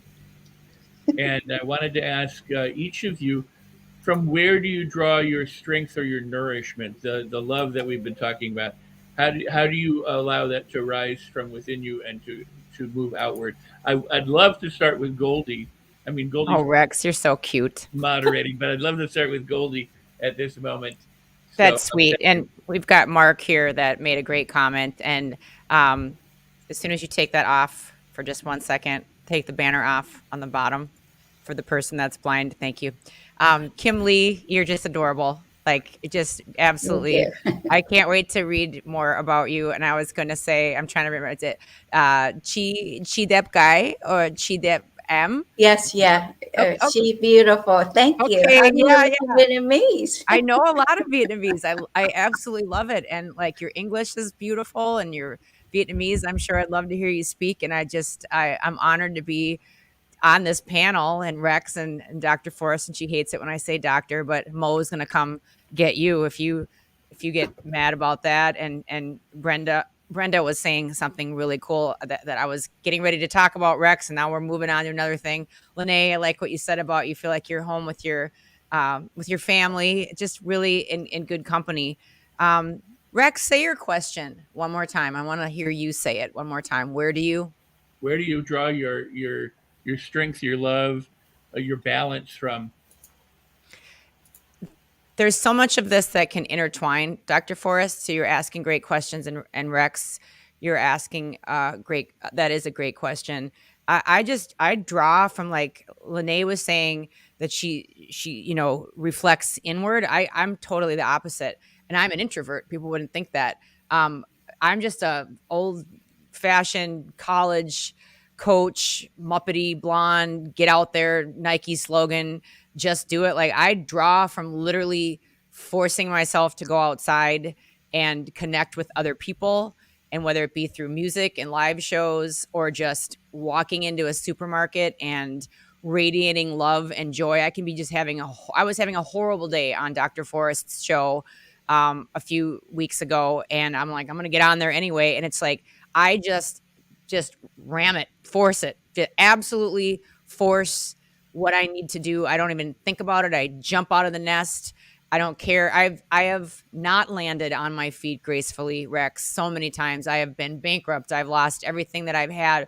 And the more you do that and the more you exercise like absolute complete just despair, and then you realize I got back up. I'm okay. I got in that plane crash metaphorically, and I'm okay. The more that the bad things happen to you, just like when Brenda was saying, triggers don't have to be like, she's like, there's good triggers like a baby or a little kid and you smile, or there's bad triggers. Like, don't be afraid of like the bad triggers. Use all that as fuel. And it was Denis Waitley that was just saying, like, you don't know what's good until shiznit hits the fan. Like, you don't know the sweet until you know the sour. And I really find my reset, my strength from just going out and being aware of other people. Like, if you're just, things are bad for you, or you're not feeling good, or you feel like you're off, or the last couple of years, so many people, even successful, beautiful people that I look up to and I'm inspired by, they've just felt like there's just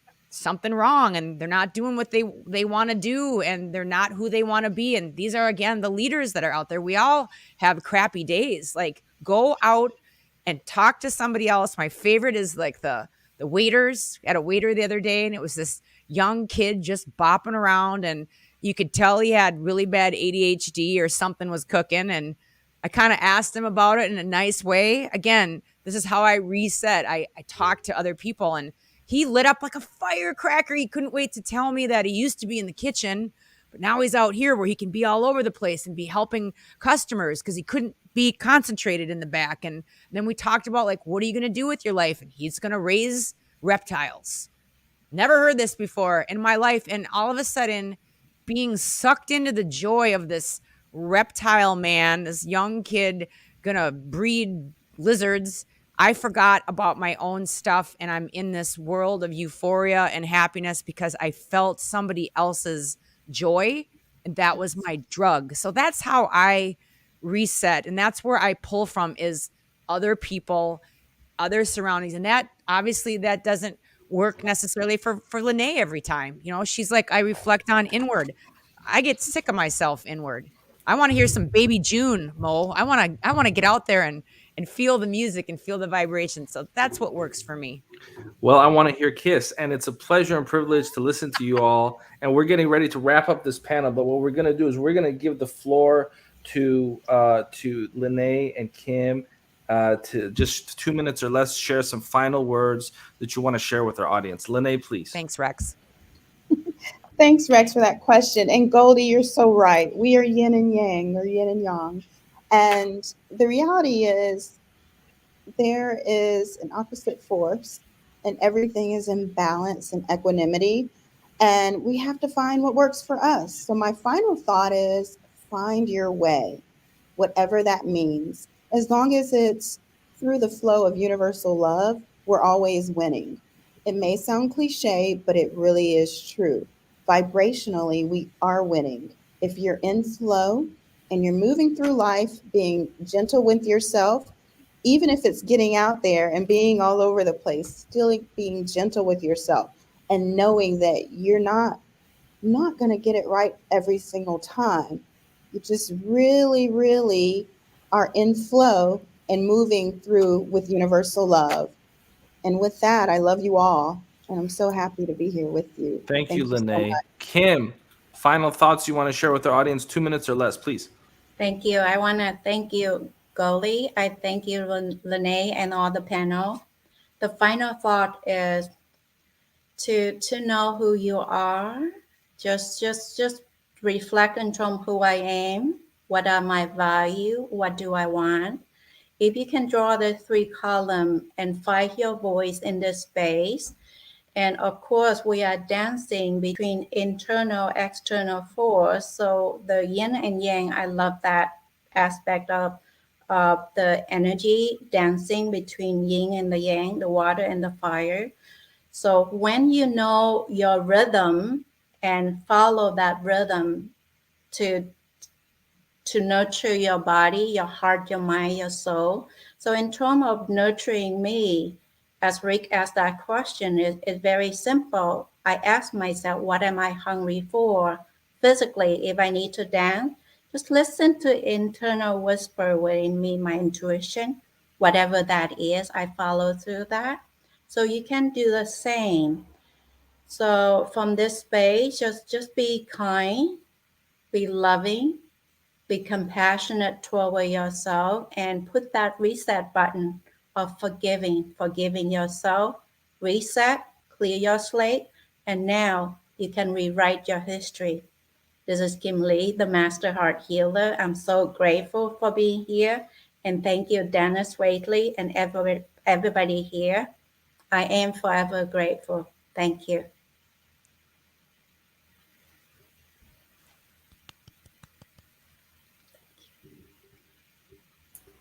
Mute. You're on mute. You're on mute. You're on mute. Oh, wow. You are Wow. speechless. I wanted to thank you, Lene, and thank you, Kim. We're going to transition out to the next segment of the program, but the two of you really added such a holistic, powerful touch. Kim really is one of the world's foremost leaders when it comes to heart healing. I don't know exactly what that means, Kim. Okay. I don't know how it works, but I know there's something to it. Okay. And so I wanted to thank you, Kim. I know enough to know what I don't know. And I think it's important for us all to appreciate that, the great mystery, whatever it is. And it's also important to remember, if you come across someone that acts like they have the hidden secret mystery and that they know something that you don't know, that's for me a red flag. But when I hear a teacher speak with the great mystery, those are the teachers I resonate with. The Tao, Kim, as you know, opens up by saying something along the lines of, the Tao that has a name is not the Tao, right? Or the Tao that can be spoken of is not the Tao. And so when we explain things or sometimes we come across people that say, this is the truth, follow me for the truth. That's a big red flag. The Tao that can be spoken of is not the Tao.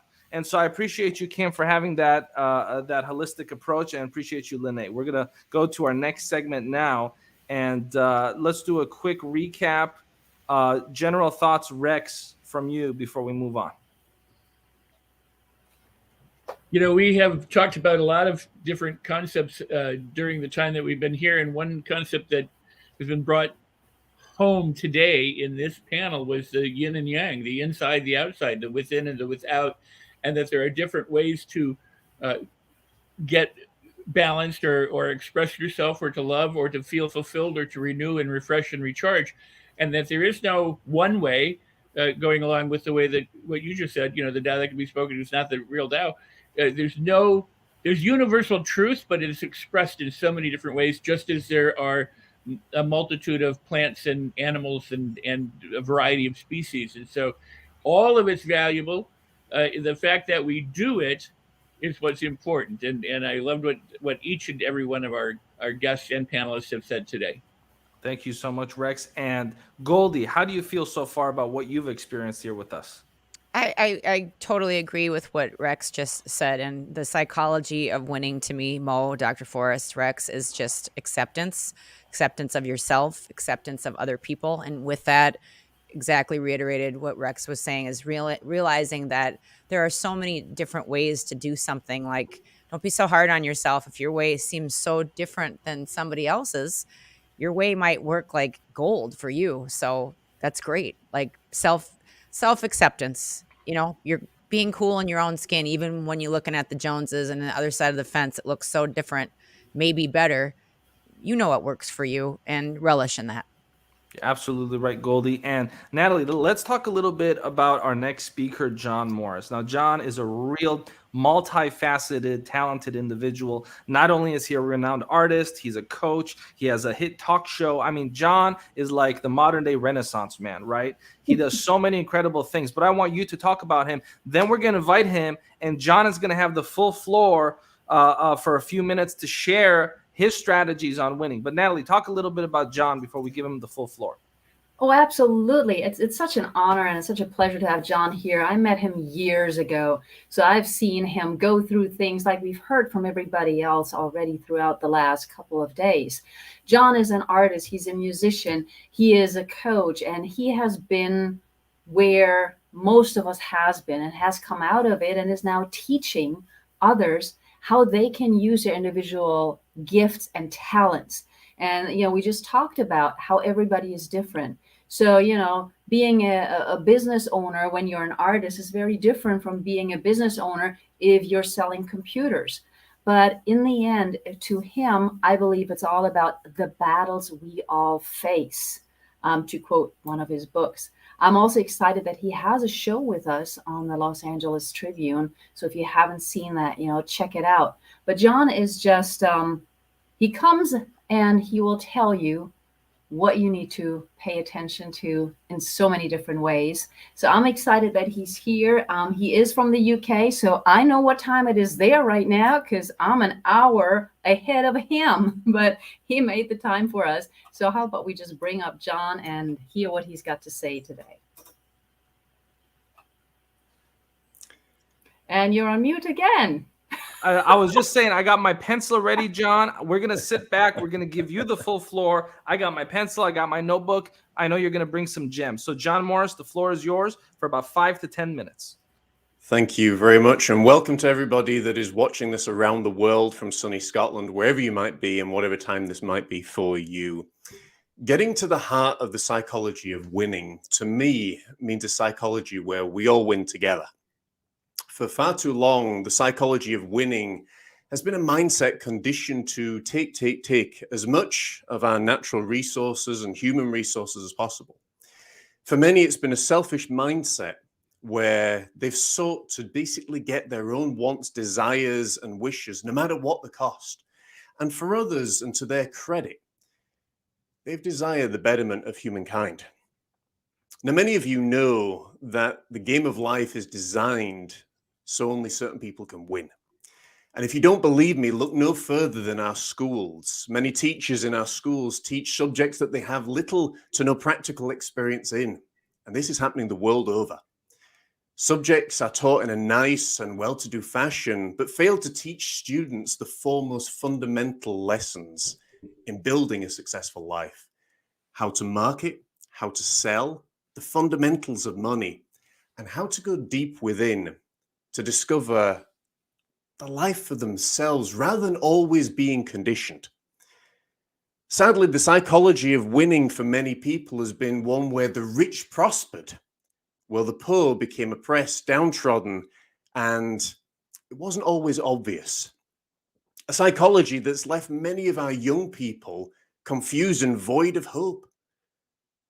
A psychology that has moved away desperately an attempt to forget our own divine spiritual nature. And as a result, we're now presented with a world in which we find ourselves where more and more people are suffering despite being the most comfortable generation in history.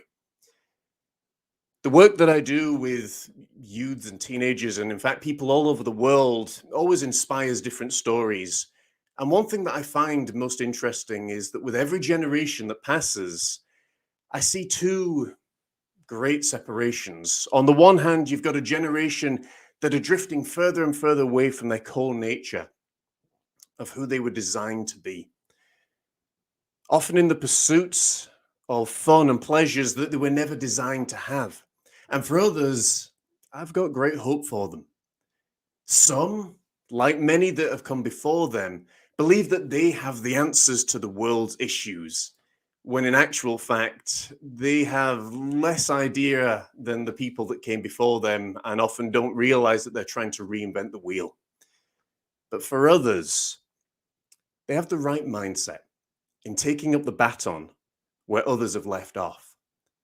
The stark truth is the more and more that we attempt to move away from our divine spirit nature, the more and more we see people crumbling. This can be seen in our youths and our teenagers around the world. It's never been more present than where we are in here in 2021.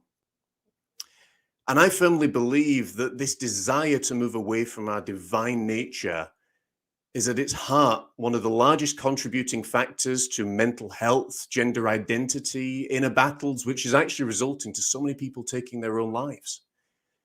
Now, this past weekend, you have heard some phenomenal speakers from around the world who have spoke on many topics: money, wealth, mindset, power, inner engineering, you name it.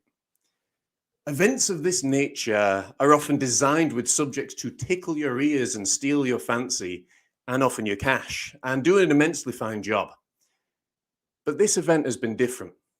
I've been able to tune in from time to time to see the various speakers and to listen to what they've had to say. And it's been an absolute pleasure, and it is an absolute pleasure to be involved with such an event for nearly 300 people that are seeing this live, and however many people that are going to see this through the course of time.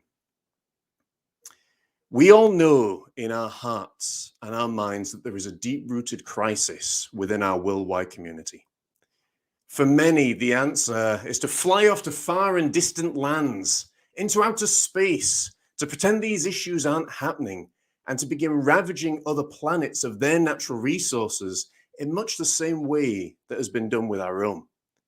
The reality is that many of us and our world leaders have spent so much time focusing elsewhere that we're failing to see and take care of what really matters. Many have lost the awe and wonder of what it truly means to be human, to live on this beautiful planet. Many don't know the power that lies within them. And as a result, they've become so pessimistic about everything, despite not knowing that it's impossible to know enough to become a skeptic. If you don't believe me, despite the thousands of years of progress, we still don't know a single thing about anything, down to the atomic structure of a blade of grass, or even the deep divine spirit that lies within each and every one of us. It's all a mystery, and yet you've got people that are out there crying that they are skeptics. Sadly, looking at this from the flip side, as a result of this pessimistic poverty mindset, many around the world spend their lives in the abyss of poverty, glued to their phones like drug addicts, and don't even realize that many of their health issues that they're facing, especially in the mind, is caused by the very devices that was designed to make our lives better. Now, I do not begrudge technology. In fact, I rather enjoy it. But everything must be in balance for it to successfully endure. As I come to a close, I want you to know that the new psychology of winning isn't a difficult one. In fact, it's very, very simple. At its quintessence, it's the very thing we were designed to be. Number one, where we all thrive together, using the gifts and the amazing abilities that each and every single person has to build our communities into self-sufficient entities, remembering that we were all once one. We all travel together in unity, indifferent to people's color, creed, race, or skin.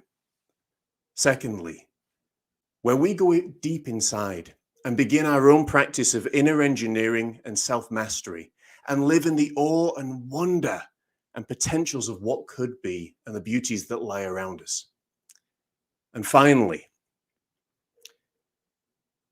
where we remember what is really important in our pursuits of success. It's not fake money or fake friends who only love you when you're at the top. It is your children, your grandchildren, those friends that were with you when you started out and will be with you at the very end, and your significant others. It's your families. Because in the very end, when all the bright lights fade and the attention slips away, that's all we really have. That and the knowledge that we are an eternal divine being having a temporary human experience. It is time to leave the mindset of he who dies with the most toys wins mentality and to foster a new one. A one that says, how can we grow together? Now, I'm honestly not certain whether or not tonight will make a difference in terms of what I'm saying. Or if, like so many who have gone before me, this will simply fall into the realms of auditory and visual noise. But if it does, and if it moves one person to act, then it's been worth it. Wow. And everything that the people of old fought to give voice to will not have been in vain. It is time, my friends, for all of us to awaken and to help where we can. Thank you. Wow. John Morris, ladies and gentlemen. I mean, we are so humbled and honored that you not only joined us, but that you're part of the Los Angeles Tribune family, because you embody what this culture and this movement is all about. Thank you so much for being a gracious member of this community and for contributing to the new Psychology of Winning tour. We're going to take a 1-minute break. We're going to come back with a couple incredible folks. We have one of the greatest minds of the Hermetic philosophy. We have one of the greatest philosophers alive, a martial artist who's a profound thinker. Of course, he's AZD. He's going to be joining us very shortly. In addition, we have Dr. Bill Janishak, who's going to be joining us with him. And shortly thereafter, we have Marie Diamond, who's going to be joining us, who, of course, is the star of the film The Secret. And so we're going to take a 1-minute break, and we're going to come back with some special, powerful guests, and we're going to take it up a notch with the level of the thinking that we have here on the new Psychology of Winning tour. We'll be back in 1 minute.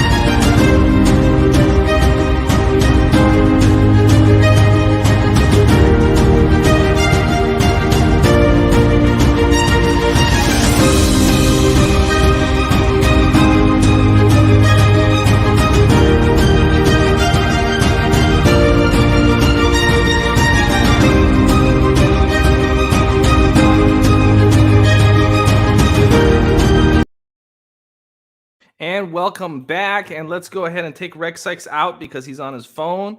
And I'm excited, guys. We have a few real powerful special guests coming in. And I want to make sure that everyone has adequate time. First of all, we want to welcome the founder of IMC Nation, AZD. He's a profound martial artist, and he's a philosopher, and he's an all-around fascinating human being. We also want to welcome Dr. Bill Janishak, and in about 5 minutes, we're going to bring in Marie Diamond, star of The Secret. Wow. And but before we do that, I want to give you the floor, AZD. Talk to us about something that I know you're very well, you have a great understanding of, and that's Hermeticism, right? The 7 laws of Hermetics. And we know that you're one of the world's foremost experts in that field. Let's go ahead and make sure your microphone's unmuted, AZD, because we're about to have the star of the film, The Secret, come join us, and you understand the law of vibration, one of the 7 Hermetic principles. So we're going to give you the floor. For those folks that are watching this, that may not know what the law of vibration is, they may not understand the 7 universal principles. Let's go there. If you're watching this and you thought this was a business conference, I got news for you. AZD, we're going to give you the full floor. The floor is yours, sir. Well, thank you so much. What an honor to be here among speakers that I grew up watching and listening to. My face is a little bit chubby, and I feel a little bit blown out of proportion. Normally, I'm a much more handsome young man. But here I am. Thank you for the stage. And the whole world is a vibrational world. We know this through quantum physics, but we also know it through yogis, ancient times. We know it through Zen masters. We know it from martial arts experts who would channel their energy inside and create heat inside and bring heat from the outside of their hands, Qigong. All through history, we have heard of mystics and poets and Pahlavans, which is warriors, who've channeled the energy of the universe. And we've also heard stories of societies far above us that can teleport through time, that have the ability to phase in and out of existence, that they can shift time on itself. And on Earth, there has been a tradition of a man known as Hermes Trismegistus, which means Hermes who is thrice great, or 3 times great, the master. And this man Hello. And this man is known to have taught some of the greatest minds that have ever lived here. And he's traveled through the ages. He's responsible for the pyramids. He's responsible for mathematics and things like that. And he gave us 7 laws. And the first law is that it's a mental universe. Everything is mind. Everything that right now I'm speaking, you must be processing through the mind. And it's the mind that is speaking through. As the voice begins, first emptiness, voice. And that first is a vibration. So the moment it exists as a vibration in an emptiness. So I want you to first imagine mind as an empty space, as the canvas. And then there was the word. Hello, whap. And into the emptiness, we have a vibration. Now, as that vibration goes out, it must register on something else, or it'll just continue to go into empty space forever. As it goes out, another vibration says, hello. And now we have 2 vibrations, movements. And a vibration is nothing more than a movement. We know that everything moves. Nothing is resting still. This is the actual formula. And so we have to first imagine that there is an emptiness. And that's going to be the painting of the mind. And now we're going to create, to cause to exist. And we need something, whatever that is, the moment it exists, it must begin to register. It registers as a vibration, as a frequency. If you continue to repeat that vibration again and again and again, what you get is you get a pattern. And we know that the universe is based on a pattern. Everything, the seasons are a pattern, the leaves are a pattern, our lives are a pattern. And another word for pattern is a cycle. And a cycle is something that goes up and goes around. And if something goes up and around, then it must go turn hot and cold, and then back hot and cold, and hot and cold. And now we get a dual universe. And that's the next law of Hermeticism. As we continue to go forward, we realize that if it's only light and there is no dark, then we can't measure it. For example, if we have 2 fish, the white and the black. If you remember Alan Watts, one of my favorite voices. If you have a black and a white fish, this is a yin and yang. If the white fish swallows the black fish completely, then all we have is the white, and it actually extinguishes its own self. We can no longer see it. If the black fish swallows completely the white fish, all we have is pure darkness, and we can no longer even see the black. The relationship between the black and the white is exactly that they're actually one and not 2.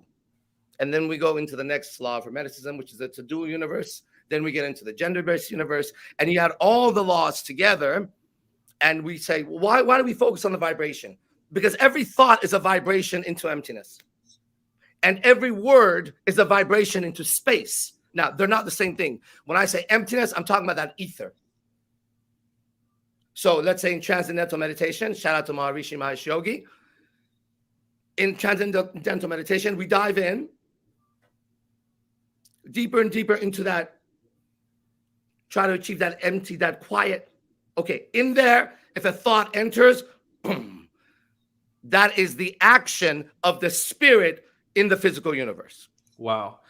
And we're going to focus today with AZD specifically while we have you with us on the law of vibration, because I'm about to bring in one of the world's foremost experts when it comes to the law of attraction. New York Times bestselling author, star of the hit film The Secret, Dame Marie Diamond. Let's bring her in and take this conversation to a new level. Dame Marie Diamond, welcome to the New Psychology of Winning Tour. It's a pleasure to have you.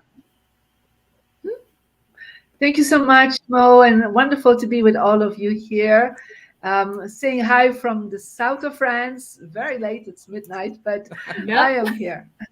Well, we're not going to take too much of your time. What we're going to do, Dame Marie, I'm going to give you the full floor, and we want to hear your thoughts, and if you can take what you may have heard in the green room from AZD and put it in perspective, because what we know is you're one of the stars of The Secret. You understand the law of attraction as well as anyone does on the planet. And let's talk a little bit about the distinction of the law of attraction with the law of vibration. We're going to give you the full floor for the folks watching this from all around the world. Dame Marie Diamond. Hello. I love what you were just sharing because the law of attraction is a law of vibration. But it is not just in the mind that we're creating vibration. We're creating vibration with our emotions. We're creating vibration by the environment that we are living in. We're creating vibration with the spirit. So everything that we see and feel and do and everything that's around us is a vibrational experience. And if we become aware of that, what we have attracted as a vibration to us and how we can attract differently into the world, then that is actually how we can manage the vibrational field. Because it's not just that we become aware of the vibration, we also need to manage the vibration. And so in order to really have the greatest result with the law of attraction, who's a law of vibration, is that we have to be in a place of joy, in a place of gratitude, in a place of happiness, in a place of the original experience of the creation, and that is actually love. And when we are in that state of love and state of happiness and love and joy and good vibration is created even stronger. And of course, even if we have fear or even if we are angry, it's a vibration too. But let's be honest, it's much easier and much more beautiful to create from a place of love and happiness and grace.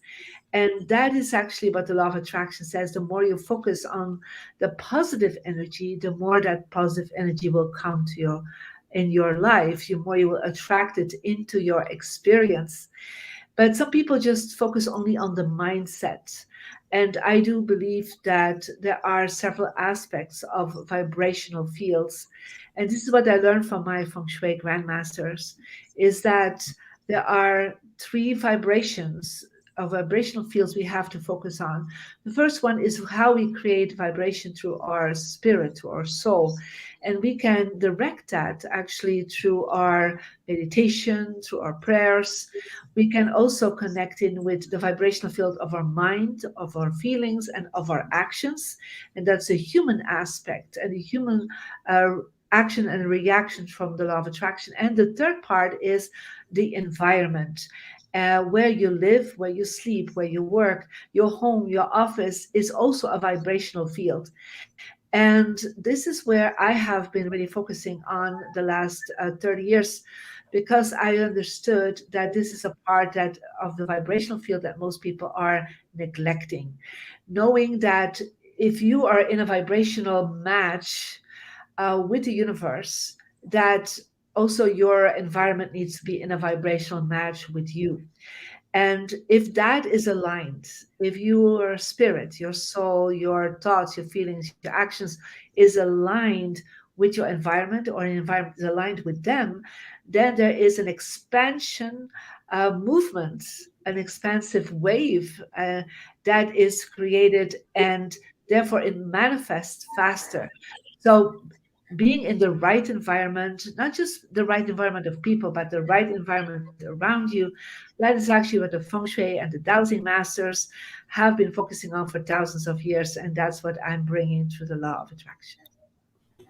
Wow. And Marie Diamond, we know that it's midnight over there, so we're not going to keep you much longer. We are grateful, Marie, that you are making appearance here on the New Psychology of Winning tour, where we have had Bob Proctor, Brian Tracy, Marie Diamond, Les Brown, AZD. I mean, some of the biggest names in the field of mind science. And so we only have about 5 minutes left with you, Marie Diamond. But what we really want to know is another thing that you're really big in and really well known for is the idea of feng shui. I'm notorious for being very messy. If you see my office, if you see my bedroom, so what I want to know is what is the importance of keeping your environment, clean, keeping your environment not messy, not cluttered, because everyone knows that. I'm not going to show you guys, but my office has papers everywhere. So I need I'm going to take my precious time I have with you to give me some advice. And Dr. Bill and AZD, you guys will stick around, but I'm going to give Marie her final screen time, because I know it's very late there, Marie, but we appreciate you joining. So share your final thoughts and also help a brother out. Give me some tips on why I should keep things organized. Marie Diamond, final words. Thank you.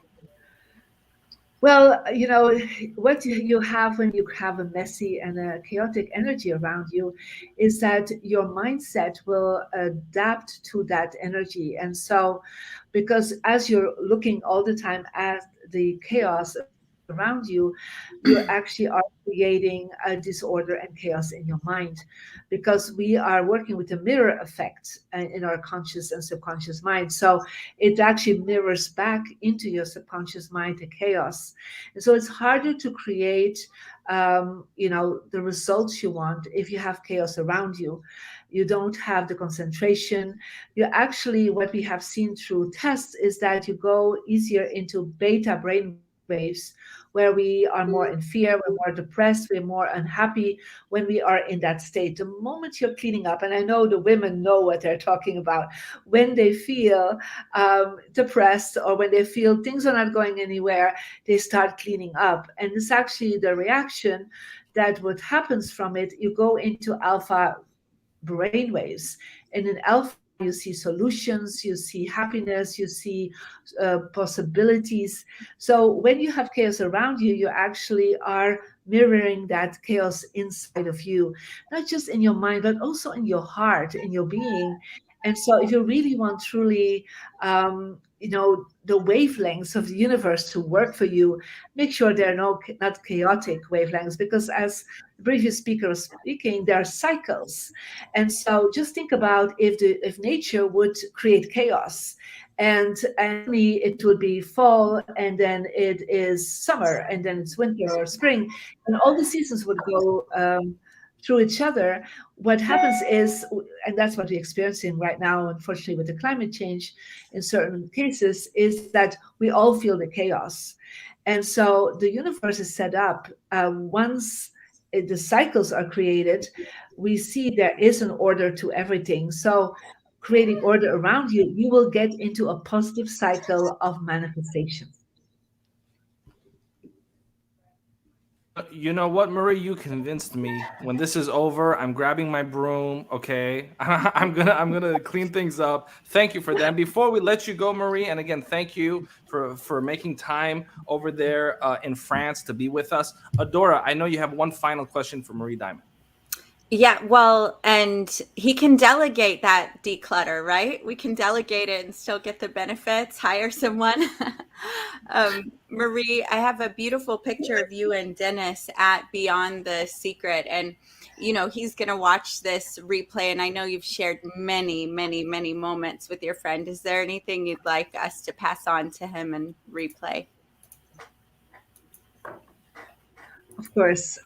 Well, Denis, you are a man that walks his path with grace and with love for humanity. And therefore, I'm so grateful for the journey you have taken for us and open doors in the consciousness of humanity. And I'm eternally grateful for that.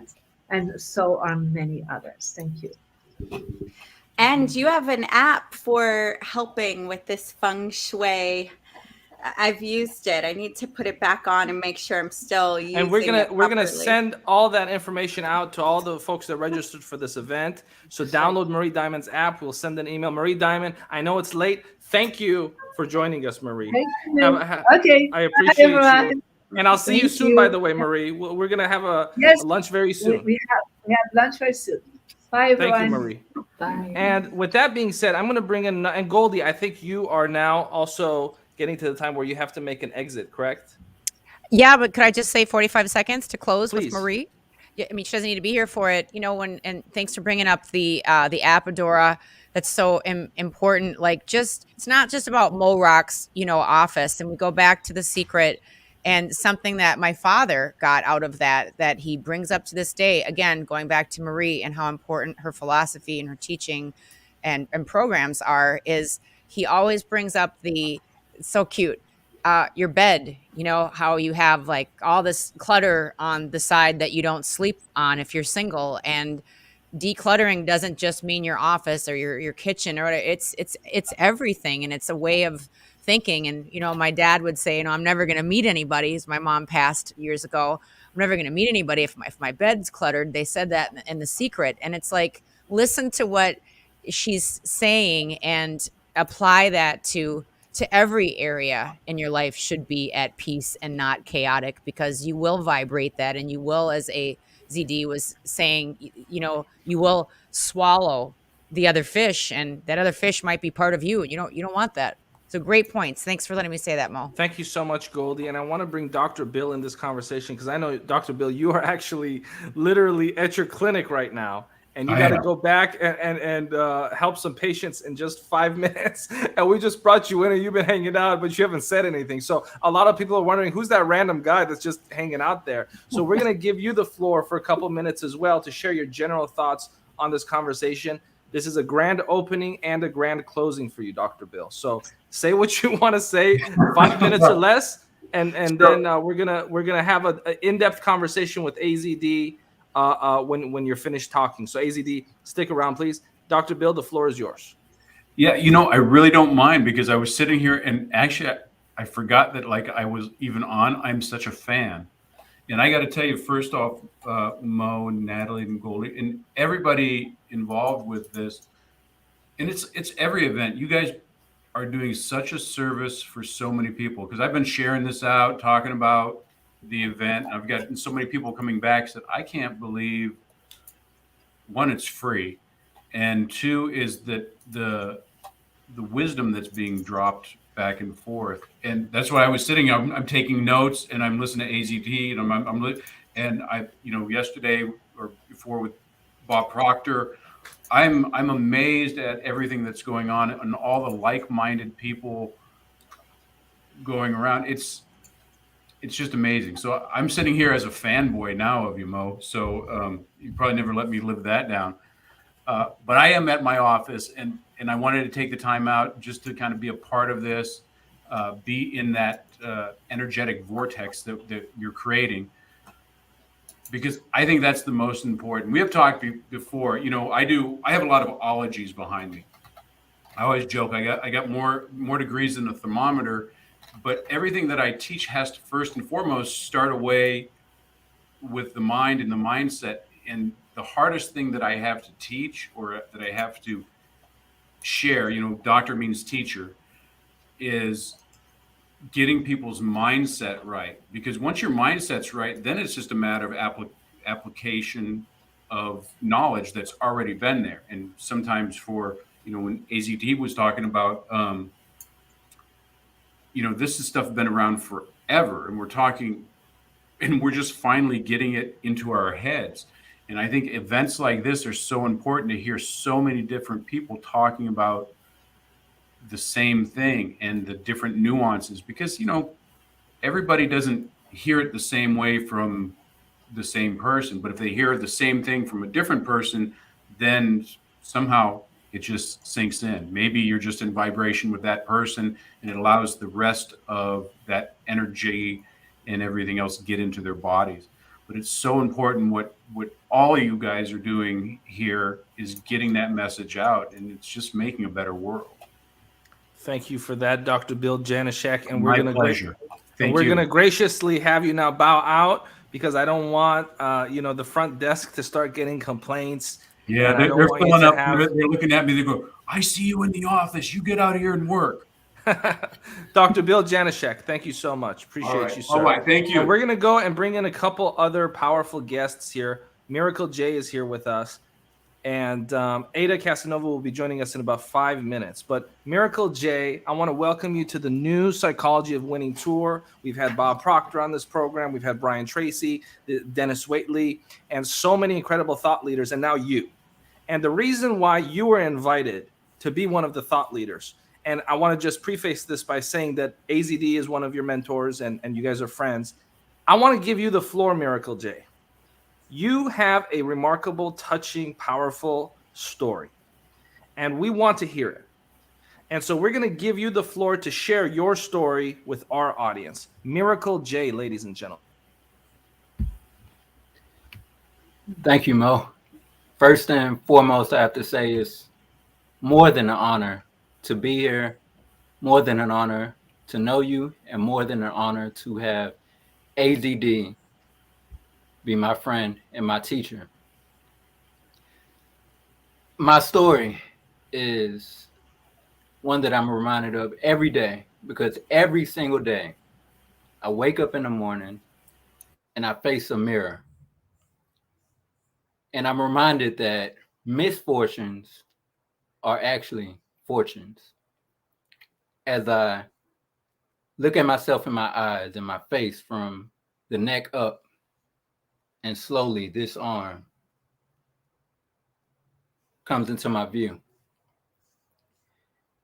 And I'm reminded that misfortunes are a fortune.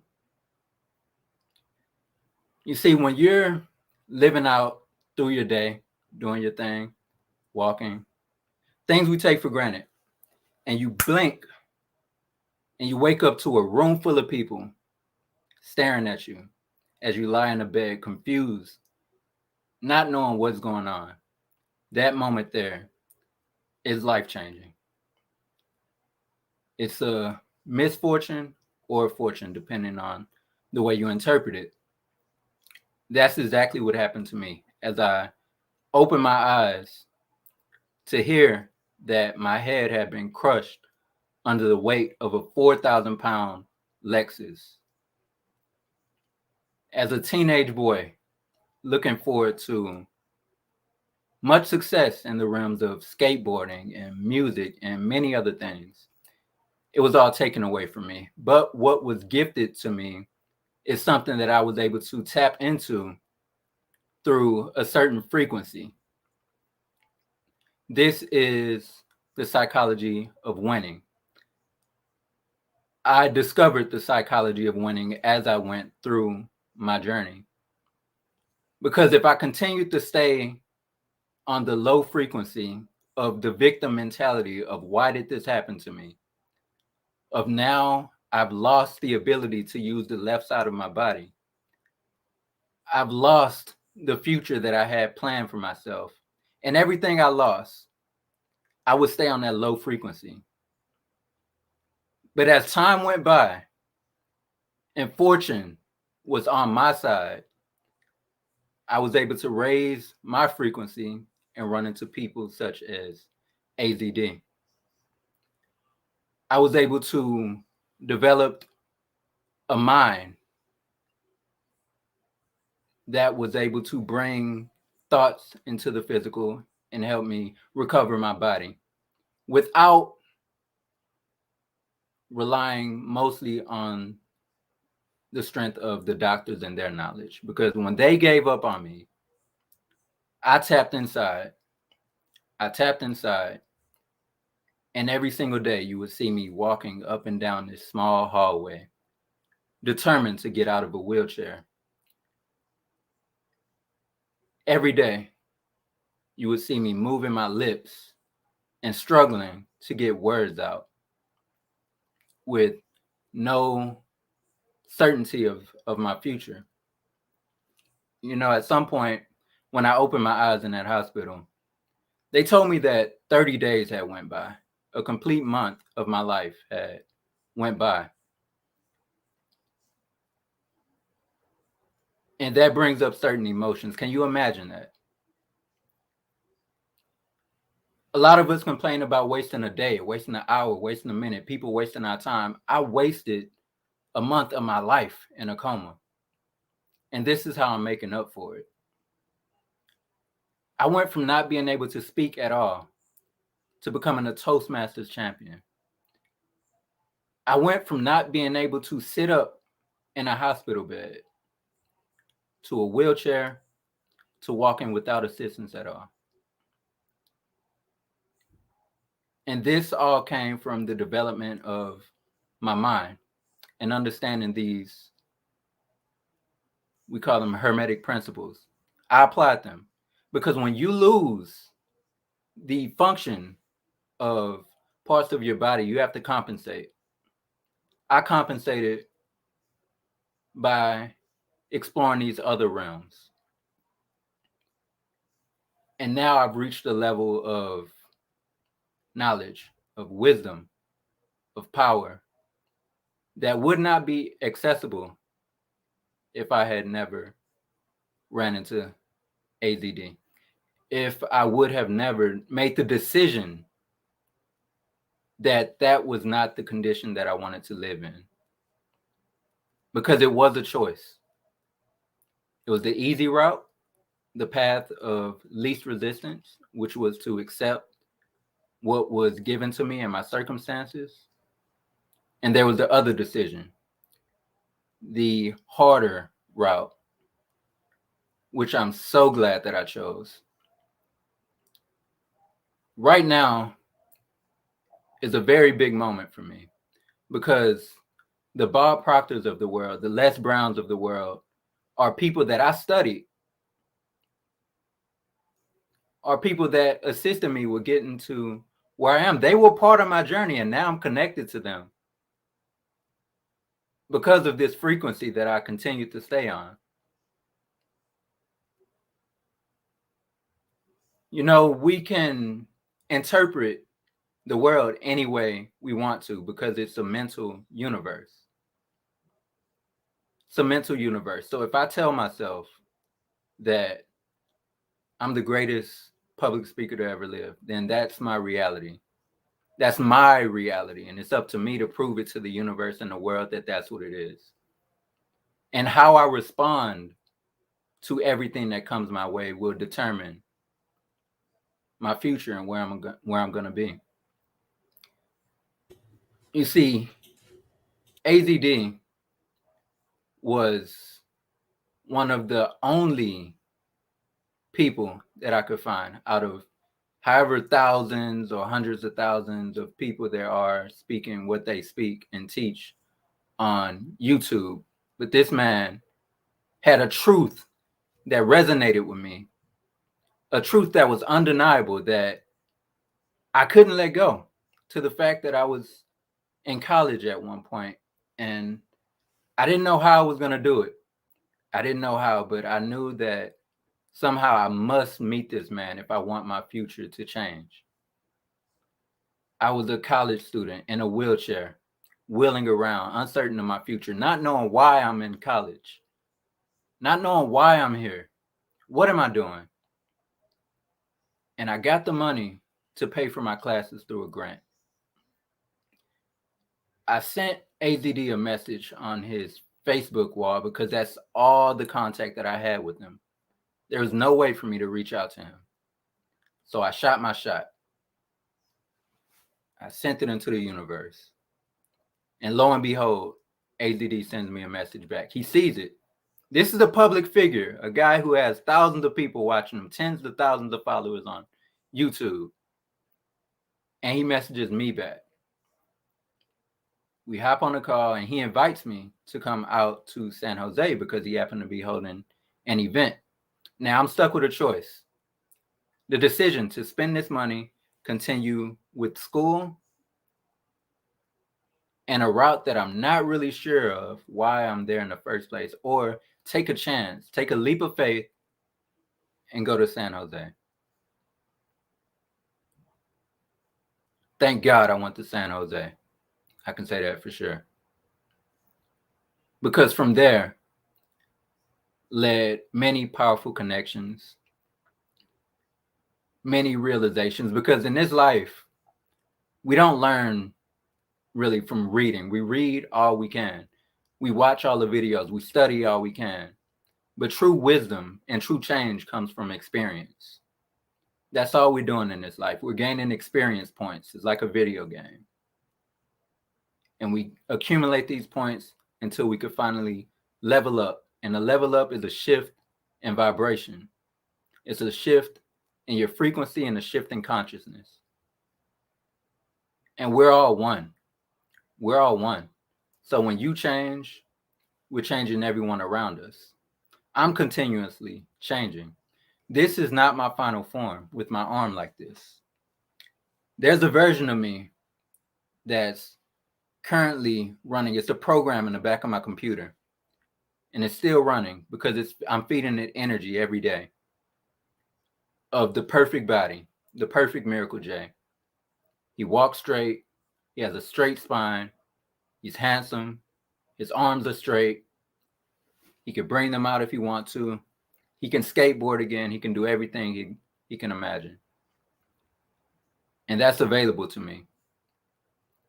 And it's currently in progress. This is what you're seeing. You're seeing the Miracle J in this moment of time. And this Miracle J you will never see again. You will never see again. Because I'm not stopping. Not by a long shot.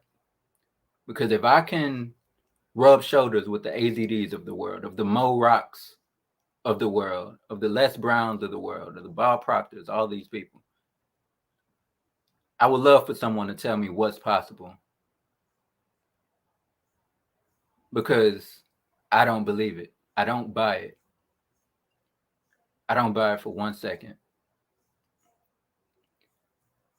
I can only imagine what's going to happen in my future. I can only imagine the people that I'm going to inspire, the people that are going to see this, and it's going to trigger something inside of them.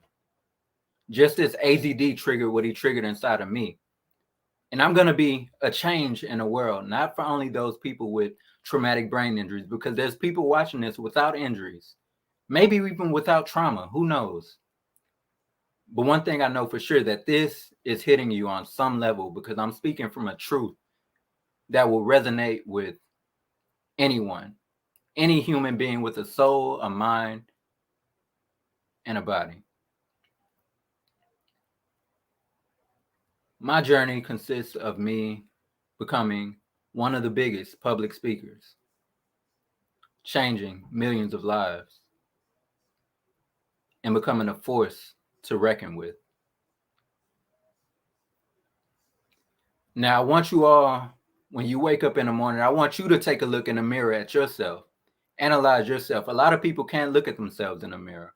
I don't care how much money they have. I don't care what they've achieved in their life. I don't care what status they have. They can't look at themselves in the eye, because on some level, they're maybe not proud of themselves. They're maybe not making the right decisions, but you know that something is off. There's a shift that needs to happen inside. There's a level up that needs to happen. There's experience points that needs to be gained. And I believe on a deeper level, we all know what to do. You have to have the courage to do it. See, for the past year, I've been living a Stoic philosophy, a philosophy that says that there's certain things that are within our control and certain things that are without our control, that we can't control. And if it's not in your control, you let it go. You surrender it. And you don't worry about it. You focus on what we control. What can we control? We can control our energy, where we put our energy, the decisions we make. And these are the things that develop our universe. These are the things that make up who we are. And people are watching us. And by virtue of that, by virtue of people watching you, you're changing the universe. You're having an effect on everyone who has eyes on you.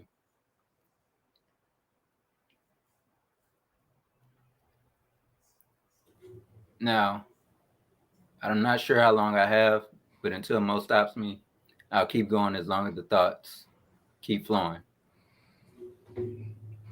Brother, you got as much time as you want. And I got to tell you, you're talking about people that you are inspiring, and you mentioned my name. Brother, you inspire me.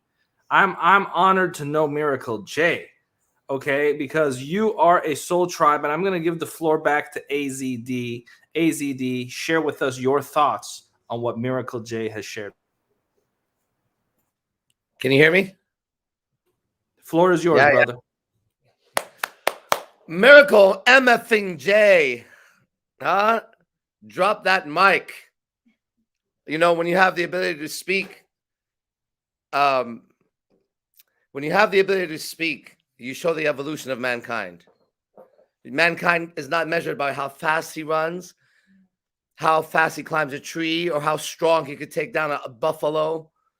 We're measured by only two things: our intelligence and our ability to communicate that intelligence.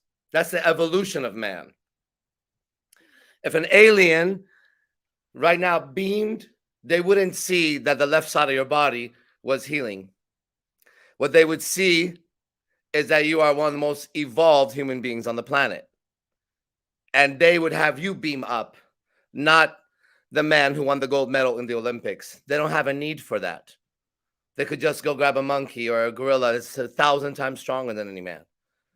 Okay, but to go try to find any creature that we've laid eyes on anywhere, the human baby at 4 years old is so much more intelligent than the most intelligent creatures on planet Earth.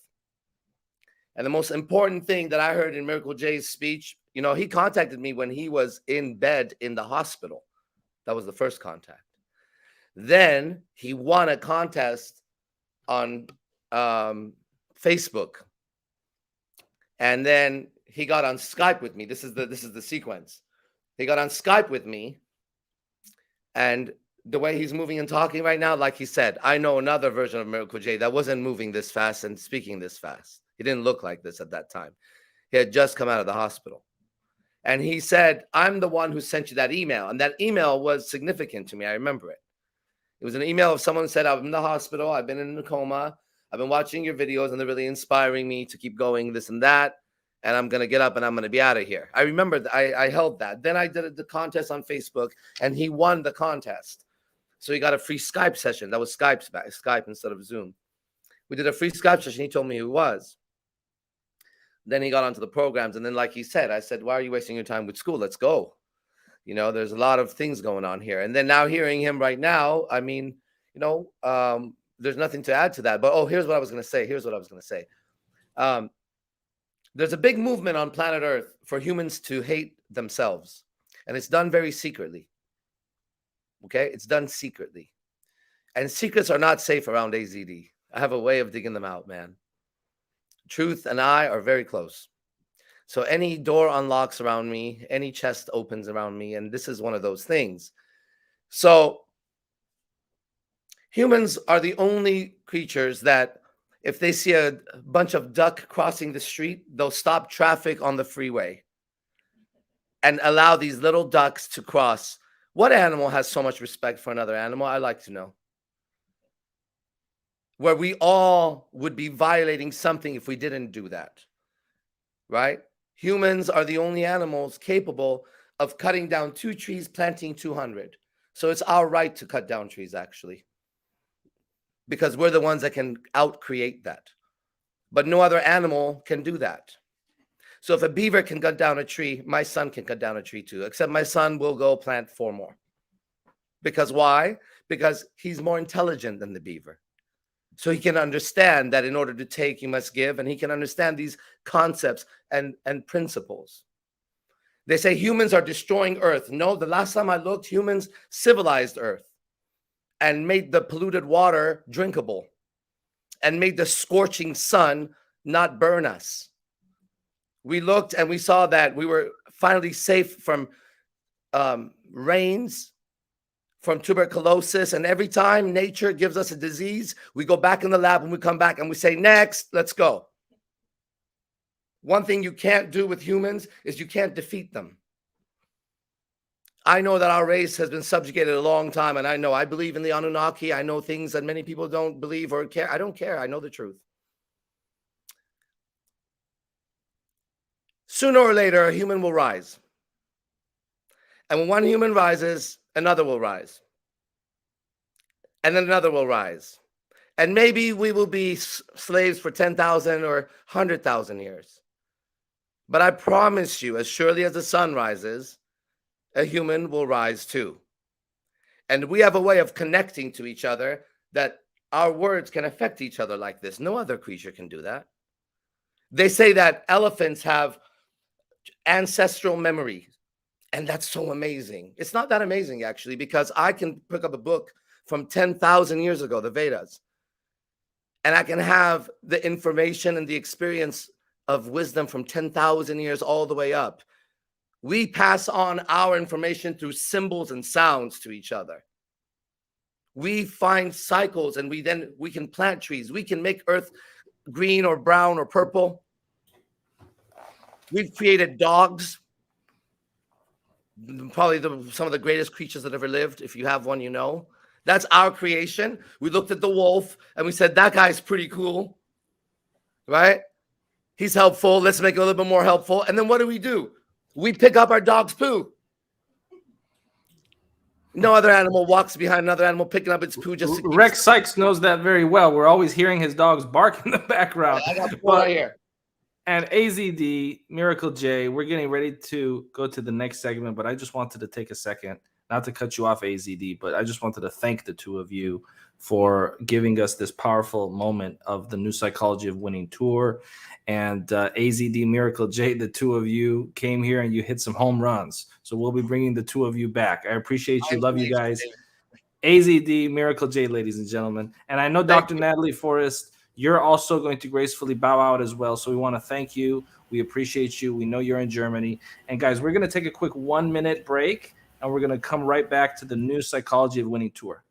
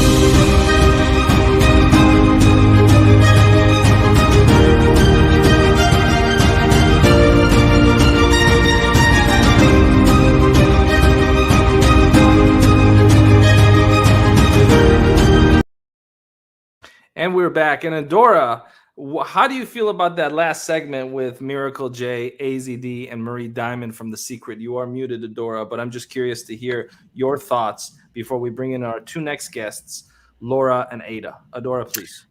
I loved it. I love that we went deep in philosophy and vibration. And I'm going to, I always add to my next level of character. Every door unlocks, every chest opens. I love that by AZD. And Miracle was so inspiring to me. And I love his transparency and his ownership. And look, you're seeing this the last time you'll see this version, because here's where I'm going. I mean, that was just phenomenal. Really representative of the New Psychology of Winning. It really was. And, here on the New Psychology of Winning tour, we have a huge Latin American audience. There are people from over 30 countries that have registered for this. And we honor all people, all demographics. And we have 3 people that are very powerful and known in the Latin American community. And we're going to bring them on right now. Of course, that's Ada Casanova, Laura Ibarra, and Carlos Sequeira. Carlos, welcome, brother. I like How that are power you? stance. What's up, family? It's about to go down. Let's go. And so, Carlos, we're going to kick it off with you. We're going to give you the full floor. When it comes to the psychology of winning, what does that mean for you? The floor is yours, Carlos. Man, what a powerful question. First of all, shout out to everyone over here. You guys are legend, Mo and everyone here. Ladies and gentlemen, when I hear that question, the first thing that comes to mind is the whispers from a woman that was a housekeeper. My grandma. She cleaned the house of professors, and she constantly heard them speaking life upon one another. And that woman worked 7 days a week because her husband was very abusive. He would beat her and her son. I call her mother because my father died in a car explosion when I was just a baby. My stepfather was murdered. I was physically abused and mentally as a child. Whenever I am mentoring and speaking on stages around the world, I tell people, tell me about your problems again. Do not make me call a viúva negra, the Black Widow. But I couldn't let those moments define me. All the anger, the hate, the disgraces, the things that I saw growing up define who I was. Or I could draw a line in the sand, ladies and gentlemen, to make a difference to leave the hood, because somebody told me a long time ago, you're never going to leave the hood, kid. You dream too much. You were born in the hood, you're going to die in the hood. You're never going to make it in LA. You're never going to make it in New York. You're never going to make it in London or in Australia. Watch me. They don't know your story. Nelson Mandela once said, there is no passion to be found playing small and settling for a life less than you are capable of becoming. Somebody needed to hear this right now. You have a whole lot of greatness within you. Let your anxiety and your fear and your disgraces and the circumstances that are happening around you, and take all that and transform and bring into an energy. And you let your work determine who you will become. You let your work get you opportunity. You let your work get you on more stages. You let your work get you on more podcasts, on magazine, on TV. And when God put a Goliath in front of you, it's to awaken the David within you. Come on, brother. Come on. Say it again. Oh, come on, Brother Carlos. Somebody needed to hear this today. God would never put a, come on, brother, a Goliath in front of you, because if he does, it's to awaken the David within you, ladies and gentlemen. Carlos, Or the brother, Daniela. thank you Come for on, bringing the you heat. gotta become And it. we want to thank Barbie, who's saying woohoo, Latinos in the house, magnifico. We want to say hi to Luis. Greetings from Mexico. We have people from over 30 countries that have registered for this event, and we have a huge audience in Latin America. And with that being said, I want to go now and give the floor to Ada Casanova. And Ada, I know you have a powerful story and you have a powerful message that you want to share here with us. So we're going to go ahead and give you the full floor so you can share that powerful message. Come on, Ada. Come on, Ada. Sister. And Ada, let's make sure you're Awakening. You unmuted. gotta- So go ahead and unmute yourself, Ada, and then we're going to give you the full floor. The floor is yours. And I was trying to be as amped as Carlos. Oh my gosh, way to bring the energy, Carlos. Good luck with that one. Yeah, good luck with that one indeed. I am from Cuba, so don't get it twisted, but I'm feeling a little zen today. I did a little meditation earlier today. First and foremost, I feel super blessed and grateful. And I don't know what winning means to you, but I want to talk to you about what I found about winning. I'm originally from Havana, Cuba, and I come from Vegas. So I come from a city where the odds are not in your favor when it comes to winning. And I actually won the lottery in Cuba, and that's how I got here. So if anybody's seen 1980s movie Scarface, there is a ship right in the beginning of the movie called El Mariel, where there was 100 Cuban families that won the lottery, and all of the country's criminals and political prisoners put in one ship. And that is how the Casanova clan got to the US. And so you can imagine, being from Cuba, I was a little competitive angel growing up, really focused on all of the external validation that the world can bestow upon me. I wanted to win the affection of my teachers, the adoration of my parents, the crush from the boy at school, the good grades. Later on, it became the promotions. And before I knew it, I was a high-functioning winner with a low-functioning soul. And so at the age of 28 years old, I found myself in an abusive relationship with a man that almost ended my life. And I can only tell you guys that I didn't get there because I understood what winning was.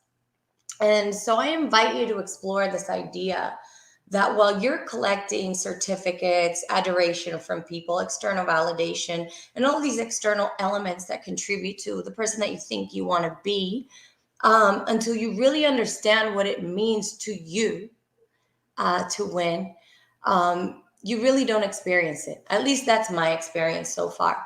And so Mo, you don't know this, but when we went to PSI, I know Mo from a class that I went to many years ago with him. There was a point in time in that class where I was, of course, being little Ada with external validation, always looking at the coach, making sure they knew that I was pushing everyone in the right direction. Our team was going to win.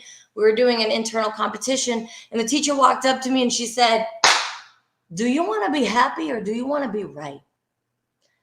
And I will never forget those words, because I realized that I had lived an entire existence wanting to do the right thing by the right people for the wrong purpose.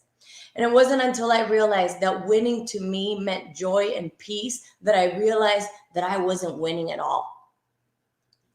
Amazing. And so a couple of things that I invite you guys to explore are these ideas of the meaning of winning. Maybe to you, winning is having peace and joy by yourself with no one around you and having moments of solitude. Maybe you want an entire team clapping for you and giving you your next big shout out because you're going to be the next best thing. Maybe it means spending time with family. But until you get crystal clear into what it means, stop collecting points. Who are you collecting them for? Focus on connection. Focus on self-love and connecting to your true source of energy, which is God, the universe, and everyone around you. And stop focusing about winning because it's an illusion. It's an Amazing. illusion. Thank you for that, Ada. Now, I'm going to go to Laura in a second. Before I do that, I'm going to give the floor back to Carlos. Because, Carlos, you got to take the energy back up a notch and prepare Laura and give her another example. I mean, Ada was finishing there. Did you hear? It is an illusion. Started getting pretty fierce there. Oh, it was coming, but Mo cut me off. But we're used to this. We'll get on it later. We'll come back to you, Ada. Carlos, please. Oh man, it's just amazing, Ada. Amazing, man. Cubana, you know, las hermanas, my cousins right there. You know, one thing, guys, a lot of you right now, I've been going through some difficulties, but you have to rewire in your brain. My daughter, she's 10 years old. We read every day. And the other day we were reading the chapter, one of the chapters in the Think and Go Rich, where the repetition, right? You got to create that. You have to read, because whatever if you focus on right now, if you focus on lack, division, all the crap that's happening out there, if you focus on what is not working, not the right relationship, the business, the opportunities, I don't speak enough, blah, blah, blah, all those things, look around you and look what is happening. So you have to retrain and rewire your brain, and you look in the mirror every day. I'm going to wake up with satisfaction. I'm going to sleep with determination because I woke up with, I just drove massive action today. I want you guys to think about this. If you think the opportunity is too big for you, you automatically telling yourself that you are too little for the opportunity. Come on, Brother Carlos, say that one more time. If you think the opportunity that you are in right now is too big for you, you're making yourself too little for the opportunity. You got to look at yourself and say, I'm going to go for it. I'm going to draw a line in the sand, and that's what I'm going to become. Whatever that is. Let's go, baby. Let's go. I'm bringing Rex Sykes into this conversation, Carlos. Rex Sykes. What do you think? Rex, we need you to take the energy up.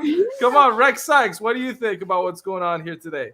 I think it's absolutely marvelous. I think that everybody has a voice, a unique voice. There's my buddy, my brother Carlos, sister Ada, Laura, my wonderful, wonderful Laura, and you and Adora. I mean, just, you know, you're bringing it. You're all bringing it in your own unique way. And that's what we need. We need different voices to speak different languages, to express it in different ways, so that anyone who's listening anywhere has the opportunity to catch the fire, ignite their soul, ignite their heart, and move forward in their life. And so you're all bringing it. I'm really very pleased. Laura Ibarra, the floor is yours. Thank you, Mo. And I actually want to begin this conversation with the what do I want? Because, you know, for me, this is amazing. This is a dream come true, actually.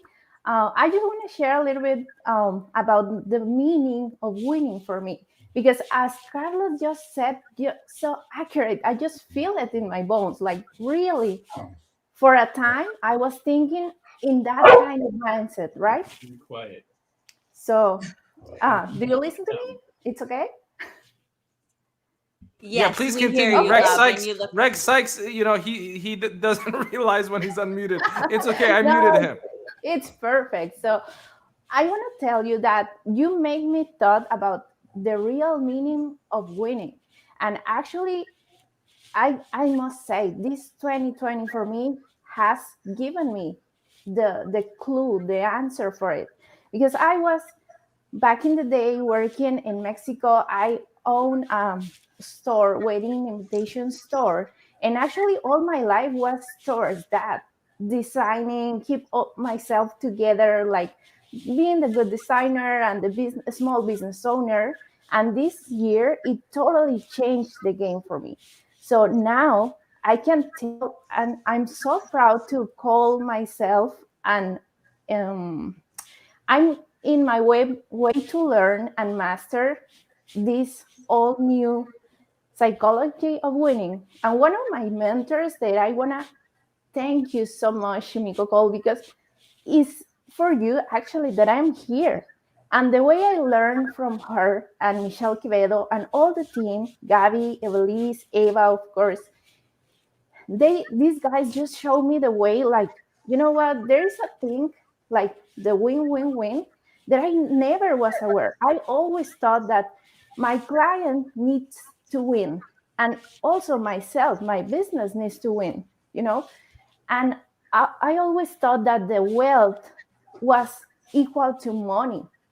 And I don't mean that this is a wrong thought, but actually, this year I have the experience of meet Dame Doria, and I am absolutely amazed of everything of this, the win-win-win, because if you integrate the community, your family, your clients, everyone can win. Actually, I have never thought about that opportunity. And because of the, life changes every single day, now I'm committed myself to help in projects like nonprofits here in the US. So I'm healthy now, and I'm seeing truly how all these blessings are coming towards to me. I'm not even looking for opportunities. The opportunity just knocked my door right now. And I can tell you, I'm so excited to be here, be part of this. I have learned these 4 days a lot. I mean, a lot. And that's why I'm trying to reach, and I'm willing to connect with all these top leaders, emerging leaders, because I'm guessing that I'm one of the youngest speakers here. So I want to appeal you to all these millennials and centennials that are looking at us. You can be here too. This is a whole new opportunity, a whole new experience. If it's not for this 2020, who knows? Maybe this kind of events, it will be just located in one place. And guess what? Because we have the technology and we have the correct mindset, we are reaching everybody here. So please comment on the Facebook group. Let's network. Let's meet each other. And I see you. I think she's Barbie. She said, like, Mexico is in the house, Latin America, also everybody is included here. So I'm so honored to be here right now, and let's keep this rolling. Thank you so much, Laura. I appreciate you. And I feel like we haven't heard from Adora. So before we give it back to Ada, just want to hear your thoughts, Adora. Yeah, all of you are tremendous, and it's so awesome to have you here. Laura, I want to speak to you specifically because your site, Laura Creative, you jumped in on our team, and these stunning graphics that you've created. But what your team and Shimiko Cole, what you all bring as your high-level professionals with multiple businesses that bring a level of skill because of your passion here. And we are so grateful, all of us, for you. So thank you so much. Thank you. Thank you for that. And Laura, you are truly a remarkable talent, and we appreciate everything that you do. This event has a strong influence by you, and it could not have been possible without you. So all of the lives that have been impacted, you have a role in that. We want to give the floor back to Ada Casanova. Ada, what are you feeling so far with this conversation and dialogue? And then when you're done speaking, I'm going to bring in the honorary mayor of Beverly Hills, a man who is a community leader, a man that if I start talking about our next guest that we're bringing in, we won't have time to close out. But before I bring him in, I want to give the floor back to you, Miss Ada. Please, floor is yours. You're muted. The classic 2020. I am loving the vibes and the energy here. Everybody that's spoken, I can resonate with and has resonated with me. I think that you're creating a winning team of people that can galvanize those who want to be galvanized. And what I wanted to say earlier was winning is an illusion, but it's your illusion. Become crystal clear as to what that looks like for you, who you want to do it with, who you want to change lives with, who you want to celebrate with, who you want to surround yourself with. Energy is so important and impactful. Having a solid squad is important. Everybody experiences ebbs and flows in lives. And Mo, you have been part of that squad that I reference. So something I believe in, aside from understanding what the meaning of winning is, because it's not the same to everyone, and you can have all the external things and not the winning feeling, is surrounding yourself with a winning team and a winning squad and a board of director of people who have the best interest in seeing you shine and fulfill your wildest dreams and fulfillments. So thank you, Mo, for allowing me the opportunity to be part of this. And thank you guys so much for your candor, your beautiful energy, and sharing what you believe in with the world. We all need Ada, it right you are now. a powerful woman, and you are going to continue to impact the lives of many. And it's a pleasure and privilege to have you here. With that, we're going to bring in the honorary mayor of Beverly Hills, Ashkan Tabibnia now. We're bringing him in now, Mr. Ashkan Tabibnia. Welcome to the New Psychology of Winning Tour. How are you, sir? You know, I didn't even know what to say. When I started looking at the first day with Joe Vitale and Les Brown celebrating the life, it was just, I was flabbergasted. There was so much information. Like, I started taking notes. There came a point that I said, you know what? Let me just intake what resonated with me. And I'm sure it's not a problem. It was a blissful event of 4 days. I'm sure lots of people had the same problem. There was too much information, lots of value. And the way that I think everyone started to try to get the best out of it was, you know what? Who is it that they really thought they can bring the ultimate solution to them?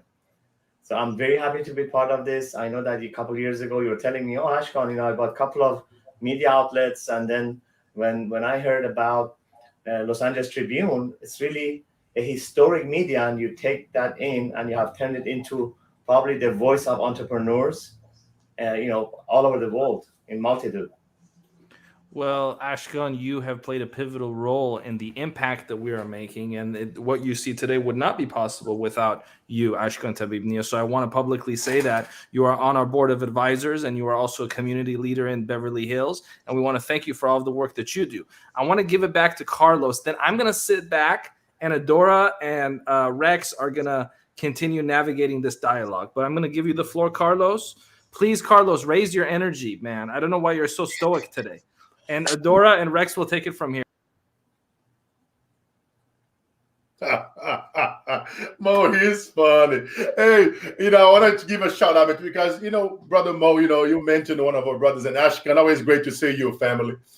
And, one thing, guys, that a lot of the people that have been here, on this stage, and Mo and these amazing lionesses and the women over here on the stage with us, is that in order to succeed and stand out in the media today, all you have to do is just make it about the people. If it's all you do, you make about others, and you really start thinking about what is really in it for them. What do they want at this very moment, right now? What is that desire, that burning desire in their body, in their soul, in their spirit? When I was a little boy selling bread on the streets, all that I wanted is to sell bread so fast so I could help my friends sell their bread, earn some commission, because in my mind, if I could accumulate enough money, I could take my mom out of the hood. I could leave the barrio. I could leave the favelas. I could get out of there. That's all that I wanted. And I focused on, okay, I can sell my bread fast, but I'm only one person. What if I can help my friends sell their empanadas, their chimichangas, their panes? What if I can do that? And you become a person of value. And you start thinking, how can I solve somebody's problem? Become good. If you're good at sales and marketing, guess what? You have one of the greatest skill sets in the planet. 99% of people, they need help with that. Sales and marketing is your twin tickets to freedom. But it cannot be about you. Never forget what you come from. The roots, las raíces, as raíces. You can never forget. You got to have that embedded in your body. Wow. You Yeah, can you never, got ever. You feel me? Because it's about, we live in the creator's economy. Repeat after me. I am you. You are me. The only difference Carlos. between us is time. I am you. You I are am me. you. You The are only me. difference Okay, among you us gave us so is much already. You time. gave Come us on, so let's much. go, people. Let's go. You feel gave me? us, I do. You gave us a lot. So one thing is, we got the roof raising. One thing is give to other people, know your burning desire, master sales and marketing, help other people. We got a lot there. Ashkan, what do you have to say about that? You muted, brother. Yeah, you're muted.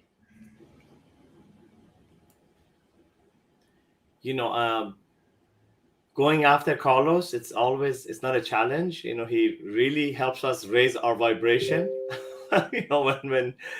When Mo was really telling us about Carlos, like, where are you?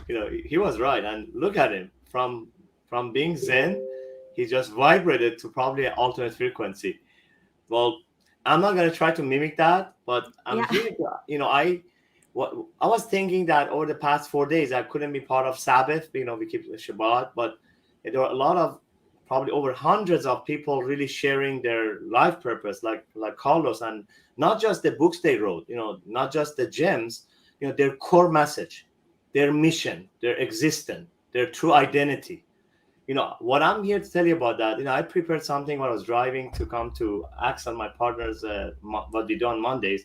I just said, what? Let me, instead of different programs I have, I want to talk about, bring to you guys something fresh that as I'm driving is going to come to me. And I cleared my mind, and I know Carlos is going to be at 3. I got his message. So this is what I came up with. Just the gist of, the core values, what you guys were asking about. So my thing are, what I'm calling it a 12 Q and Q, the Qs and also the answers.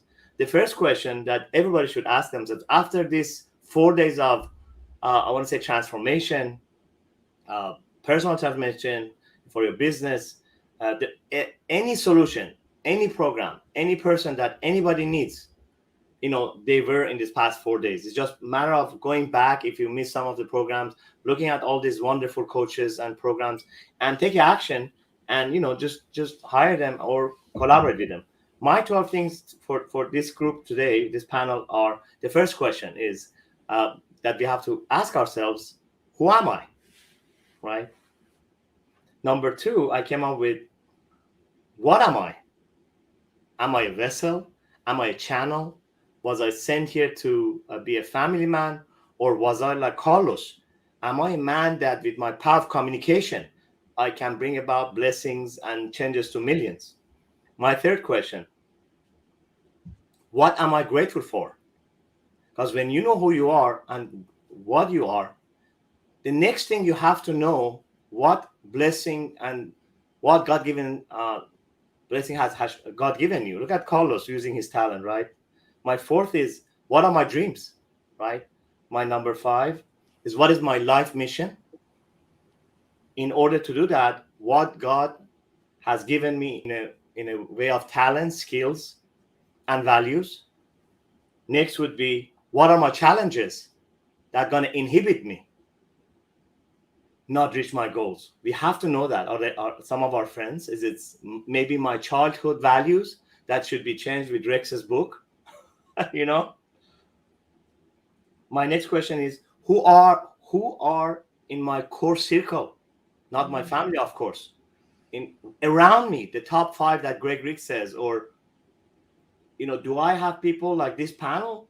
Are these people in line with my values, with my goals? Or do I have to change my core? I always talk about, what is your favorite number? Somebody says 7. I said, okay, your first circle is 7. Every single one of those people have something on you that are in your business helping you achieve. Are they in the right place? Or do you have to send it to your second circle that is 70? Or is it your third that is 700? So it's very important that we take an inventory of our circle every month, by the way, every month. And my next, who are my supportive circle? Are these people who just love us? They love us. They might disagree with us, but they're going to support us because this is my life. This is my mission. This is what I need to do, and they're going to support us regardless. And also who are in my inspirational circle, that's different. You know, for me, one of them is Bruce Lee. The other one is Rocky, the inspiration. And the other one, guess what, is Les Brown. Because they inspire me. Some inspire me in a way of physical to keep my health. Some inspire me in a way of mental, some emotional, some spiritual, and some financial. We have to be very careful with those circles. And then, who are my true friends? A true friend, I have friends from childhood that they will take a bullet for me. I have met new friends just past year or two from these magnificent events. You know, we have to be careful with those adjectives and how we define these different circles. And last but not least, what is it that I want to leave a legacy with everything that we have done, with all the different women around, everything that we have learned just from these past 4 days, that thank God the video is there. Day 1, day 2, day 3, day 4, the amazing women panel, all the other wonderful, that there's so much value. How do I want to leave a legacy for myself? As we cannot forget ourselves. For my family, my friends, and the world. I really was just wanted to be on to bring a message, at least what's important to me, by and you guys, by giving me this opportunity. I thank, and I cannot be happier to be part of this special panel. And So awesome. We're I gonna want give to it thank to you. I'm sorry, Adora. I That's just wanted okay. to quickly thank Ashkan, and also real quick, I'm going to bring in someone else here to keep this mastermind flowing. Of course, many people know that the Los Angeles Tribune is an official partner of Thai SoCal, a non-for-profit organization, 501c3, and we at the LA Tribune have a wonderful relationship with Thai SoCal, a division of Thai Global, a organization known for angel investing and entrepreneurship. And we wanted to welcome Anshuman Sinha, the president of Thai SoCal. Anshuman, welcome to the New Psychology of Winning tour. Thank you so much, Mo. Thank you so much. So many familiar faces. I'm glad that you gave me the opportunity to come on screen and talk to these wonderful people, and from people from 30 countries are watching it as I know it. I'm so super happy. Thanks for the introduction, Mo. Talk for 1 second, Anshuman, if you will, about the relationship that Thai and Thai SoCal has with the Los Angeles Tribune, and what that means for the people watching, and the importance of strategic partnerships, please. Absolutely. Thank you so much again. So I have known Mo for quite some time now, and he offered me and Thai to become the official media partners to do our press releases and also hold our events that we are doing on a continuous basis.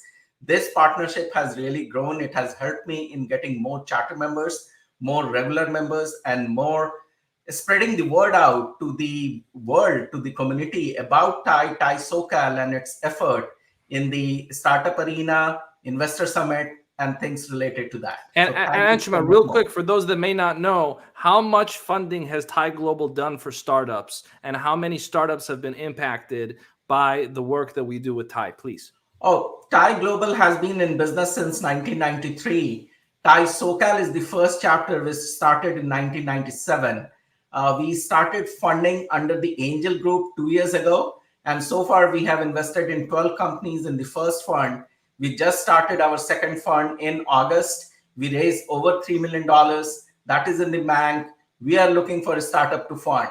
We fund everywhere. We have funded companies in India, in Germany, certainly here in US. And what From about the Latin Thai America, Global we are figures? looking for Anshuman, startups. what about the Thai Global figures? Please share with our audience the Thai Global figures. In billions. There are 3,000 accredited investors under the Thai Global umbrella, and we have invested billions in the last 25 years. Thank you for that, Anshuman. I'm excited to hear this conversation continue. Carlos, what are your thoughts, sir?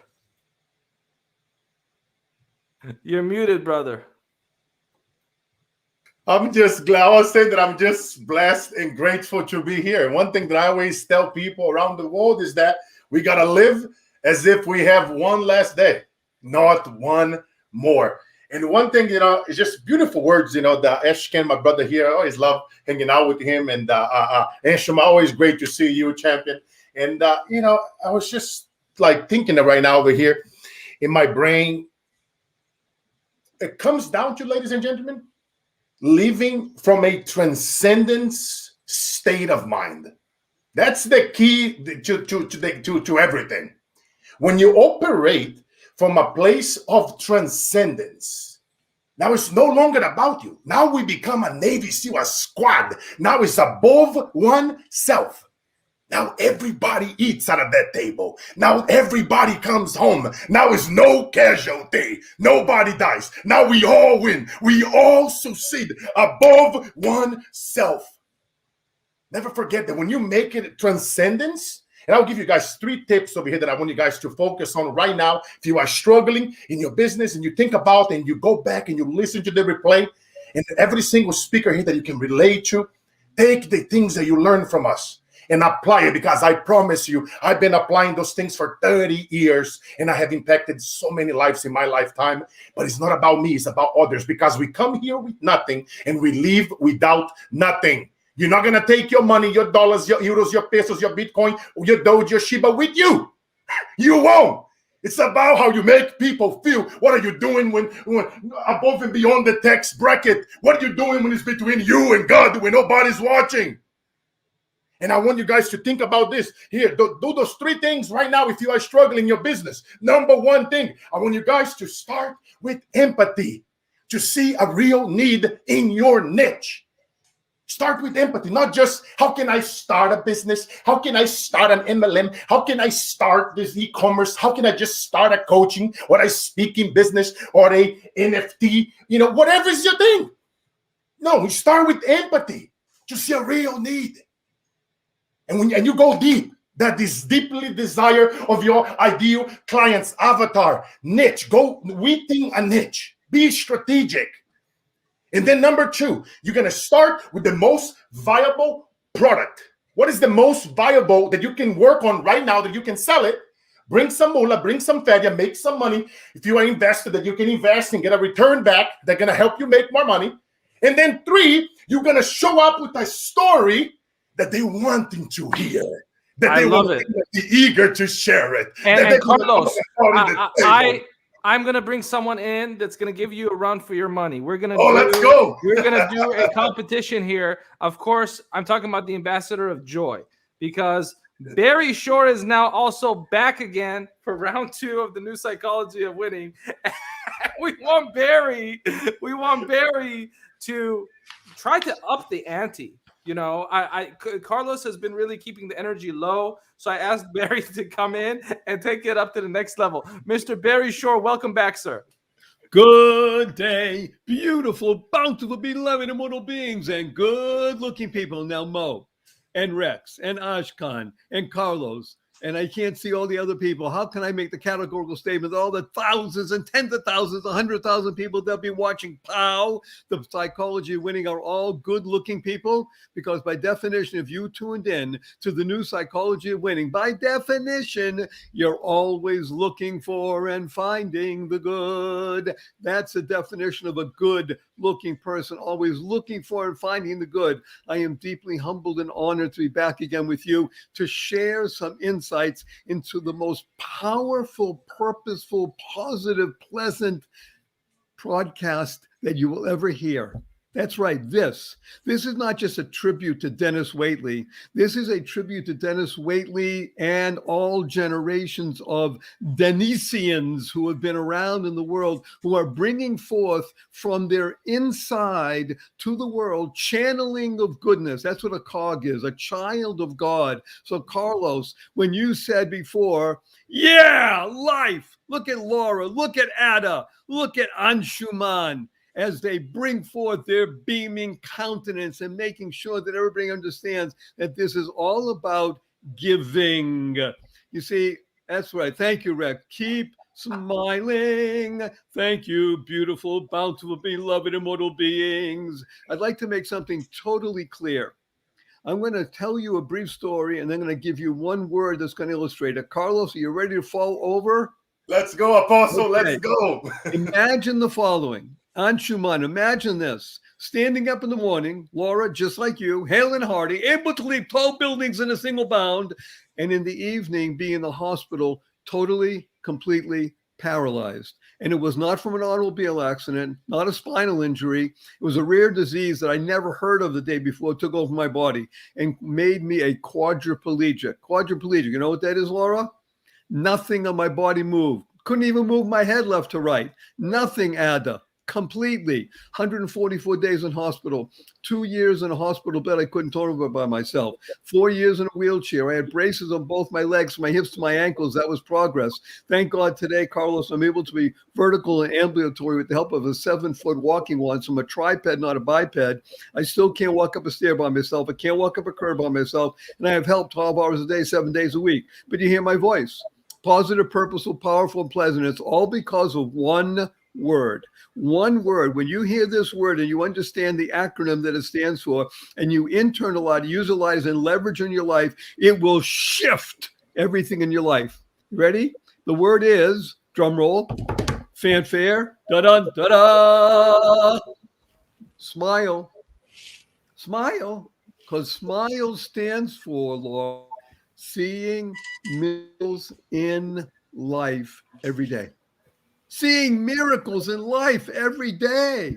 Isn't that amazing? The ability to be able to open your eyes in the morning and thank the good Lord that you're alive, get out of bed and bring forth your very being to the world, because we work in this wonderful group here called POW, Psychology of Winning, with how and wow. You know what HOW stands for? Helping others win. And who is winners help others. Isn't that what we do? And you know what we do, Ada? We bring hope to the world. Hope stands for helping others progress every day. Because when you bring hope to people, you can break through all the sadness and the upset and depression and the stress that exists in the world, and you can bring forth joy, peace, happiness, and love. And we're all about it. That's the essence of the psychology of winning, isn't it? POW and WOW. WOW stands for words of wisdom, words of wonder, the psychology of winning. So with that, Mo, I thank you for enabling me to be back again and sharing some words with this amazing group of beings. Very sure, ladies and gentlemen. Ashkan Tabibnia, I know you're also friends with Barry. We want to hear your thoughts on what he just said, please. You know, knowing him has been an inspiration to me, whether we used to go to same temple and pray together, or whether I see him in Entrepreneur, or whether I see his smiling card all over. I believe that he has really transcended his mission and what he said. There's a point that you can take your message and it becomes bigger than you, because it becomes bigger than your story. It becomes a way of inspiration. And thank you for actually sharing your story, Barry, today. You know, people when what happened to him happens to them, lots of time they hear all these wonderful stories, but they just don't know what would be the psychology of the winning, what would be the system, the process to get there. Well, he just gave you guys that. He gave you those acronyms. What I'm here to just add to what he said is, at the end of the day, when God throws you a challenge, he's absolutely sure that if he sends you that challenge, there's a reason, and you can rise above it like a frequency. If you bring that frequency, like the people did here, like Carlos and Barry, when you vibrate over that frequency, then the challenge becomes your blessing. And with that, you bring a solution to thousands of millions of people out there to also do the same in their own challenge, in their way of life. And at that level, at that vibration, everything is possible. Thank you so much, Ashkan Tabibnia. What an incredible thing. Yes, Barry, please. I'd like to share with everybody something really fun that Ashkan just gave us. Everybody, the word challenge. If you have an opportunity, write down the word challenge in front of you. But most of you know how to spell it, right? CHALLENGE, right? So I want you to look at the word challenge. I want you to underline the first 3 letters, Laura and Ada. I want you to underline the last 3 letters of challenge. And now tell me what those 6 letters spell. Wow. There you go. What do they spell? Change. But wait a minute, there's more. You know, in business and in life, everybody says change is great. You go first, right? But watch this with the word challenge that you just brought up, Ashkan. So the letters in the middle of the word challenge are LLE. And LLE stands for let love embrace change. Let love embrace embrace change. And we're getting ready to actually wrap up this incredible, powerful panel. This group of thought leaders. I want to thank you, Barry Shore, for making a cameo. I want to thank you, Anshuman Sinha, for being such a remarkable president of Thai SoCal and revolutionizing Thai and the work of Thai SoCal. Carlos, Ashkan, Ada, Laura, you guys know I love you, respect you, appreciate you. And we're getting ready to wrap up the program. So I just wanted to take a quick second and acknowledge a few folks before we bring back the legendary Denis Waitley. And with that being said, we want to thank all of the incredible emerging leaders that were a part of this remarkable 4-day tour. You guys did a fantastic job of contributing, of taking the mantle, of being the next generation of leaders. You guys truly have inspired and touched the lives of people from around the world. We want to thank all of the magnificent thought leaders that have contributed to this and made this possible by offering their influence, by offering their friendship, by really putting into context the impact that Denis Waitley has made for this incredible movement of leadership, of self-improvement and self-help. And of course, we want to thank all of the remarkable folks that have signed up to participate in the VIP group of what we are doing here, where the New Psychology of Winning Tour continues in private via Zoom with a powerful Q&A session. And we want to thank all of the VIPs for making that possible. We thank you, we honor you, we acknowledge you. And with that being said, I'm going to gracefully ask all of the wonderful thought leaders that are here with us to bow out while Adora comes back in. Thank you so much. Appreciate everyone here. God bless and thank you. And Adora, how excited are you about bringing Denis back and wrapping up this incredible leg of this international tour? And you are muted. I unmuted. Oh my goodness. I'm excited, and like I'm going to be processing this for days. And then a week or two later, I'm going to come back and start re-listening and reliving some of these moments to drink it in again. I mean, this has been just such a profound, powerful time. And I'm so excited. I can't. And Darcy's saying miracles are being birthed right now through this event with all these socially conscious beings. Those miracles that are being birthed are happening because of Denis Waitley. Denis Waitley today is making as much of an impact as he ever was. Denis Waitley before he comes on, because he'll make faces about this. You guys go, if you haven't gotten the New Psychology of Winning, it's on Amazon, it's on Audible. The funny thing is, on Audible, you hear him you've heard him authentically here, but it's a conversation. It's off the cuff. People are really enjoying it. So whichever way you love, and then leave a review and send us that you did that. And we're going to give you something special, because it's not a remake of an old book. Like a lot of times a remake of the old book, they just add in new edits. It's a totally different book. It is, what is the philosophy of Denis Waitley? What is the psychology of winning today? So go get it. Take pictures to honor Barry Shore. I'm singing. And now that I know Denis sings every morning. I think that everyone should get the New Psychology of Winning. I also think everyone should go and get the full Denis Waitley library, whether it is The Winner's Edge, a classic, whether it is the original Psychology of Winning, another classic, because if you have a library and you don't have Denis Waitley material, you're missing out on the most condensed, powerful material that's available for your own personal growth. One thing you're not going to get from any of Denis Waitley's work is wishful thinking.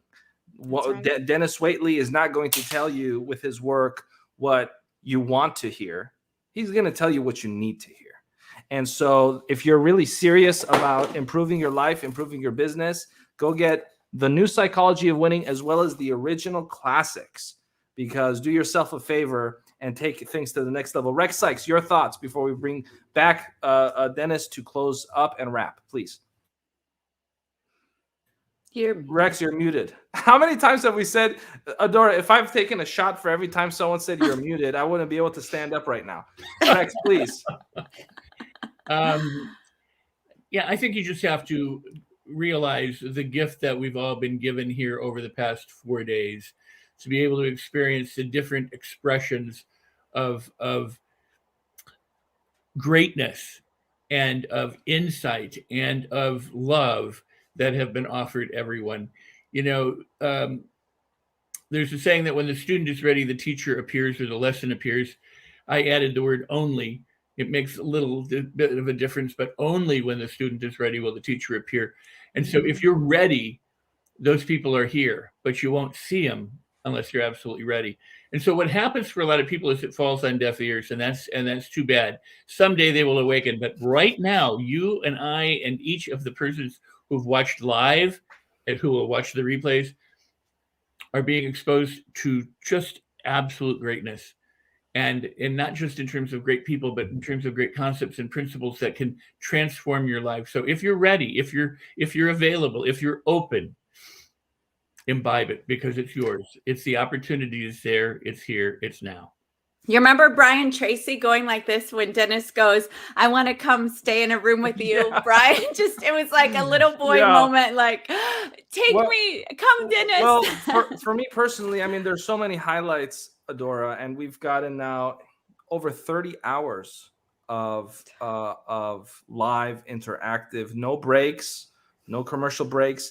And that does actually remind me, we do have 2 more powerful speakers that we're going to play their clips on in a little bit, but we're going to do that after Dennis is going to be with us, because I think we have limited time with Dennis, right, Adora? Yes. And so we're going to spend a few minutes with Dennis and close out that loop. And then we have a couple 10-minute clips we're going to play from speakers that we're not able to attend live. And then in 1 hour, folks, if you're watching this on the LA Tribune Facebook, in 1 hour after this stream ends, 1 hour after that, there's going to be Sharon Lecter that's going to be live on the Facebook page. So there's still that conversation that's going to start after a 1 hour break.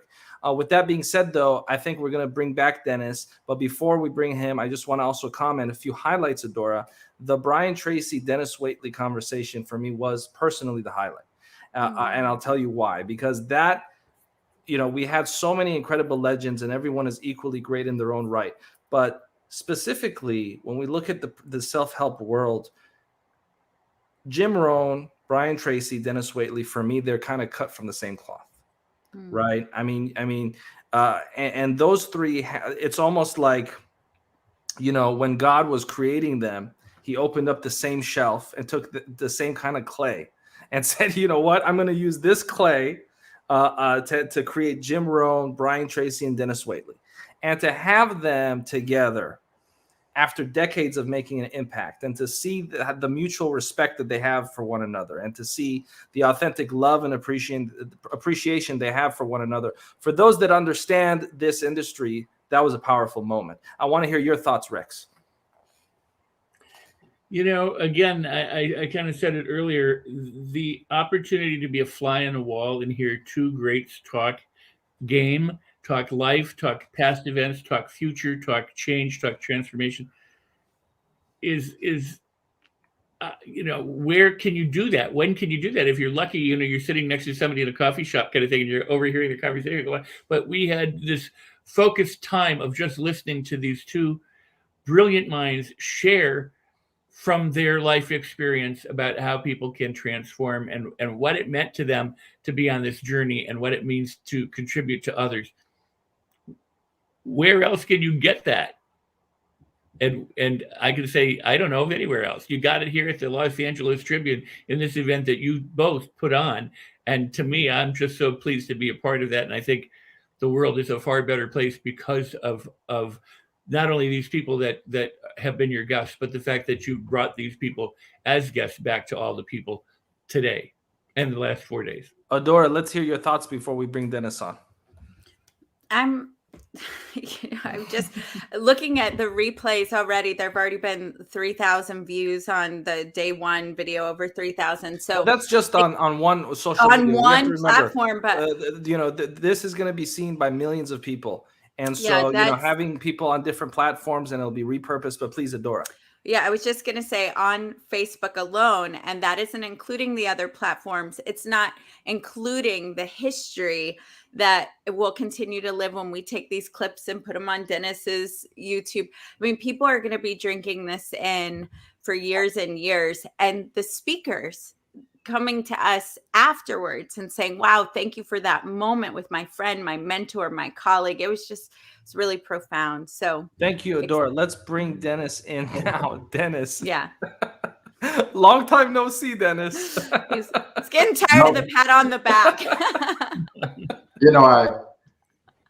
I'm almost without words, which is almost impossible to be, since words are my food.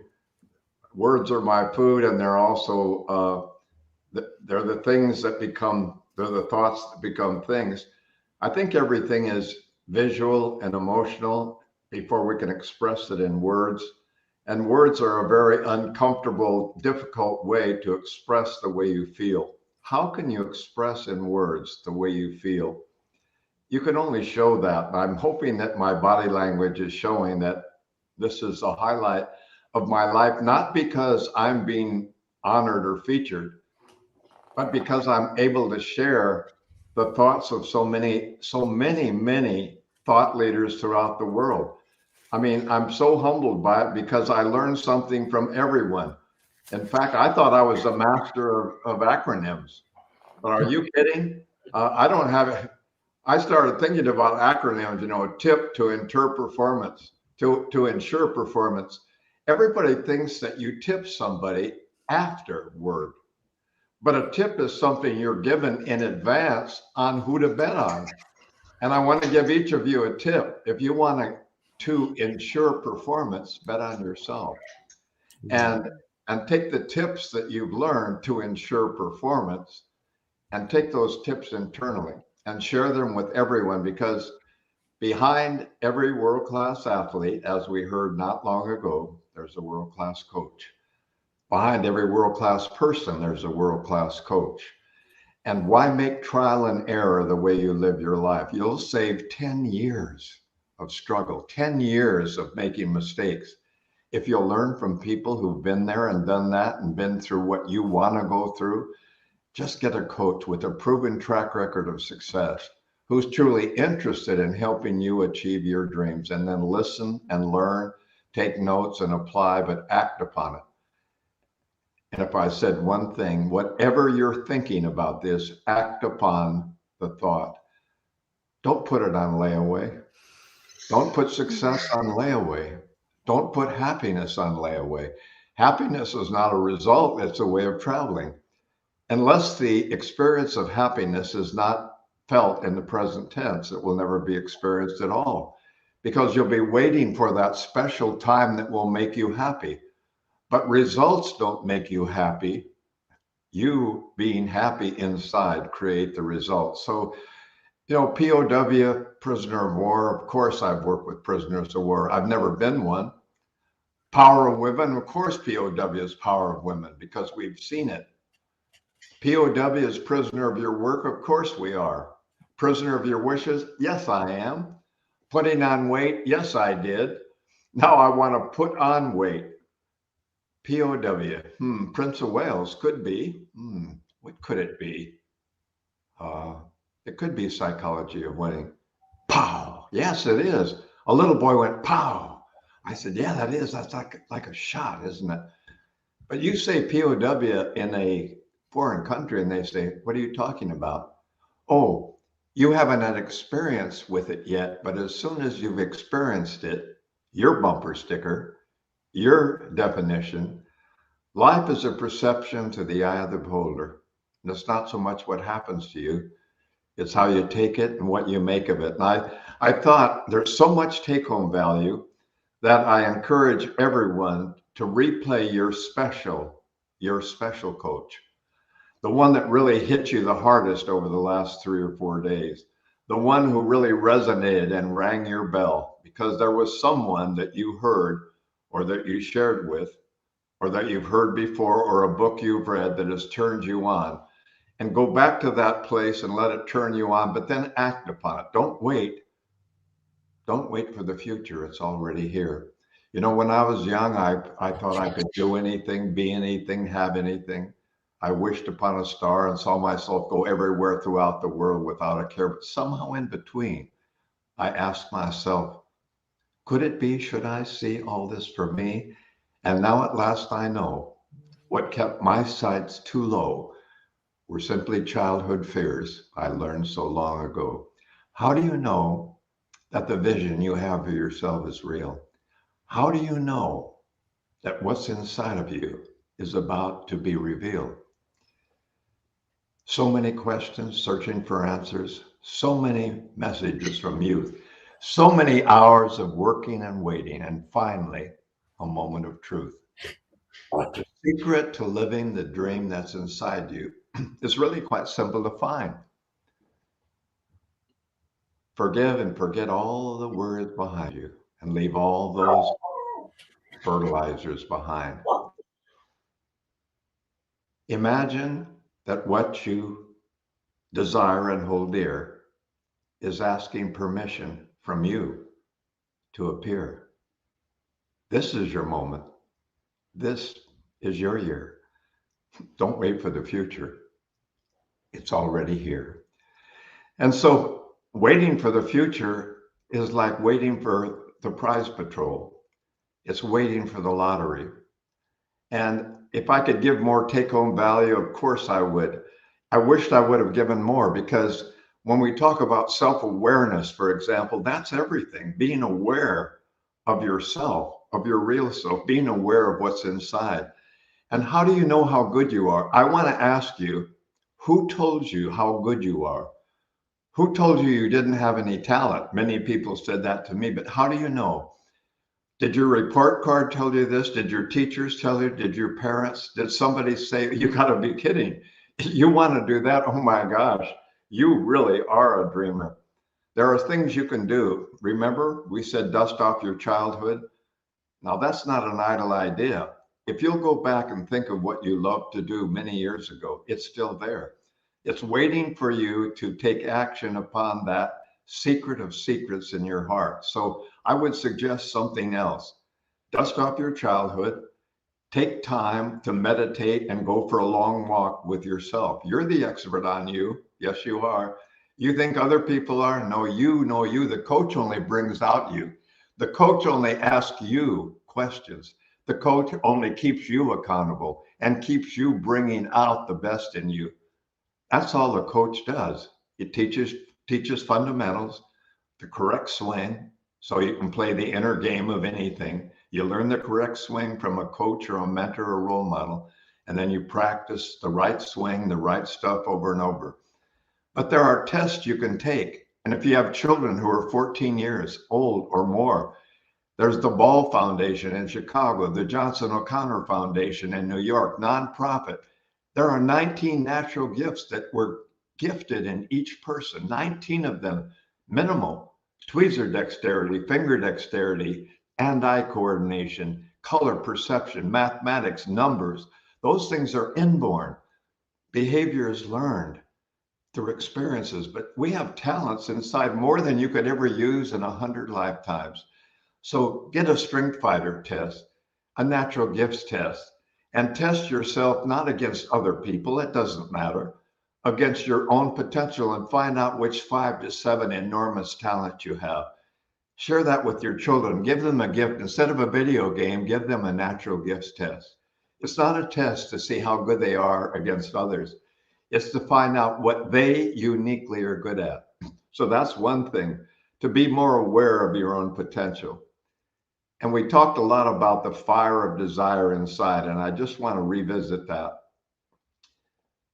The passion that you feel is real.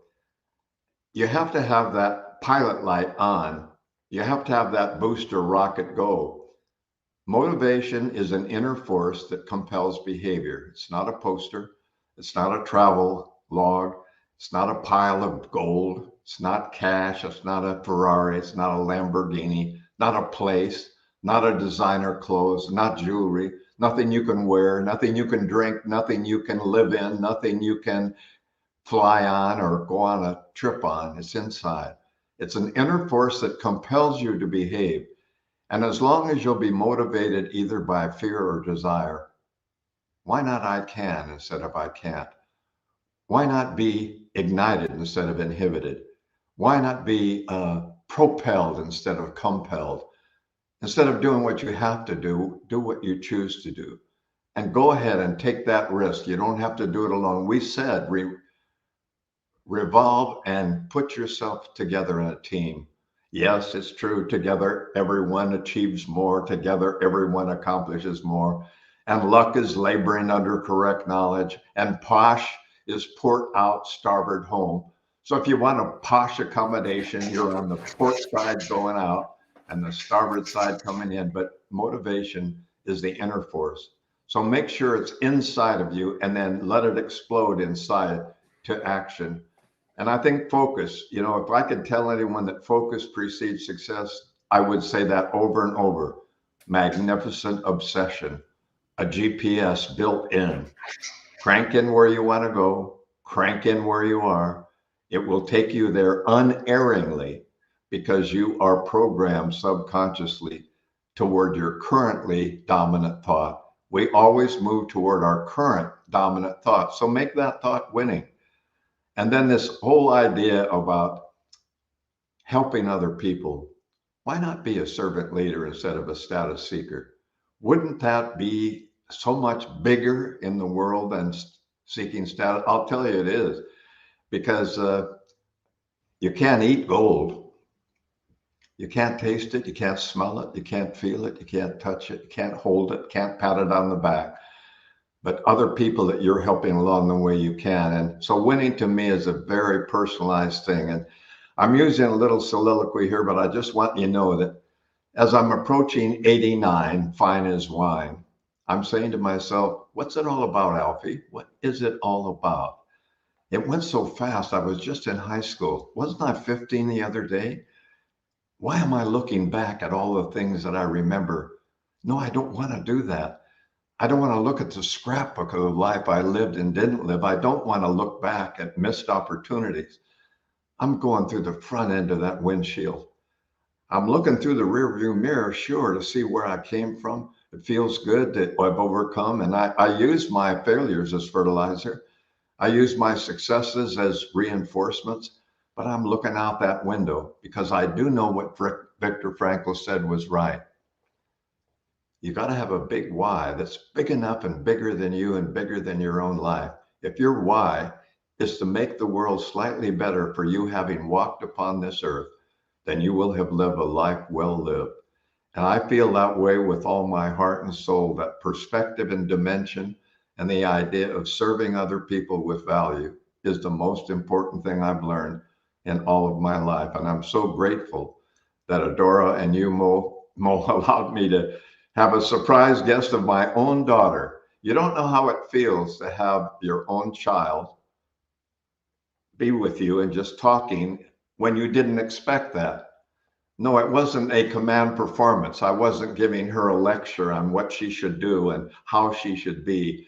And I wasn't trying to live my life again in her. So many parents vicariously try to live their lives through their children. And you see, that's not possible because it's their life. We don't have a lease option on our children. We don't rent them. We don't own them. We just are role models, mentors, and they're part of us. But live your life with all your worth and be someone worth emulating. And I'll just finish this little thing with, you want to be loved? Be lovable. If you want to be respected, be respectable. If you want to be someone who's believed, be believable. And be someone who represents what you're saying to other people, and they will follow you to the ends of the earth because they will know that you authentically want to help them. I like me best when I'm with all of you because you allow me to be all I can be and you make me feel good about me. And I'll make you glad you talked to me because I'll try to speak less about me and more about you. And if I can make you a better you, then me will be greater in your presence. And so winning, the last thing, you know what I always do in a wrap up, I always go back to my cliches because I'm just one of those rhyming poets. You can be a total winner, even if you're a beginner. If you think you can, you can. If you think you can, you can. You can wear the gold medallion. You can ride your own black stallion if you think you can. It's not your talent or the gift of birth. It's not your bank account that determines worth. It isn't in your gender or the color of your skin. It's your attitude that lets you win. You can rise above. You can find that perfect love. You can profit in inflation, redirect your nation if you think you can. It doesn't matter what you've done before. Little difference with the halftime score. Never over till the final gun. I hope there isn't one. So keep on learning, growing, listening, and you'll find you won. You grab your dream and then believe it. Go out and serve all your value. You'll achieve it. If you think you can, you can. If you think you can, you can. And I just want to thank all of you from the bottom of my real heart, my heart that has been infected, but my heart it's got an infectious disease called love inside. And no outside infection of my heart and no infection in my throat can keep me from saying and singing the praises of you allowing me to be part of this event. What does it mean to me? It means the river runs through us, and I'm a tributary, and Brian Tracy is a tributary, Les Brown, Bob Proctor. I can name everyone who was on here, and I learned something by asking questions and then listening for a change. Instead of giving a presentation, I'm listening to what I can learn from everyone I meet, and I learned so much over the past 3 days. I just want to thank you all for taking someone who wants to be a winner, who coaches winners. I'm not always a winner, but I'm in the game of life to win because there's no time for me to lose. Wow, Dennis, I don't know what to say. I want to thank you for the opportunity. I want to thank Adora Evans for being a visionary.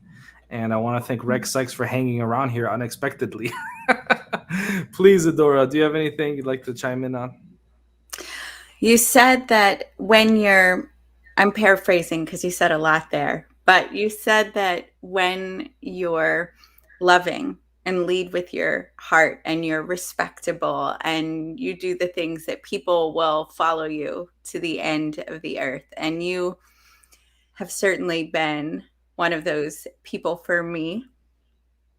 And I'm just so happy that we got the opportunity to show more people and allow more people to hear you in the next generations. And as you said, the river flows through all, because the song that you sing is the song that rings in us and wakes us up, and where we're all connected and who we aspire to be. So And what I'll I add love to you that, so much. we do love you, Dennis. And what I'll add to that is I believe that the value of a man is really determined by the impact that they make on other human beings. And I can look at the life of Denis Waitley, and it's not only the people that heard your voice on those millions of audio programs. That's one large element to it. But as we have discovered, and as we have proven now in the last few days, it's all of the folks that have taken your words and used their own voice to impact other people. And so there is a ripple effect and a domino effect. And part of the motivation for this is to show that ripple effect and domino effect for you as well as for the general public. So if you take into account that the value of our lives are predicated upon the number of people that we impact and the value that we provide for the rest of our species, and if you put it in the proper context of what I just said, when we heard stories of Brian Tracy listening to your audio program over and over again with his wife And then when you put that into the perspective of the psychology of achievement and the 90+ books, that seed of greatness was instilled from Denis Waitley and his voice into Brian Tracy. It's not my words. It's not an assumption from Mo. It's what he said. And so that was not public information until this program. When we think about Les Brown saying that the first book that he read on success was The Psychology of Winning, those are not my words. It's not my assumption. It's Les Brown saying it publicly for the first time because of this tour. And then you think of all the lives that Brian Tracy touched, and you think of all the lives that Les Brown touched, and you think of all the lives that they still continue to touch. And we go back and circle back to that original point. The value of our lives, the purposes of our lives is to impact fellow man, fellow woman. And you think of all the people that Les Brown touched. You think about all the people that Brian Tracy touched. Well, Denis Waitley touched them. And so there's a twofold approach to this. It's the people that were impacted directly, and it's the people that were impacted indirectly by the people that were impacted directly. Denis, do you have any thoughts on that? That's what it's all about. I didn't truly understand the ripple effect in that way, but when you drop that pedal or the marble or the rock or whatever it is and the rings go outward, those core values radiate like rings, not only rings within a tree, but rings within the largest pond and a tsunami in the ocean. So I never dreamed that I would have that kind of impact, and never saw that happening, and never really had that as a goal. But I do know that I've always said that my goal is to plant shade trees for future generations under which I myself will never sit. And I'm in the shade tree planting business, and this enabled me to realize that that is true, and that a few seeds that I might have thrown out took root in people who had a much broader voice, broader platform, different audience, bigger audience. And that's why I want to watch the presentations of the other speakers. So when I rewatch this, I won't just be watching Les Brown, Bob Proctor, Denis and Brian, Denis and John Azra, Denis and Kyle, Denis, and I'll be watching those that I didn't sit side to side. I'll watch the others, and each one of them, when I peeked in from the green room and said, wow, I like that. Wow, I didn't realize, I've never heard it said that way. And I heard each one, male, female, young, older, young, mostly, of course, all younger. And I said, they're fantastic. I need that. I need more of that. I need to internalize, implement, act upon that. So what I'm going to do is I'm going to rewatch and re-listen to the others that I didn't have the privilege of sitting side by side. And of course, I'm going to cherish those things that I had, because Brian made me reach over and grab my journal and start writing in my journal again some things. I'm tired of just using a lined pad, but I'm going to get my journal and start journaling more of. So I've learned something. Rex, I've learned from you. Mo, I've learned from you. Adora, of course, I've learned from you. And I've learned from everyone on the program. So that's what I'm going to do. I'm going to use this program to listen to other people who give me things that I didn't know, have never heard, and will never hear. And I'm hoping this continues to be a wave that continues. Mo, you've got to keep it going. Everyone has to keep it going, because there isn't an arena big enough to hold all the people that will be impacted by this kind of information. I'm only glad to be somebody who said, hey, I'm here too. You know, I will, Denis. Yeah, we will. And with that, I think that unless Adora, there's anything else we'd like to say. May I say something? Please, Rex. Denis, I forgot you were here, Rex. It's easy to do. It's easy to do. Denis, thank you for being a servant leader. Thank you. Thank you. And also, we do want to point out that as part of what we are doing here, there have been only a handful of folks that have been given this distinction. And we do want to honor you, Denis. And there will be something official will be sent to you as you are now officially a Lifetime Achievement Award recipient of the Los Angeles Tribune. Wow. Well, thank you very much. And I guess my last word I'd like to say is, and Adora knows I'm going to say it, what do you leave in your children as values will be 1,000 times more important than what you leave them as valuables in your estate. And I can't tell you enough, your children will never thank you for the money you spent on them, but only the time you spent with them. So just remember, they remember the things you did together more than the things you bought them. Give them roots and wings instead of loot and things, and they'll fly back home to be with you as much as possible. Roots and wings instead of loot and things. Thank you for that, Dennis. And we're going to now give the floor as we wrap up this leg of the tour, because Dennis is telling me to keep it going. So who knows? We might have another leg of a tour coming up. I don't know, Adora. He inspired me. Dennis Waitley told me to keep it going, Adora. So I'm going to listen to him. But I know that for thank you, Mo. Thank you, Adora. Thank you, Rex. But thank you so much, really, from the bottom of the heart, of this young heart. I love you, Dennis, and thank you, sir. Thank you. And Rex, we're going to give you the floor now, because you're much more than a moderator. You're much more than a co-host. You yourself are a legend in your own right. And you yourself have been such a powerful individual for so long. So we're going to give you the floor, because you have been so gracious in co-hosting and co-moderating when you yourself belong on the other end of the fence. So we're going to give you the floor. And then we have two more speakers that have a message for Denis Waitley and for our audience, and then we're officially going to wrap up the leg of this tour. But for now, Rex, please, the floor is yours to speak directly with the audience. Wow. Well, if you want to know about me, you can search me on the internet, or you can go to rexsykes.com.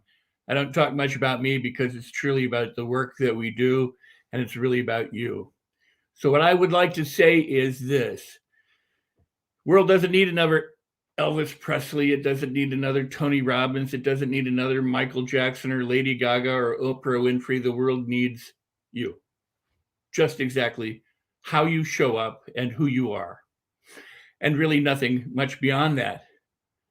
Now you can struggle, which some people do, to find themselves, or you can relax into it and release and let go and find yourself. But the thing is to discover that you are an infinite possibility. You are a gift to the planet and to the universe. There is only one you. There will never be another. Let's forget quantum physics and let's say you're here right now. You've showed up. You don't know how much time is left. It could be a day, could be a month, could be 100 years. But whatever it is, you will stop in the middle of something and it will be left incomplete. That's just the way it happens, right? We oftentimes don't get to wrap things up with a nice little bow. We disappear, we transcend, we transfer, we move into a different realm. So with that in mind, I'd like to point out just a couple of things.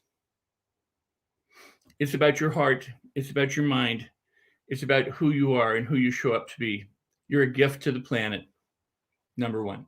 Number two, when you look out at the planet, consider this, that there's a whole lot more space than there are things in the planet. There's more space between the rocks and the trees, between the cars, the people, the homes.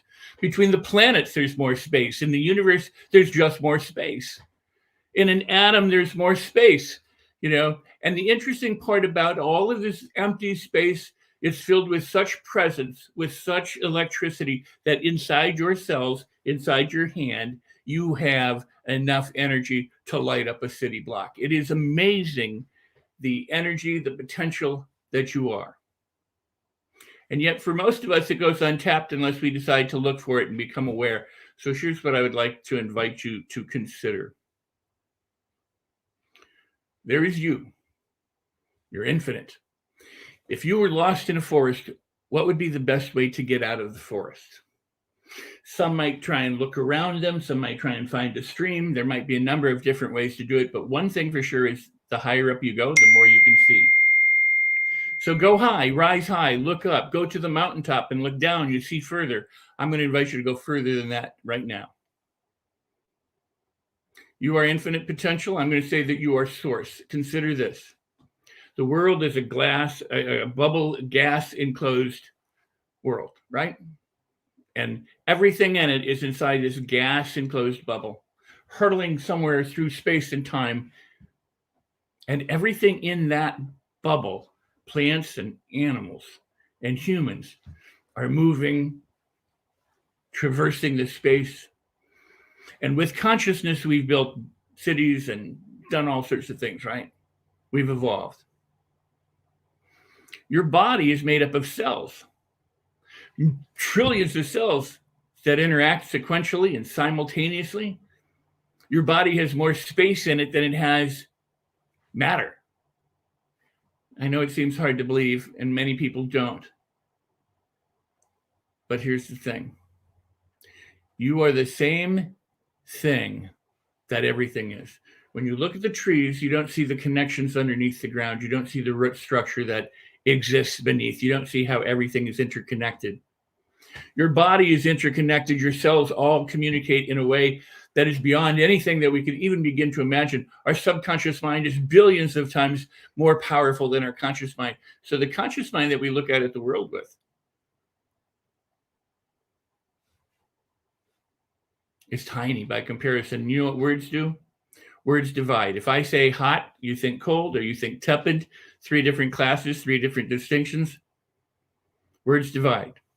Our consciousness divides. We look at the tree over there and think, I am separate from the tree. We look at the person over there and think, I am separate from that person. But you know what? We're all connected. We're all one thing.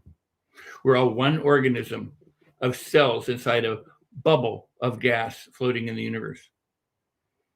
There is no other but you. You want to help the world, help yourself.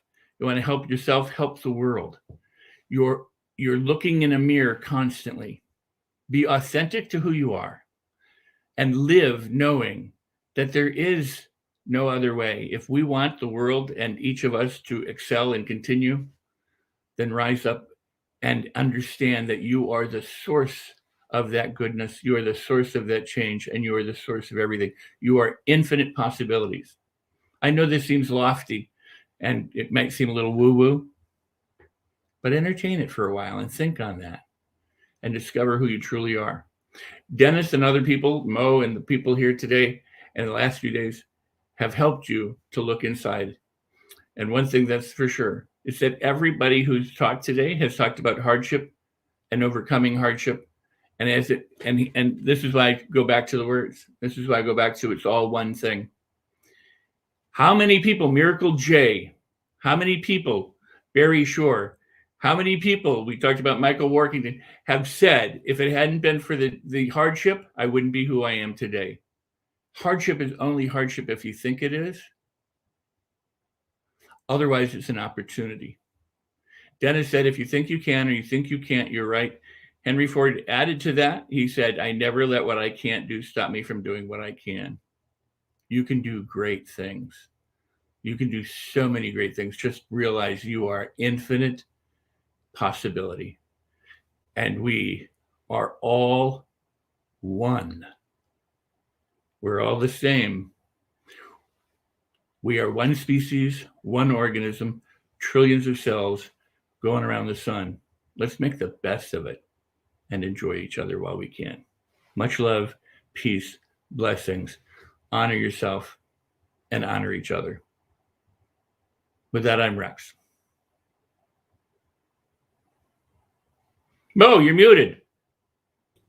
Thank you, Rex. Good thing I'm not taking shots every time I hear that.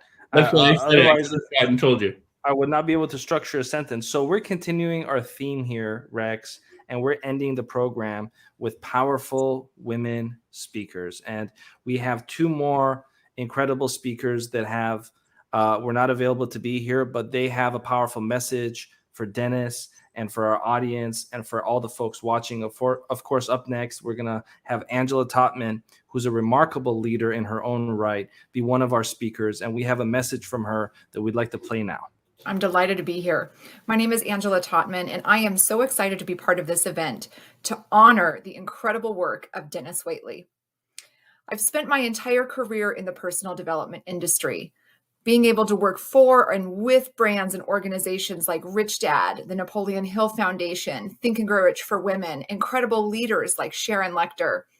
I've been able to be at events and hear from incredible speakers and thought leaders like Denis Waitley.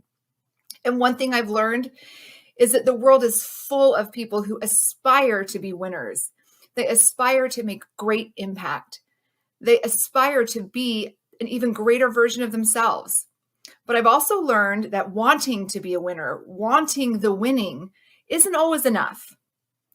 Throughout my career, I've been able to be accountability coach and expert alongside incredible people, and to be able to guide people to truly unlock potential and turn it into purpose, turn it into power. And there's definitely a process that goes along with it. There's definitely a mindset, a psychology. And again, wanting it is only part of the pie. It's only part of the equation. And one thing I love and have been so empowered by in my own life is the power of accountability. Now, accountability is not a word that everybody loves. In fact, a lot of people kind of stick their nose up at it. I think that a lot of us grow up and we have this idea, this concept of accountability. We picture someone wagging their finger at us or lecturing us, telling us what we should be doing.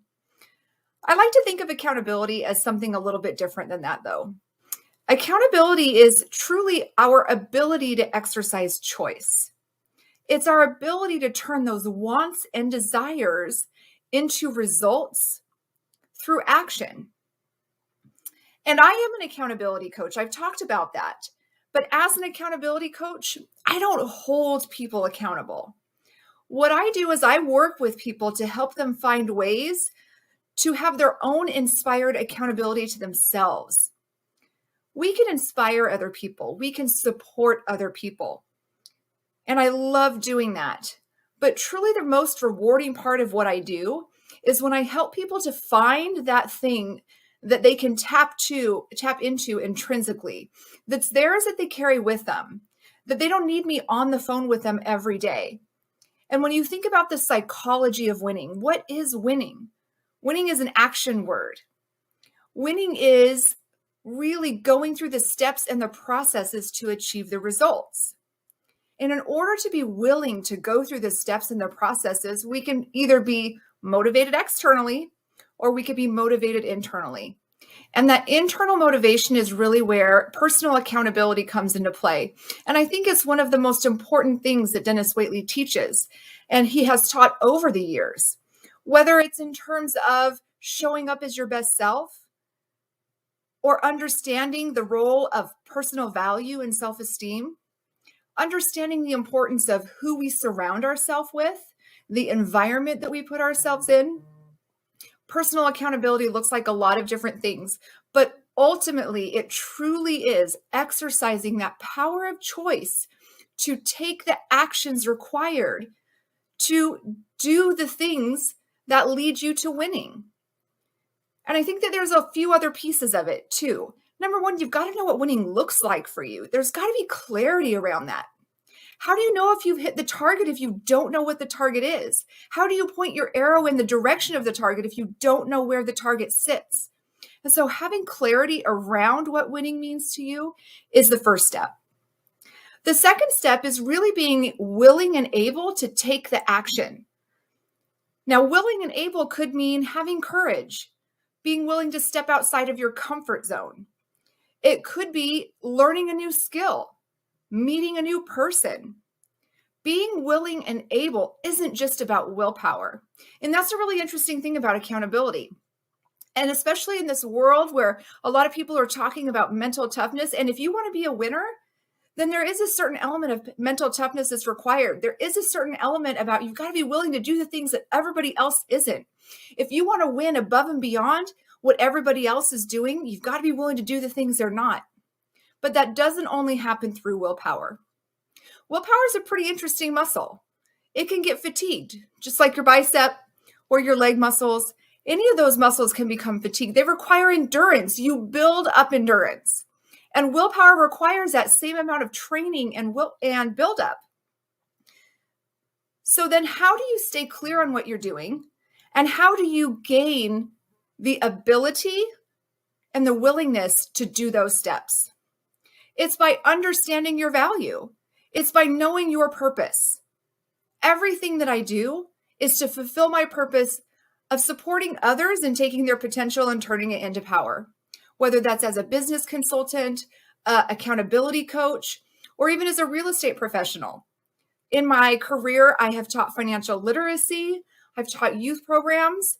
I have kids, and I try to teach them how to be the best versions of themselves. And that all boils down to understanding and having clarity on what that best version of yourself looks like, what are the steps that might be required to get there, and developing the skills and the tools to be able to take those steps. But we all hit roadblocks and we all hit obstacles. And that's why a lot of people like to work with an accountability coach or a coach in anything. So it is powerful to have those people around us who can cheer us on. It is powerful to have those people around us to set an example. That's part of our personal accountability, is understanding how others influence us. What are the inputs that we have that are affecting our decision-making on a daily basis? What are the steps that we could be taking that we aren't, that might lead us to a different result? And then are we measuring? Are we taking an inventory? Are we evaluating what those results are? Winning implies that there is an end game. Winning implies that there is a target. Again, we talked about that, right? So that means there's got to be some sort of evaluation process so that we can say, am I achieving this? Am I reaching this goal? Am I making this impact? Am I helping people to be able to unlock that potential and turn it into power? Whatever winning is to you, how are you measuring it? And if you're not, how can you be? Because when you measure it, then you know, are you taking the steps? Do you have the skills? Are you staying focused? Not only that, but it gives you something to celebrate. It gives you something to lean on. When your willpower muscle fatigues, guess what? Those wins, those measurement criteria that you put in place, that feedback loop is going to keep you going. That's going to be part of your personal intrinsic accountability loop, so that you are always carrying with you what you need to be a winner. You are developing the belief in yourself, in your ability to be winning over and over again. And the best part of that is that when you have that belief in yourself, you also can translate that into supporting others in winning as well. I've known since I was a kid that I wanted to be a part of other people winning. My dream has always been supporting other people and making their dreams come true. And I do that to this day. And that's how I maintain my focus. And I check in and I help people measure, and we measure together. And I say to them, why did you do this? That's part of the psychology, right? Why did you do this? If you didn't do the things you said you were going to do, did you get distracted? Is it because it's not what you really want? There is that feedback loop so that then we can be making adjustments. The psychology of winning encompasses a lot of different things, but at the heart of it, it all boils down to that level of accountability. And so I really hope that the information that I've shared with you not only has paid tribute to Denis Waitley, but has also inspired you to feel empowered through your own personal ability to be accountable, to put those other people around you, to be able to gather additional information, skill sets, to develop your focus, create clarity, so that ultimately the psychology of winning is something that you carry with you because you have developed it and cultivated it, and that you can be doing it with the other winners around you. Thank you again so much for this opportunity. If you'd like an additional training on the power of accountability, I'd love to share that complimentary training with you. Again, that's angelatotman.com/accountability. Thank you for that, Angela. And Rex, in keeping up with our theme, we want to make sure that the women that are out there making a difference have a platform, and we want to edify them and provide that platform. And, we opened up today with Denis Waitley's daughter, and Denis Waitley's daughter is one of those women that's out active, making an impact, and has been. And so Rex, up next, we are going to have a very special, powerful speaker to help end this arm of the tour. quick reminder, in about an hour and a half, Sharon Lecter will be live on a different stream, on a new stream. So this stream that you're watching will end, and about an hour after this stream, Sharon Lecter is going to be live on the wherever you happen to be watching this now. There will be a stream there as well. And so Rex, before we go into Dr. Liddy Lewis, who's going to close out this arm, who is a remarkable individual who has a fantastic story. She is a Supreme Court bar attorney. And there's only about 2,000 Supreme Court bar attorneys, 2,000 or 3,000, I don't know the exact number, out of the hundreds of thousands of attorneys. I'm proud to say she's also a special counsel for the Los Angeles Tribune. She works a lot in the field of empowering entrepreneurs, has a background working for the federal government, and she is, of course, one of our attorneys that we have, part of our team, and she's going to help close out in a few seconds here. But real quick, Rex, how important is it for us to continue to uplift and edify women speakers before we hear from Dr. Liddy Lewis? Well, it's tremendously important and a tremendously powerful opportunity to support women and they are coming into their own. They've always been in their own. We just have tried to ignore that fact for so long.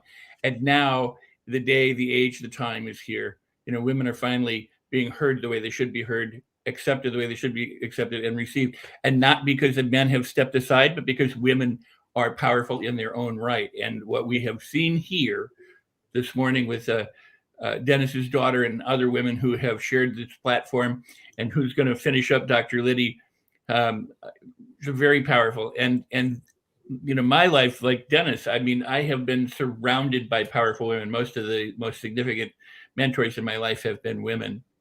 And if I may add one other thing, what you've seen here over the past 4 days demonstrates something that I've talked about for now 40 years, and that is the number one predictor for success in health and healing and longevity and in every area of your life is attitude.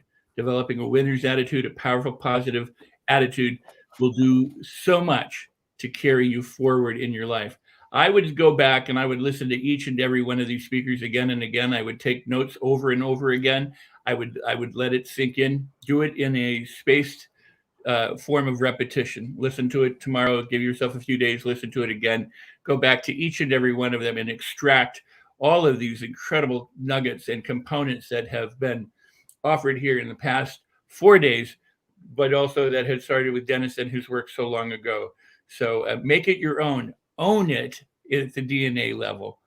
Rex, you're absolutely right. And in Earl Nightingale's Lead the Field, he says that. He says that attitude is the most important thing. It's also mentioned, of course, in The Strangest Secret audio program. And I don't know why attitude is the most important thing. I can tell you. Go ahead, tell me. In fact, when I started back in the late 70s, early 80s, there were not many studies, but you had people like Norman Cousins and Bernie Siegel, and people talk about laughter and the ability to heal and having a positive attitude. You had Norman Vincent Peale, you had all the former thought leaders. But Travis Air Force Base came along and did a study with 152 cancer patients. And they were the ones who, one of the first studies published back in the 80s, I would say there's about 120, 150 studies at most about belief, attitude, placebo, and healing and health and well-being. But that was what sparked my interest, was the study with Travis Air Force Base. And now there's about 44,000, 45,000, 46,000 studies that have demonstrated the power of attitude, the power of belief, the power of placebo. So here's the thing. Travis Air Force Base said, it's the attitude you have toward the treatment that determines the success of the treatment. So if you think it's likely to help you, it probably will help you. If you think it won't help you, it probably won't help you. And we have had, since those days, so much confirming evidence that, and lastly, that you want to pay attention to, but lastly, we know that an optimistic, positive attitude helps you electrochemically. You squirt the good hormones and not so much the stress hormones. And the more good hormones you have versus the less stress hormones you have, the longer you can live, because your body will support you, your emotions support you, your mind supports you, you are living aligned and congruent. So the higher your attitude, that's why attitude determines your altitude and all these little sayings that we have, is truly an important thing. You want to activate your attitude. You want to make it work for you. And the way you do it is by filling your mind and doing those things that bring you that result. And if that's why the psychology of winning is based on nourishment. Just keep nourishing yourself, keep imbibing it, and develop that attitude. Well, that reminds me of the moment that Joe Vitale asked Dennis. He said, "Dennis, what do you say to the naysayers?" And Dennis said, "I've had my share of that," with a laugh, as I imagine he would, being involved as long as he's had. And Dennis simply said, "Placebo is good enough for him." Period. Hard stop. Now that was an important moment for me, because I never really thought about it in that context, in the sense of simply accepting placebo. Meaning, if someone says, "Hey," because I have my fair share of skeptics as well. I'm the CEO of a national brand, and here I am talking about the law of attraction. And so that's not exactly something that is very common in the corporate world. And yet I always make a stand because it's a part of my life. And I get to talk to people who impacted me. And not a lot of my peers at the quote unquote country club really get it. And so I appreciated that dialogue that Joe had with Dennis, because it's a very simple, straightforward answer that he gave. The placebo is good enough for him. It's a beautiful answer. And here's the thing. And this is where some people do make a mistake. A placebo is inert. In other words, it's a pill that has no active ingredients in it, or it's an amulet, or it's a bracelet, or something that people, a chant, a mantra, whatever it could be. It's the placebo effect. And what is a placebo effect? That if you believe it, it's apt to come true. If you don't believe it, it's apt not to come true. Now, that's not saying I can walk through walls necessarily. We're still talking about, the power of physical reality. It's not like, okay, I'm suddenly going to circumvent gravity. But attitude is such a powerful predictor for your success in everything, in healing, in business, in your romance. If you have a crappy attitude going into a romance, how likely is it that you're going to have a good romance? If you have a crappy attitude going, I can't do this. Right. But here's the thing, though, and I want to take it, I want to go back to the point, because the term placebo is something that it kind of gets brushed off. Right. And it's like not a big deal. Oh, that's just a placebo effect you're experiencing. And to me, the reason that was an important moment, that the breakthrough, was because it placed into context that it doesn't have to be something that's simply brushed off. Right. What if we were to replace the word placebo with a different word? What if we were to replace the word placebo with the word magic? What would that conversation look like? It's a great point you make. I think in my book, I write about this because we had an experience where I had injured my arm, and my mom sent me a magnetic bracelet, and I wore it. And at the time, my wife, we were expecting our first child, and I would go to different doctors, and they would go, "What's that?" I go, "Oh, it's a magnetic bracelet. I injured myself." They go, "Oh, it's just a placebo." And I was like, "Hey, aren't you supposed to help me heal? Why are you busting me on this? This is something my mom sent me, and you're telling me it's not going to work?" The arrogance of some practitioners, they don't understand. Of course, this was in the late 90s. Now, more and more people are being educated. The guy we finally chose, he said, "What's that?" I said, "Oh, it's a magnetic bracelet my mom sent me to help me heal." He goes, "Well, let me know how it works." And I went, my wife and I looked at each other and went, "That guy." And so we chose him as the obstetrician. It was the best choice we could have made too. But that is the point. A lot of people will naysay. And experts too. Remember, the experts at the time said humans would never fly. We'd never reach the moon. We'd never be able to do all the things that we do. Science is great when it's great, and it's not so great when it's not so great. So it is truly, sometimes you may need to change the word. I was criticized in a book because I said what we're working on, this was in the 90s, what we're working on is making the placebo effect conscious so that we can consciously evolve ourselves. And they went, "Oh, this guy's a crackpot." You know what? And we're going to play the final video of this arm right now in a few seconds. And Dr. Liddy Lewis is going to share with us what winning means for her to close out this leg of the tour. But you're absolutely right, Rex. And it gave me a lot to think about, because for me, it's like placebo, what if we were to just replace the word placebo with something else? What would that look like? And I don't think placebo should be brushed off. I don't think placebo should be simply considered just some silly nuance. I think it's a pretty big deal. And I didn't know until Denis shared with us that at Harvard they're studying placebo and there's a placebo division. That was new information for me. No, that is very true. And maybe the new word for placebo is attitude. Having a winner's attitude, knowing that you can, will help you so that you can. I mean, I don't know, but it's a great question. And Dr. Liddy, I just wanted to turn our attention to her, is a wonderful speaker. I am so thrilled that she's here. And I want to thank you for the opportunity that you and Adora have brought all of us together to be able to talk, converse, and learn from each other. So thank you. We are continuing our theme of closing with the powerful female speaker, Dr. Liddy Lewis. She not only helps a whole host of other entrepreneurs and clients, she's a Supreme Court bar attorney, and she's a special counsel for the Los Angeles Tribune. It's good. It's very important to be friends with good attorneys. And so, Dr. Liddy Lewis, we love you. We appreciate you. Final word is yours. Hello, everyone. I am Dr. Liddy Louis. I am the #1 global legal branding expert. And I wanted to thank the Los Angeles Tribune and Adora Evans Production for putting together this amazing series of speakers that is sharing their thoughts on the psychology of winning. And we have heard from so many wonderful speakers so far. And I wanted to add my voice into my interpretation of the psychology of winning.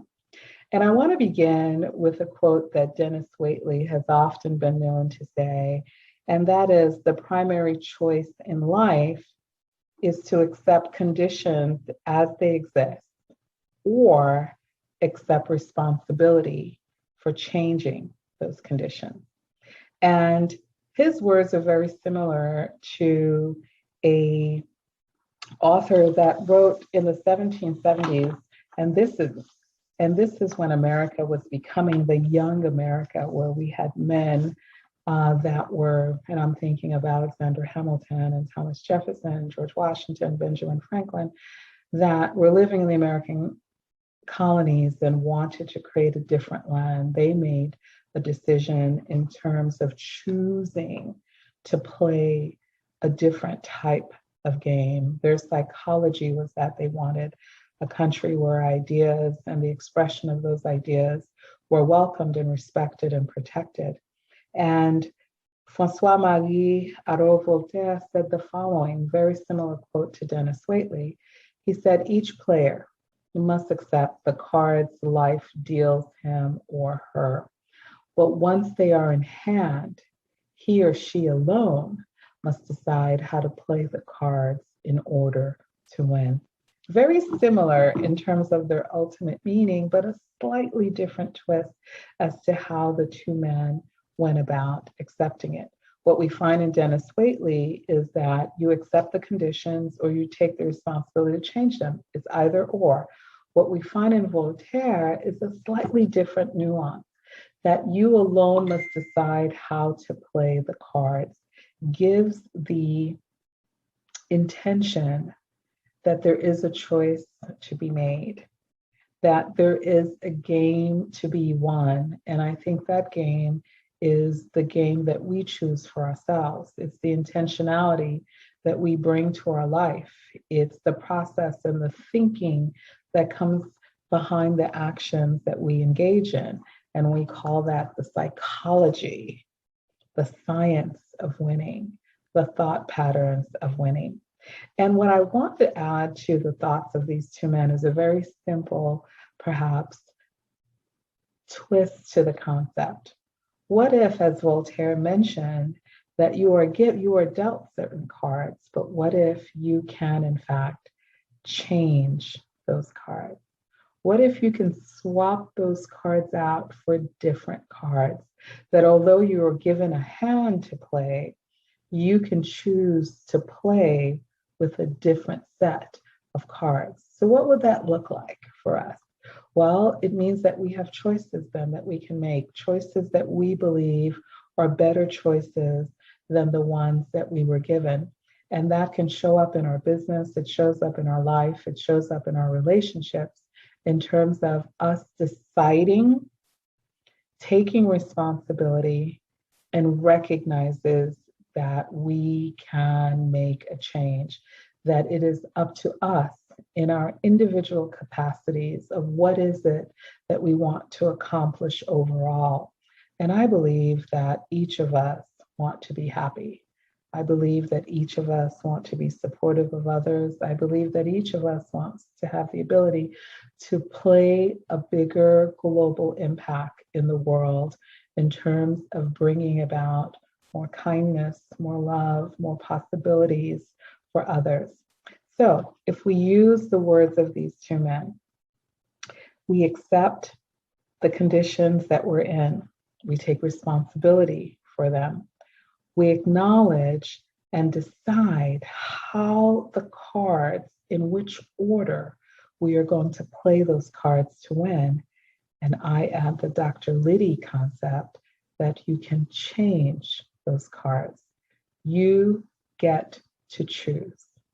And you get to choose it in a way that shows what it is that you love, what it is that you are passionate about, what it is that you are willing to go to war for, because these are important things to you and the community that you serve and those that you love.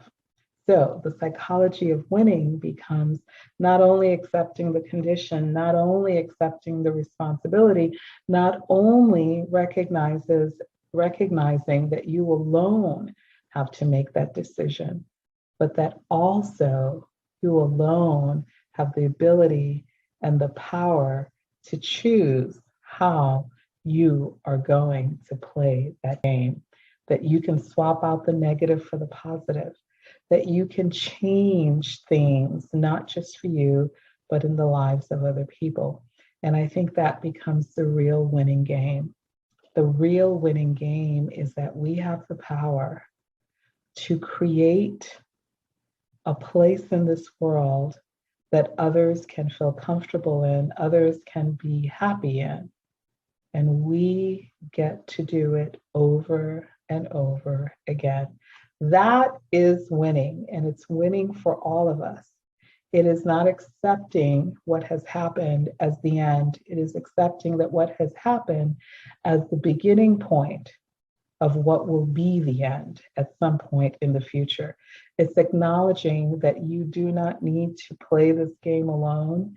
It's recognizing that you have those that will support you on this journey, whatever decision you choose to make. And it's also recognizing that winning is a mindset. And you can change that mindset whenever you choose to do so. So Denis Waitley was correct in terms of accepting the conditions and the responsibility for changing those conditions. Voltaire was correct in terms of acknowledging that life deals you cards, and that once you have those cards, you alone get to decide how to play that game. And I am suggesting that you can change those cards for what you believe to be the right thing, for what you believe can create more good and happiness in this world. And we are only limited by our mindset to do so.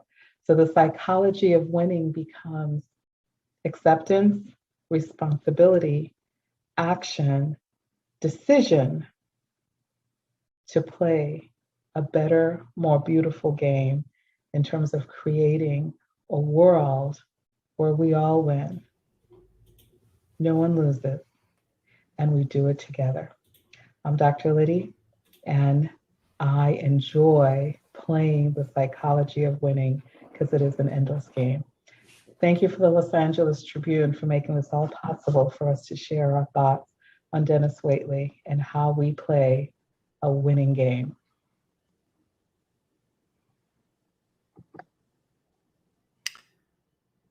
Thank you for that, Dr. Liddy Lewis. And of course, we want to bring up Adora Evans Productions as well. So we appreciate you, Dr. Liddy Lewis. Incredible thought leader. We wanted to make sure that the final speaker, the end note speaker of this day, is consistent with our theme of remarkable, powerful thought leader women. And so we appreciate you, Angela, as well as Dr. Liddy. And, we want to quickly remind folks we're going to end the stream here in a couple minutes. And in 1 hour, Sharon Lecter will be live with her segment as well. But Adora, please, I'm tapping out for the day. Adora. Your voice sounds like you've been hanging out with Dr. Liddy, and I was imagining Denis enjoyed that. Some of you know that he's very audio because he grew up with the radio, and I'm very audio, and that may be why I listen so much to him. But Ladies and gentlemen, we are live and direct right here, right now. This is the new Psychology of Winning tour, yeah, you and got you're a little listening. in there in that one though. Ladies and gentlemen, this is the new. Go ahead, Adora Evans. The microphone is yours. You've got a lot of range. I see Denis laughing back there. So I loved what you all were talking about with placebo. And I just wanted to add, while I'm not a religious person, my spiritual awakening was with Christ. And, I read a lot of the Bible early on, and I love that Jesus always said the miracle was given by faith, not by him passing it on, forcing it on, placing it on, but by their own faith, the recipient could receive the miracle, which says if they did not believe or have the faith, it only had to be a little tiny bit, that then they couldn't receive it. So the power was still theirs, and it was by their own placebo, by their own faith, by their own ability. And at 20, I had my first son, and I was so afraid of pain and childbirth that I found a scripture that said that was part of the curse. Now I'm in Christ. I'm redeemed from the curse. So I declared all these things over my body, down to like I wouldn't have stretch marks. And you know what? I had a painless childbirth. I was laughing. And I did what Denis did, what we've heard his daughter say. I wouldn't let anybody tell me their bad birth stories because I didn't want anything to impact me. And so I think that's very powerful, what you're leaning into, the placebo, that. Well, yeah, and this is something that really for me was probably the biggest personal breakthrough from just a philosophical standpoint, because I think that this is a conversation that warrants deeper dialogue. We as a society should not be brushing off the placebo effect, as you will, as quickly as we do, because I believe there's far more to the story that we are being told.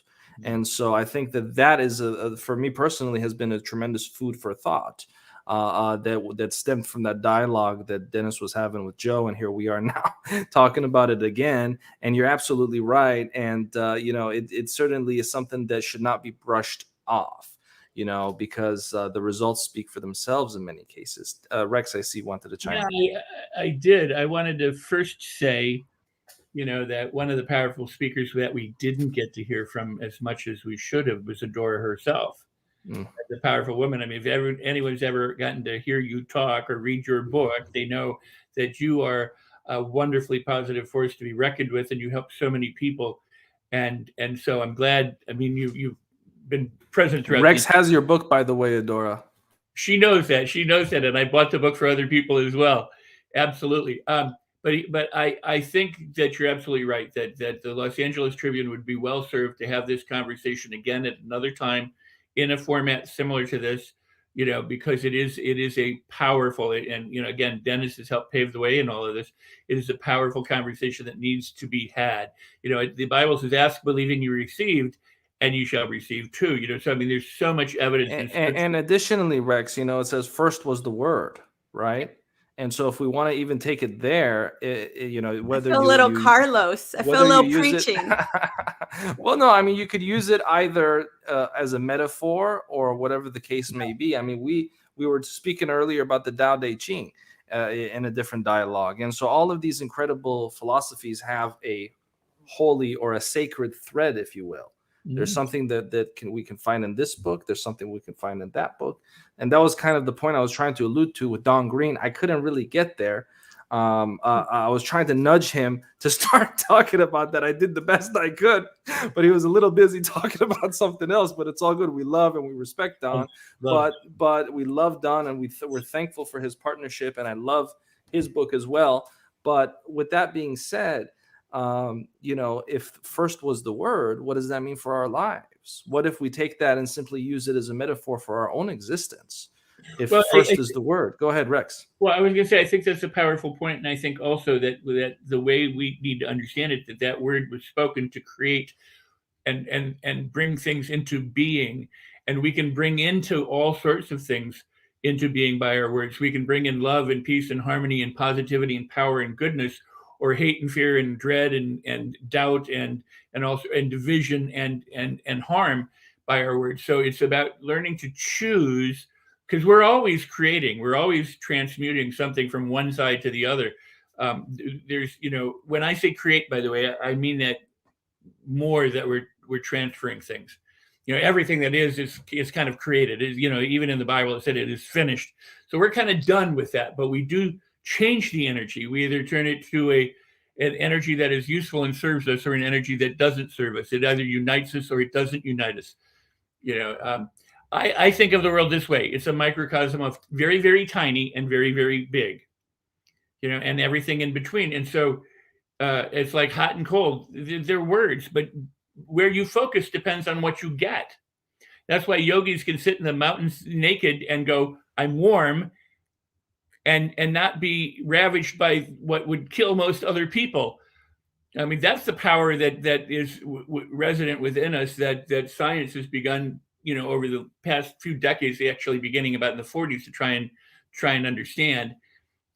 We got to have this conversation, and not just once, but many times. And I'm going to shut up so that Adora can talk and you can talk. But this has been a truly beautiful time. You get a bunch of speakers together that love to go deep. We have to wrap. We have to wrap at some point. And this is what Mo's been telling me. It's a tour for a reason, Adora. It happens again and in other cities. Look, one thing that has happened in the last year and a half is things have become redefined, Adora. Right? The phenomena of a digital event is a relatively new phenomena. 4 years ago, it would have been scoffed at. Today, it's an acceptable part of mainstream society. The same is true for the term tour. The term tour used to mean you go to an airport, you go on a bus, you go to Atlanta, you go to New York. This is 2021. And Dennis so brilliantly also spoke on this point. What we're doing today is the modern day, and not just the modern day, the future version of a tour. We now see Facebook coming out with Meta. We now see virtual reality being integrated into our society. And it's no longer a taboo the way that it once was not too long ago. It's actually an accepted part of mainstream society. And so a tour is what you're experiencing right now as per mainstream society. And the next level of it will be the virtual component, which I anticipate will be integrated into society in the next few years. But I'm not going there. Adora, close us out. Okay, we gotta go.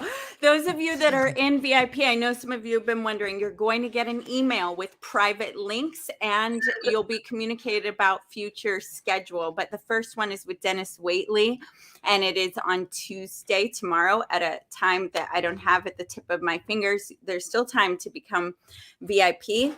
Look, from the bottom of my heart and on behalf of everybody that has already expressed, we are so grateful that you're here sharing this moment with us. Mo, thank you for saying yes and creating this with me. Thank you to our beautiful team, Shmiko, Laura, and Ava, and all the people with them. Thank you, Rex, Dr. Natalie, Goldilocks. We had so many incredible people.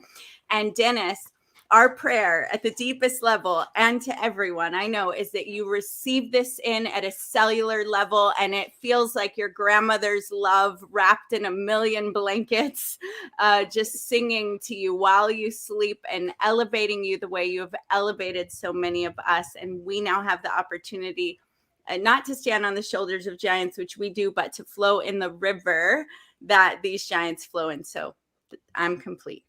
Thank you, Adora, for being a visionary.